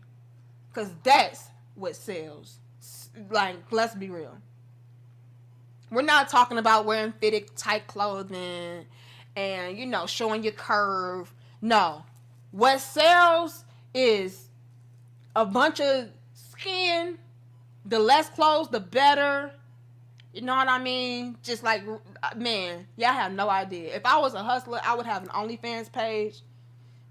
I would strip on Sundays. I would be a drug dealer on Tuesdays. You know what I mean? And then I would come on YouTube every day in a bikini and a thong and tell y'all that, black bitches ain't shit. You know what I'm saying? But hey, y'all, I think my husband home, so I'm going to wrap this shit up. I just had to come on here and let y'all know this shit's getting out of control. And again, Pearl, we were done. We were done, Pearl. Yeah, JC. Everybody should get their money. Well, we're not hating on look, we're not hating on people getting money. That's why it just really baffles me that you got people out here talking we're jealous because, she got money and subscribers. Like, I don't care about that. Like, you should. If you're on YouTube getting to it, putting in the work, hiring applicants and shit, you should. My issue was, the stuff that was revealed and uncovered. You know what I mean? That was my issue. And then knowing that you capitalize off a whole group of people that you don't even fucking respect. That's crazy to me. Thank you, Dios. It says, word is bond. I saw an African brother put a cape on for Becula, Lord have mercy, on the train this morning. It was horrific. A raccoon with a cape and a tiny violin. Lord have mercy. Okay. Teresa says Pearl is going through. I think I read that already. Okay, I think I'm caught up, you guys. But look, I had to come on here and let y'all know, like, this shit's getting out of control, out of hand. Pearl been exposed. We were done with it. She's the one that keeps trying to come back and prove her case or come back and double down or save face or have some balls about her. I don't know what she's doing at this point or what y'all raccoons are doing at this point, but y'all really need to chill. It is ridiculous. We are not jealous of Pearl. If that were the case, we would have hate on her a long time ago. Our issue with Pearl was her racist ass remarks. That was it. Okay. But I'm going to go, y'all. I love y'all. I respect y'all. I'll see y'all in the next dope discussion. Me and Six will have some content coming out for you guys soon. And we got some big shit popping in the next few weeks. I cannot wait for y'all to see this. It's going to be dope. But I'll see y'all later. Nika Marie, Dope Discussions. We're out. And peace.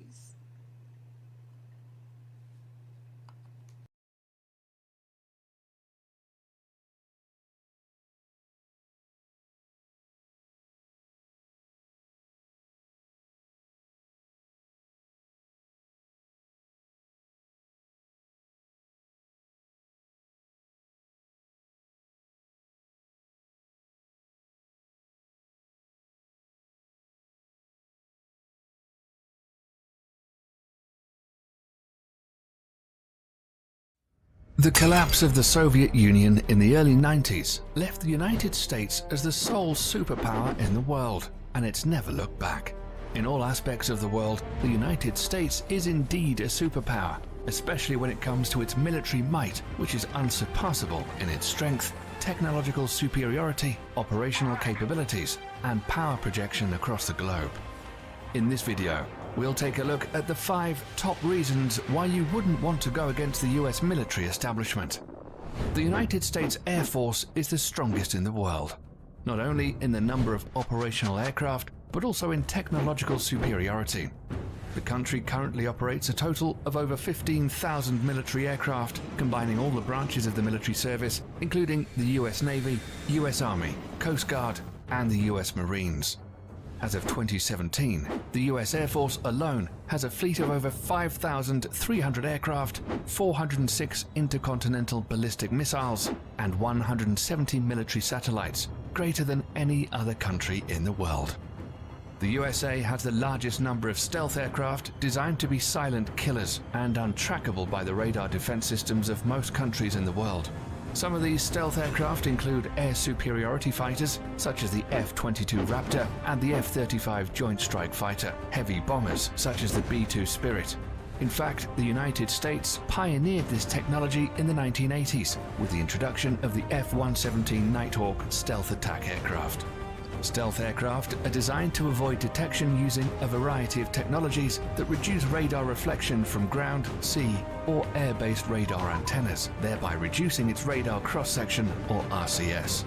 This revolutionary technology allows a 5th-generation aircraft, such as the F-22 Raptor, with a max takeoff weight of 83,500 pounds, to have a radar cross-section of just 0.0001 meters squared, about the size of a bumblebee. What's more insane is that the massive B-2 bomber also has the same radar cross-section as the F-22 Raptor. Thus, it becomes extremely difficult to track stealth aircraft. Even if the enemy spots them on their radar scopes, it's a whole other story to successfully track them and register a missile kill. The whole idea behind this technology is to break the chain in which a conventional surface-to-air missile defense system works. It's the same reason countries like China and Russia are also hard at developing their own stealth fighter, the Chengdu J-20 and the Sukhoi Su-57, respectively. These aircraft will allow the US Air Force to assert its air superiority over any battlefield of the future, and we all know that control of these skies is the biggest decider in any war. The next reason why any country going to war with the US military should think twice is because of the strength of the US Navy and its dominance over the world's ocean, especially the Navy's supercarriers. The US Navy currently operates 11 nuclear-powered Nimitz-class supercarriers, which is the largest aircraft carrier fleet in the world. The only Navy that can come close in terms of technological advancement is probably the Royal Navy of the United Kingdom, but they only have 2 operational carriers. The Nimitz class of carriers has a displacement of over 100,000 tons and can carry a complement of up to 70 aircraft. They're literally a floating small town in the ocean with its own airport. The Nimitz class carriers in themselves are extremely potent offensive weapons, but the way they operate in what is called the carrier strike groups makes these ships even more deadly. A carrier seldom deploys alone. There are always a fleet of surface and underwater assets surrounding them and forming a strike group. These include guided missile cruisers, a destroyer squadron, attack submarines, and other support vessels. Together, they project the power of the carrier and at the center of the group forward towards the enemy. While the carrier is carrying out its offensive role with the use of its air wing, the other ships are responsible to protect its flanks against any enemy attack. This combination of offensive and defensive strategy makes the US Carrier Strike Group almost impenetrable. The United States Navy maintains 9 such carrier strike groups, 8 of which are based in the United States and 1 that's forward deployed to Japan.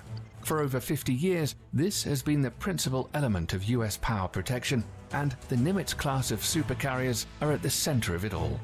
Despite this, the US is currently in the process of developing a new class of carriers called the Gerald R. Ford class, intended to replace the Nimitz class ships. This new supercarrier will be even more technologically advanced and is expected to continue US dominance of the oceans well into the late 21st century.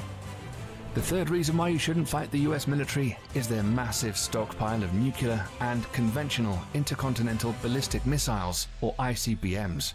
The ICBM plays the role of the land leg in the US nuclear triad, along with the Trident submarine-launched ballistic missile, SLBM, and nuclear warheads carried on long-range strategic bombers.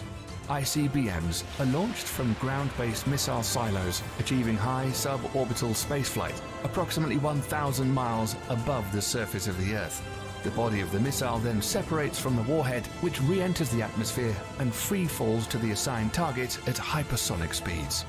The US military currently operates 400 ICBMs from its base in Wyoming, Montana, and North Dakota. The LGM-30G Minuteman III is the only type of ICBM that is currently operational in the US. The Minuteman III family of ICBMs were first developed in the 1960s as a response to the Soviet nuclear threat.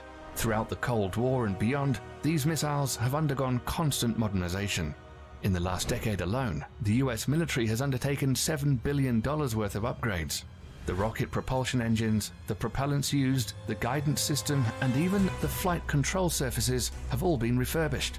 The upgraded missiles are completely different from its 1960s counterparts, except for the shell. These state-of-the-art improvements and modernization programs have kept the Minuteman III system operational for over 50 years with improved reliability that supports the missile's remarkable 99% alert rate. The latest versions of the missiles have a range of over 8,000 miles, which is greater than the diameter of the Earth at 7,917.5 miles. They can carry multiple 330 kiloton nuclear warheads, which is 20 times greater than the bombs dropped on Hiroshima and Nagasaki. Not only that, each of these warheads can be assigned to different targets independently. The technology is called Multiple Independently Targetable Re-Entry Vehicle, or MIRV, and was first developed for the Minuteman III family of missiles. So any country messing with the United States will have to deal with this awesome arsenal of firepower, which can be launched at a moment's notice. If it weren't the ICBMs or the stealth fighters raining fire down on you, it would be precision-guided munitions, or better known as smart bombs or PGMs instead. This is another big reason why not messing with the US military is a good idea. All branches of the US military use smart bombs in some forms or the other. These weapon systems are designed to be precise and hit a specific target with maximum efficiency. These bombs are so effective that during the First Gulf War, PGMs comprised only 9% of weapons fired, but accounted for 75% of all successful hits.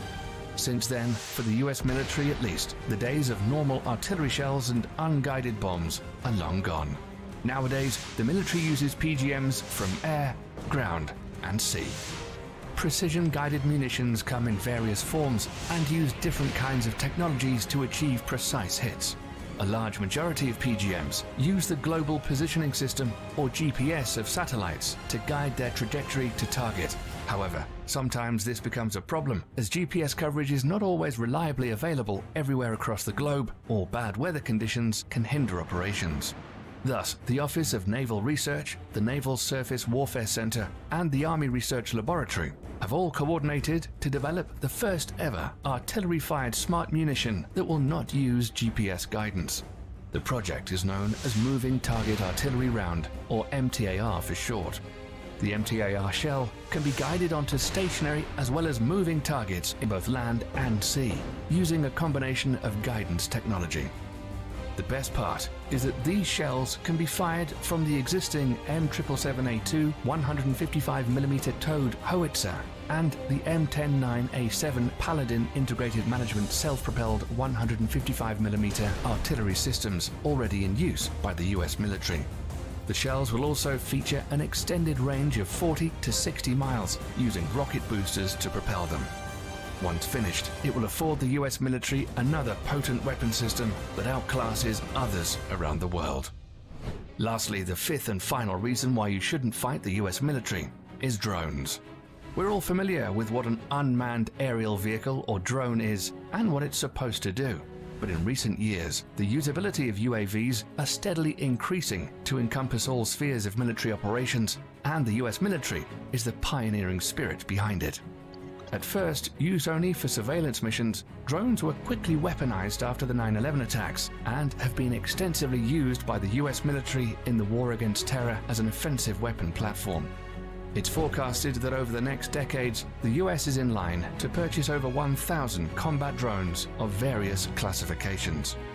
Some of them, like the Lockheed Martin RQ-170 Sentinel and the Boeing MQ-25 Stingray, are already in the final stages of development, and once finished, will provide the US military with state-of-the-art platforms capable of multi-role operations, ranging from attack missions to aerial refueling. Drone technology has reached such heights today that a single UAV can loiter miles above the surface of the Earth for hours, waiting for the target to show its head and sticking with impunity. This capability will allow all the services under the US military to reduce its dependency on manned platforms, thereby reducing the risks during future combat operations. These 5 weapon systems make the US military extremely dangerous for any adversary looking to get into a conflict with them. In a conventional warfare setting, it's almost impossible to beat the US military machine. That's why modern enemies of the United States are employing more and more asymmetric warfare strategies against the mighty US military. Despite that, the US military juggernaut is hands down the most powerful military complex in the world today, and probably will be for decades to come. That's all we have for you today, folks. Thanks for sticking around till the end. If you like the video and want to stay up to date on cool military stuff like this, then click the subscribe button and also click the notification bell, and you'll be the first to know the next time we release a video. Thanks for watching.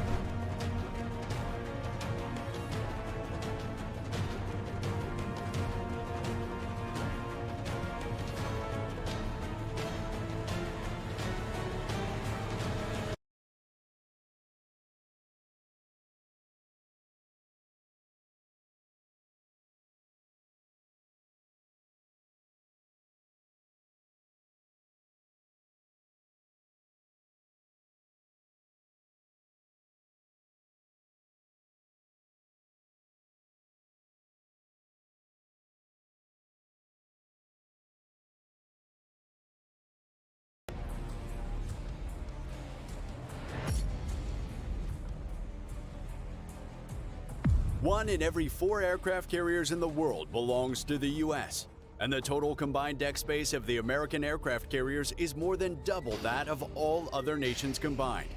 When it comes to aircraft carriers, the U.S. is unmatched.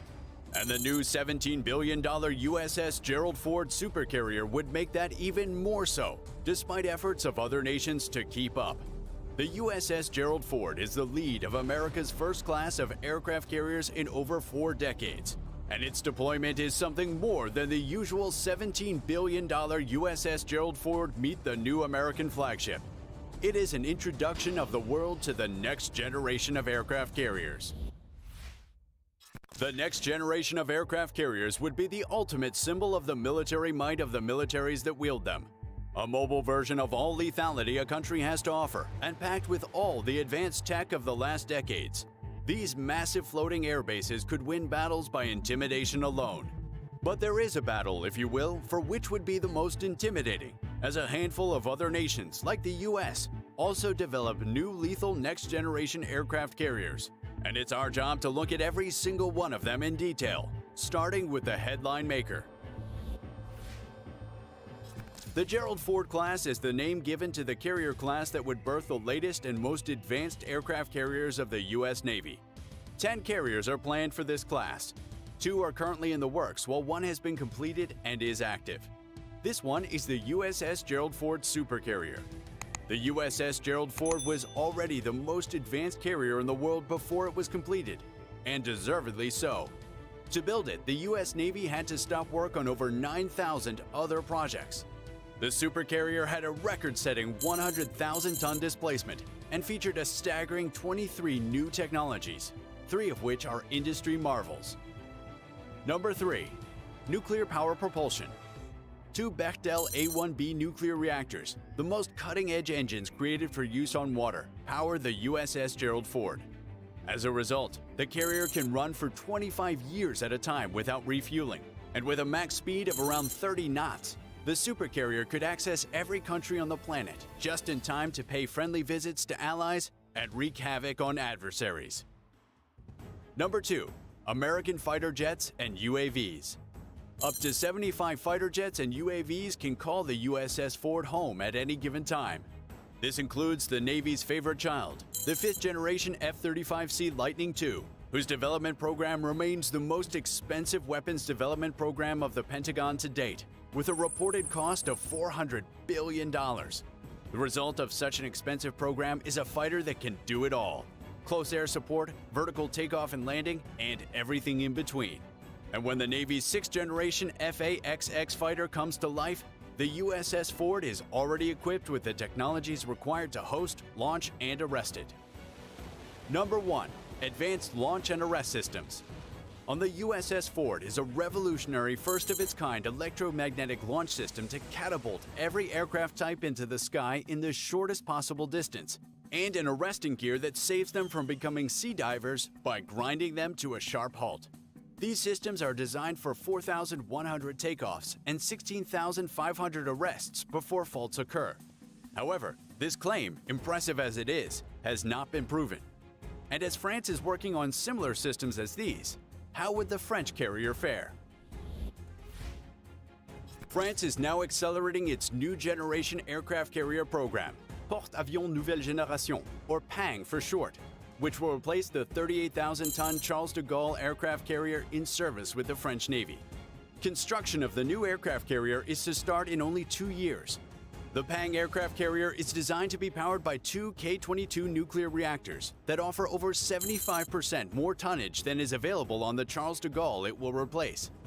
This enables the 75,000-ton aircraft carrier to achieve speeds of nearly 27 knots and have literally unlimited range. It could sail forever. The nuclear propulsion system would also provide enough power to optimally power the carrier's onboard systems. Of these systems are new generation electromagnetic catapults and arresters. The aircraft to be launched using these systems would likely initially be the Rafale M until the new 6th generation fighter developed by France, Germany, and Spain is introduced into service.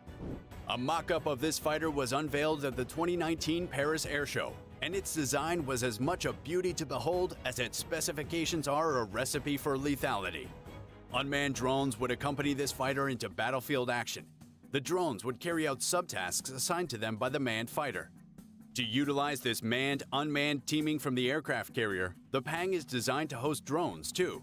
Aside from the US carriers, this would be the first carrier capable of such a feat. In addition to drones and up to 32 fighters, the aircraft carrier would also have a large number of helicopters on board. To operate all of these systems and air-based assets, the PANG will have a complement of over 2,000 sailors. All of these and more contribute to a price tag of about $5 billion. Moving on from the American ally to adversary, China has also been making impressive aircraft carrier moves of its own. China has the second largest fleet of aircraft carriers in the world, and their third, the Type 003 Fujian, is everything to write home about in Mandarin. The Fujian was launched on June 17, 2022, with designs eerily similar to that of the American supercarrier. For one, it does away with the assisted takeoff ramps of its predecessors. Only launched a few months ago, the Fujian remains a new aircraft carrier, and like any flagship military equipment, not much information has been released about it. However, there's enough to know just what the aircraft carrier could offer. Like the American supercarrier, it features electromagnetic launch systems, but only has 3 of them as opposed to the US's 4. The Fujian has a conventional steam turbine-based propulsion system, which is in many ways inferior to a nuclear propulsion system. The Fujian has a displacement of 80,000 tons, making it 20% lighter than the Ford's 100,000 tons. And with this smaller size comes a smaller air wing, although the exact number of supported aircraft is uncertain at this time. Whatever the count, it's certain to give the Chinese Navy multiple options to execute missions. And with the electromagnetic launch systems active, virtually all kinds of aircraft can take off from the Fujian. The Fujian is the first indigenous Chinese aircraft carrier to take center stage in the battle for aircraft carrier dominance. And that in itself marks a major milestone in the building capacity of China, and a milestone in the ever-growing might of the Chinese military. Not many borders away, though, one of China's closest neighbors is also making impressive strides in the aircraft carrier space. This country is South Korea. The South Korean CVX is an aircraft carrier under development for the Republic of Korea Navy, their first aircraft carrier ever. The CVX is a result of a modernization program of the Republic of Korea Navy that began in 2001. This program is referred to as a Blue Water Navy and has been responsible for the most advanced South Korean sea-based assets, such as the Sejong the Great class, Chungmugong Yi Sun-sin class, the Incheon class frigates, Type 214 submarines, and the Dokdo class amphibious assault ships upon which the CVX aircraft carrier is based. The CVX will feature an axial flight deck, similar to those used by the Tarawa, Wasp, and America class ships of the United States Navy. In August 2020, the South Korean Ministry of Defense confirmed that 20 F-35Bs would be procured for the CVX. In terms of rotary wing aviation, the ship will accommodate the future marine attack helicopters of the Republic of Korea Marine Corps. The 45,000-ton aircraft carrier would have a top speed of 27 knots and come at a cost of $1.8 billion. The CVX is expected to be commissioned in 2030 and enter service in 2033, cementing South Korea's flag in the aircraft carrier operating nations of the Asian continent, along with China, Japan, India, and Thailand. So, South Korea, China, France, and the US are four of the most notable nations thirsty to improve their military might projected across the seas. The 2030s, when most of these aircraft carriers will officially enter service, is sure to be an interesting one. But until then, when the aircraft carriers can actually go head-to-head, the papers and theories and calculations suggest that the most lethal aircraft carriers are the American Gerald Ford supercarriers, the lead of which has already been deployed. An aircraft carrier of the future, unleashed today. To speed up the deployment of the second, subscribe to this channel and give this video a like, and we'll see what we can do. Thanks for watching.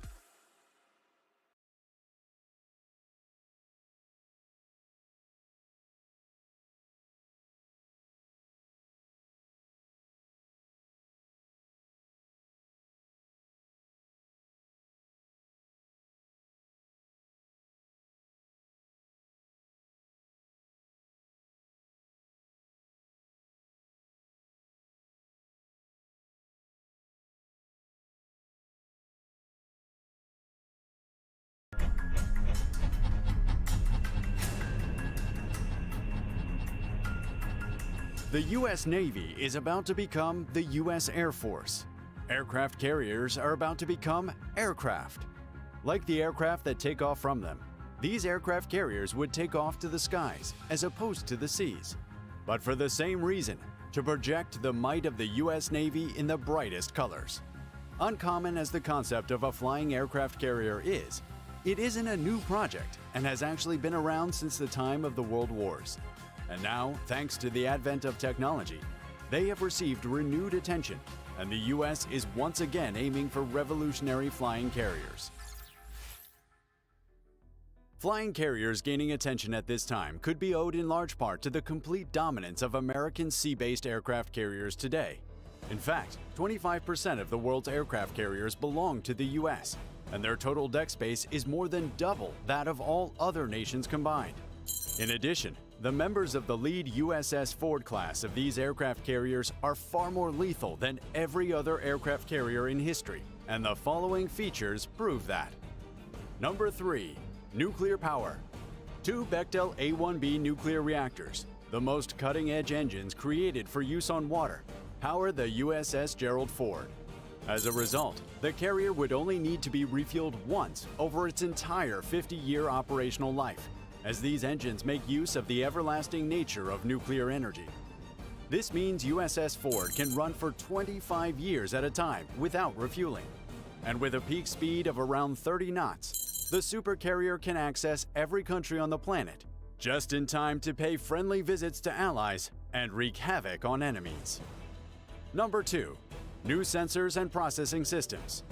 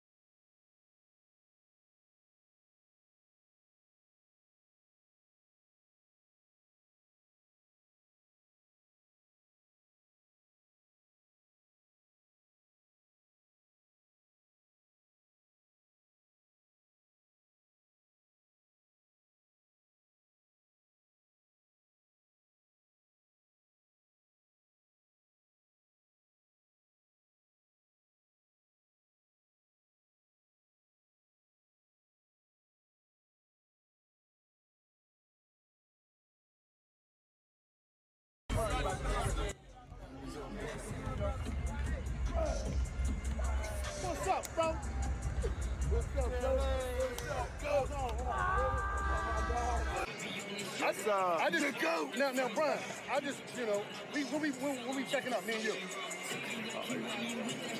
You don't want that. You don't want that. You don't want that smoke. Oh, I'm gonna try Sunday. You don't want that smoke. We back here. You don't want it with Bryce. I'm just saying, we gotta figure something out. I got Bronny and Bryce for you.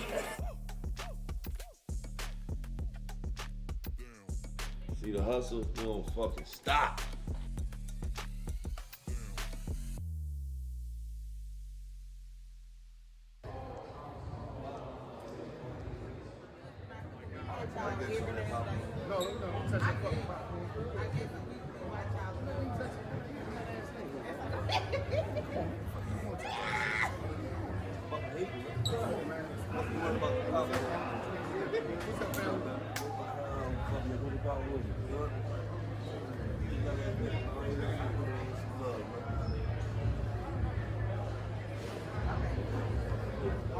Oh, this how I leave both of y'all up.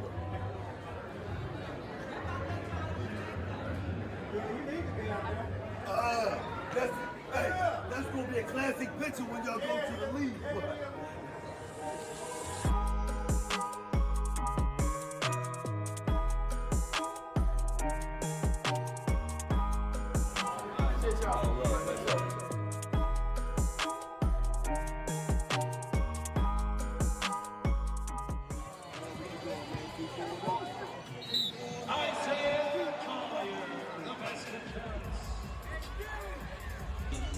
Turn it up, man. Hey, Jeff, let's turn it up, baby. That's right, Philly, baby. Hey, what got to get in? That's what I'm saying. That's what I'm saying. Damian Gillett. Chauncey Gillett. Sam Cassell. Grant Gill. I'm missing one.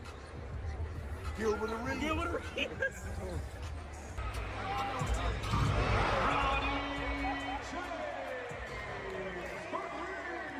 This episode of Gilly and Wallow's Adventures is brought to you by Omega Accounting Solutions. Now, you may be eligible to receive up to $26,000 per employee through the Employee Retention Credit. So if you got a business, you a business owner, you paid taxes, you employed your staff through the pandemic, you want to recover payroll taxes, you overpaid as a refund up to $26,000 per employee. So you got money out there that's waiting on you. That's what. What's up? What's up now? Yeah, I see you. I see you. I'll lay you up too,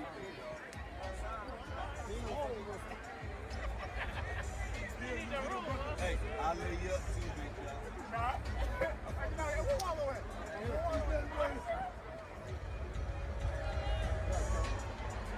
Every tell him I'll lay him up. Make some noise for the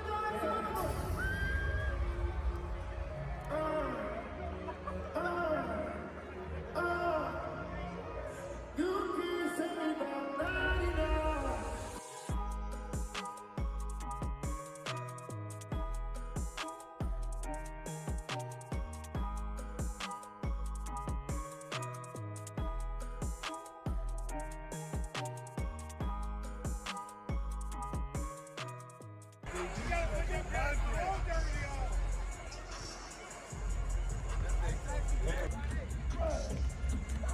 What's up, bro?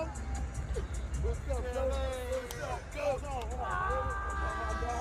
up, bro? I'm with them. I understand that. That's one way you get out.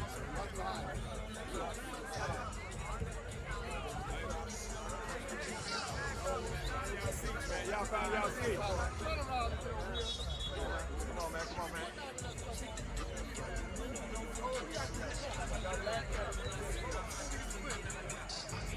I just go. Now, Brian, I just, when we checking up, me and you. You don't want that. You don't want that smoke. Oh, I'm gonna try Sunday. You don't want that smoke. We back here. You don't want it with Bryce. I'm just saying, we gotta figure something out. I got Bronny and Bryce for you.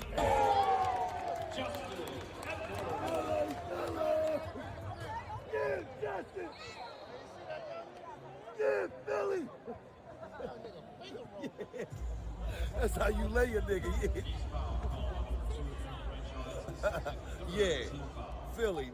Yeah, uh-huh. Yeah, why? Yeah. I told y'all we in the...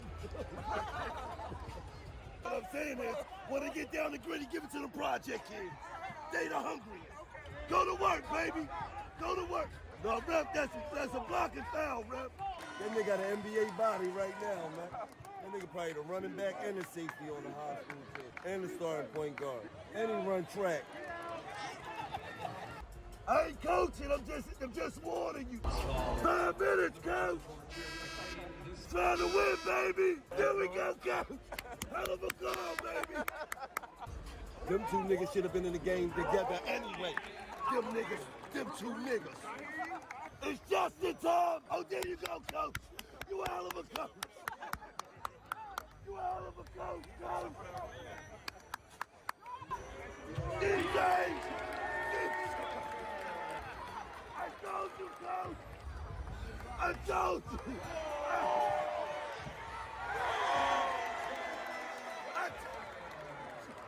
Hey, what you say? You say who? I told you. You say who? I told you. I told you, coach.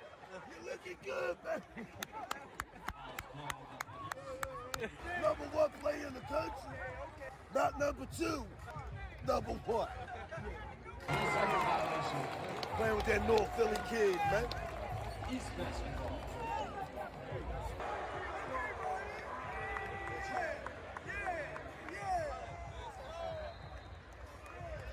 Let's get it on.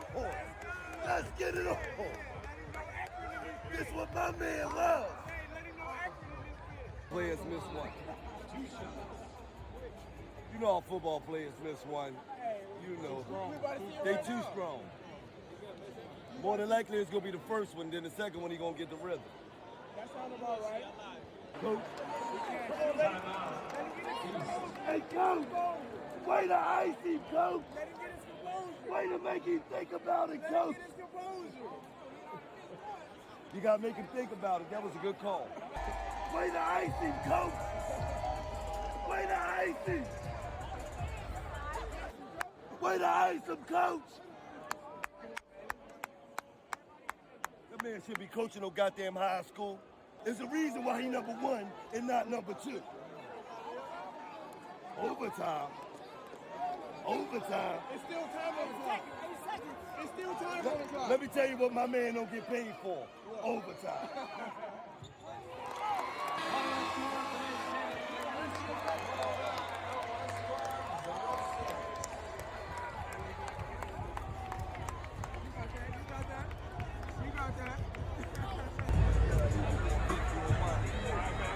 And Justin, Uwani and Justin, I gotta represent for the city.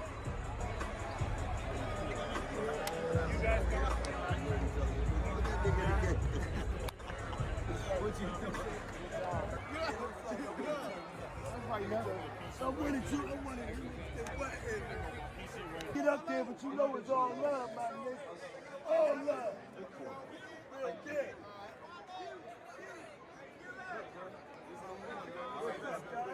What's up, man? Let you get a chain, huh?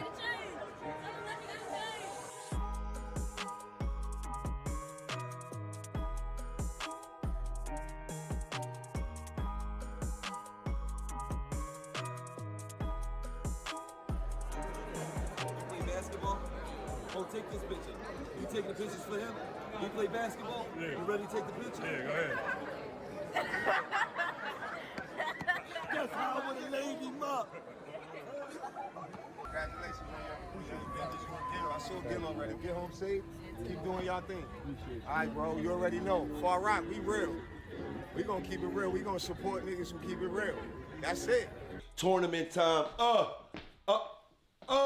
Make sure y'all download Barstool Sportsbook. Make sure you make an account and make sure you use the word tourney to unlock your $100 in bonus cash.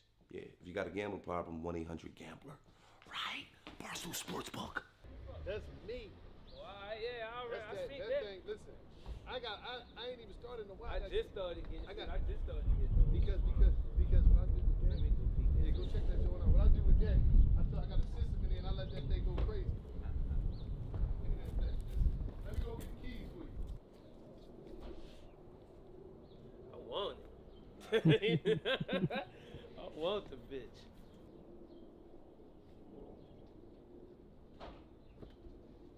I want this bitch. Look at this joint. This motherfucker. Look at. Listen, then the what's the name? Let me see. What it is? A LS 400? Yeah. Oh, look, this motherfucker. Yeah, Simple joint, extra battery. And this shit blew out. Blew that bitch. I didn't even know I blew it. See? See? Damn. Bang. See? That shit heavy. That trunk heavy as shit. I like this. You know, it ain't. I ain't driving this in like 6-7 months. 215. You know, listen. You see that? 50. It was crazy. 7, huh? I got the whole joint together. Nah, I like this bitch. I want to buy it. What's up, nigga? What's up, dog? You ain't bring one? You ain't bring one? He ain't got his heat out here. Nah. Oh, I was in the, cause I came straight from the airport, so I drove. Yeah, I drove that to the airport, man. All right. You need to eat fake beef jerky. Vegan beef. Come on, man. Imitation. You eating vegan beef jerky? It's beef jerky. It's beef jerky. Oh, Beef jerky. Let me taste one of the joints. Man. Come on, man. You know that nigga been getting money 4 decades and shit. Since he was a kid. You got the flavor on it. It tastes the same. I ain't get there yet. Cause you like beef jerky, it tastes the same. Give me a few more years, I'll be eating beef jerky. All the rich niggas sit like this. That's what you get in return. Hey, cuz. I ain't reached this stage. I ain't even gonna say nothing, cause I definitely sit like that. All the rich niggas sit like this. And they eat beef jerkies. You never seen a broke nigga sit down and do like this. Think about it. Don't Yeah, worry. we having that shit. Nah, so cause I told him, as soon as I post that it's dead, be done. Yeah, but you know why? Because you known for smoking. Yeah, they go right where they say and get it. Yep. Niggas always want to bring a weed brand out and ain't known for smoking. Ain't nobody buying that shit, bro. We don't never see you smoking shit. What's your top 5 that you like? This nigga, this my shit. My green 6-4 that's on the thing right there. My IROC. I got a white drop IROC Z. This fucking 99. These 2 Benzes I just got. Fucking a Hammer. I seen them. They white. Yeah, both them bitches just jumped fall up on my list. Yeah, and that pace car, that C8, that C5, the race car. The Vet, that one. Yeah, for sure. That's my one right there. But the Benzes I knew I wanted them, I just ain't know I was gonna feel how I feel about them. Like that 94, that bitch like a low rider to me. Like I drove that bitch on Sunday. And on Sunday I just drive low rider, but I was like, nah, I'm fucking with it. I like that car. How many blunts you gonna roll for this interview? So 4 blunts. Or 3. Okay. Well, I'm smoking joints actually. So, I mean, a blunt I call is everything blunt. yeah, I know, and that's how I know who I'm talking to. But so yeah, I got 4 joints. Okay, 4 joints. Yeah. Only 4 peppers. Yeah.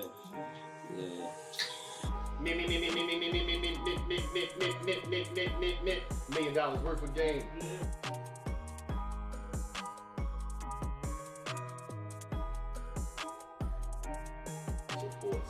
Support. Hey, you already know we got a strong community. Go get that. So Jets.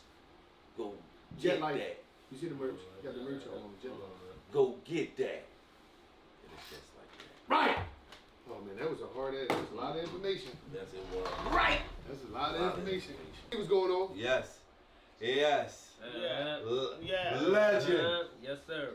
Yes, sir. It's going down, $1 million worth of game, baby. Yeah, album. Listen, man, they came in here and dropped that. Listen, some serious game.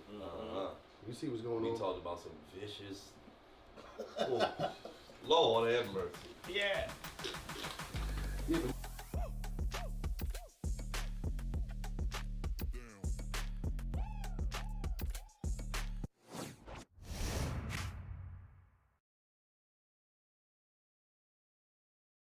Right now, today, New Orleans.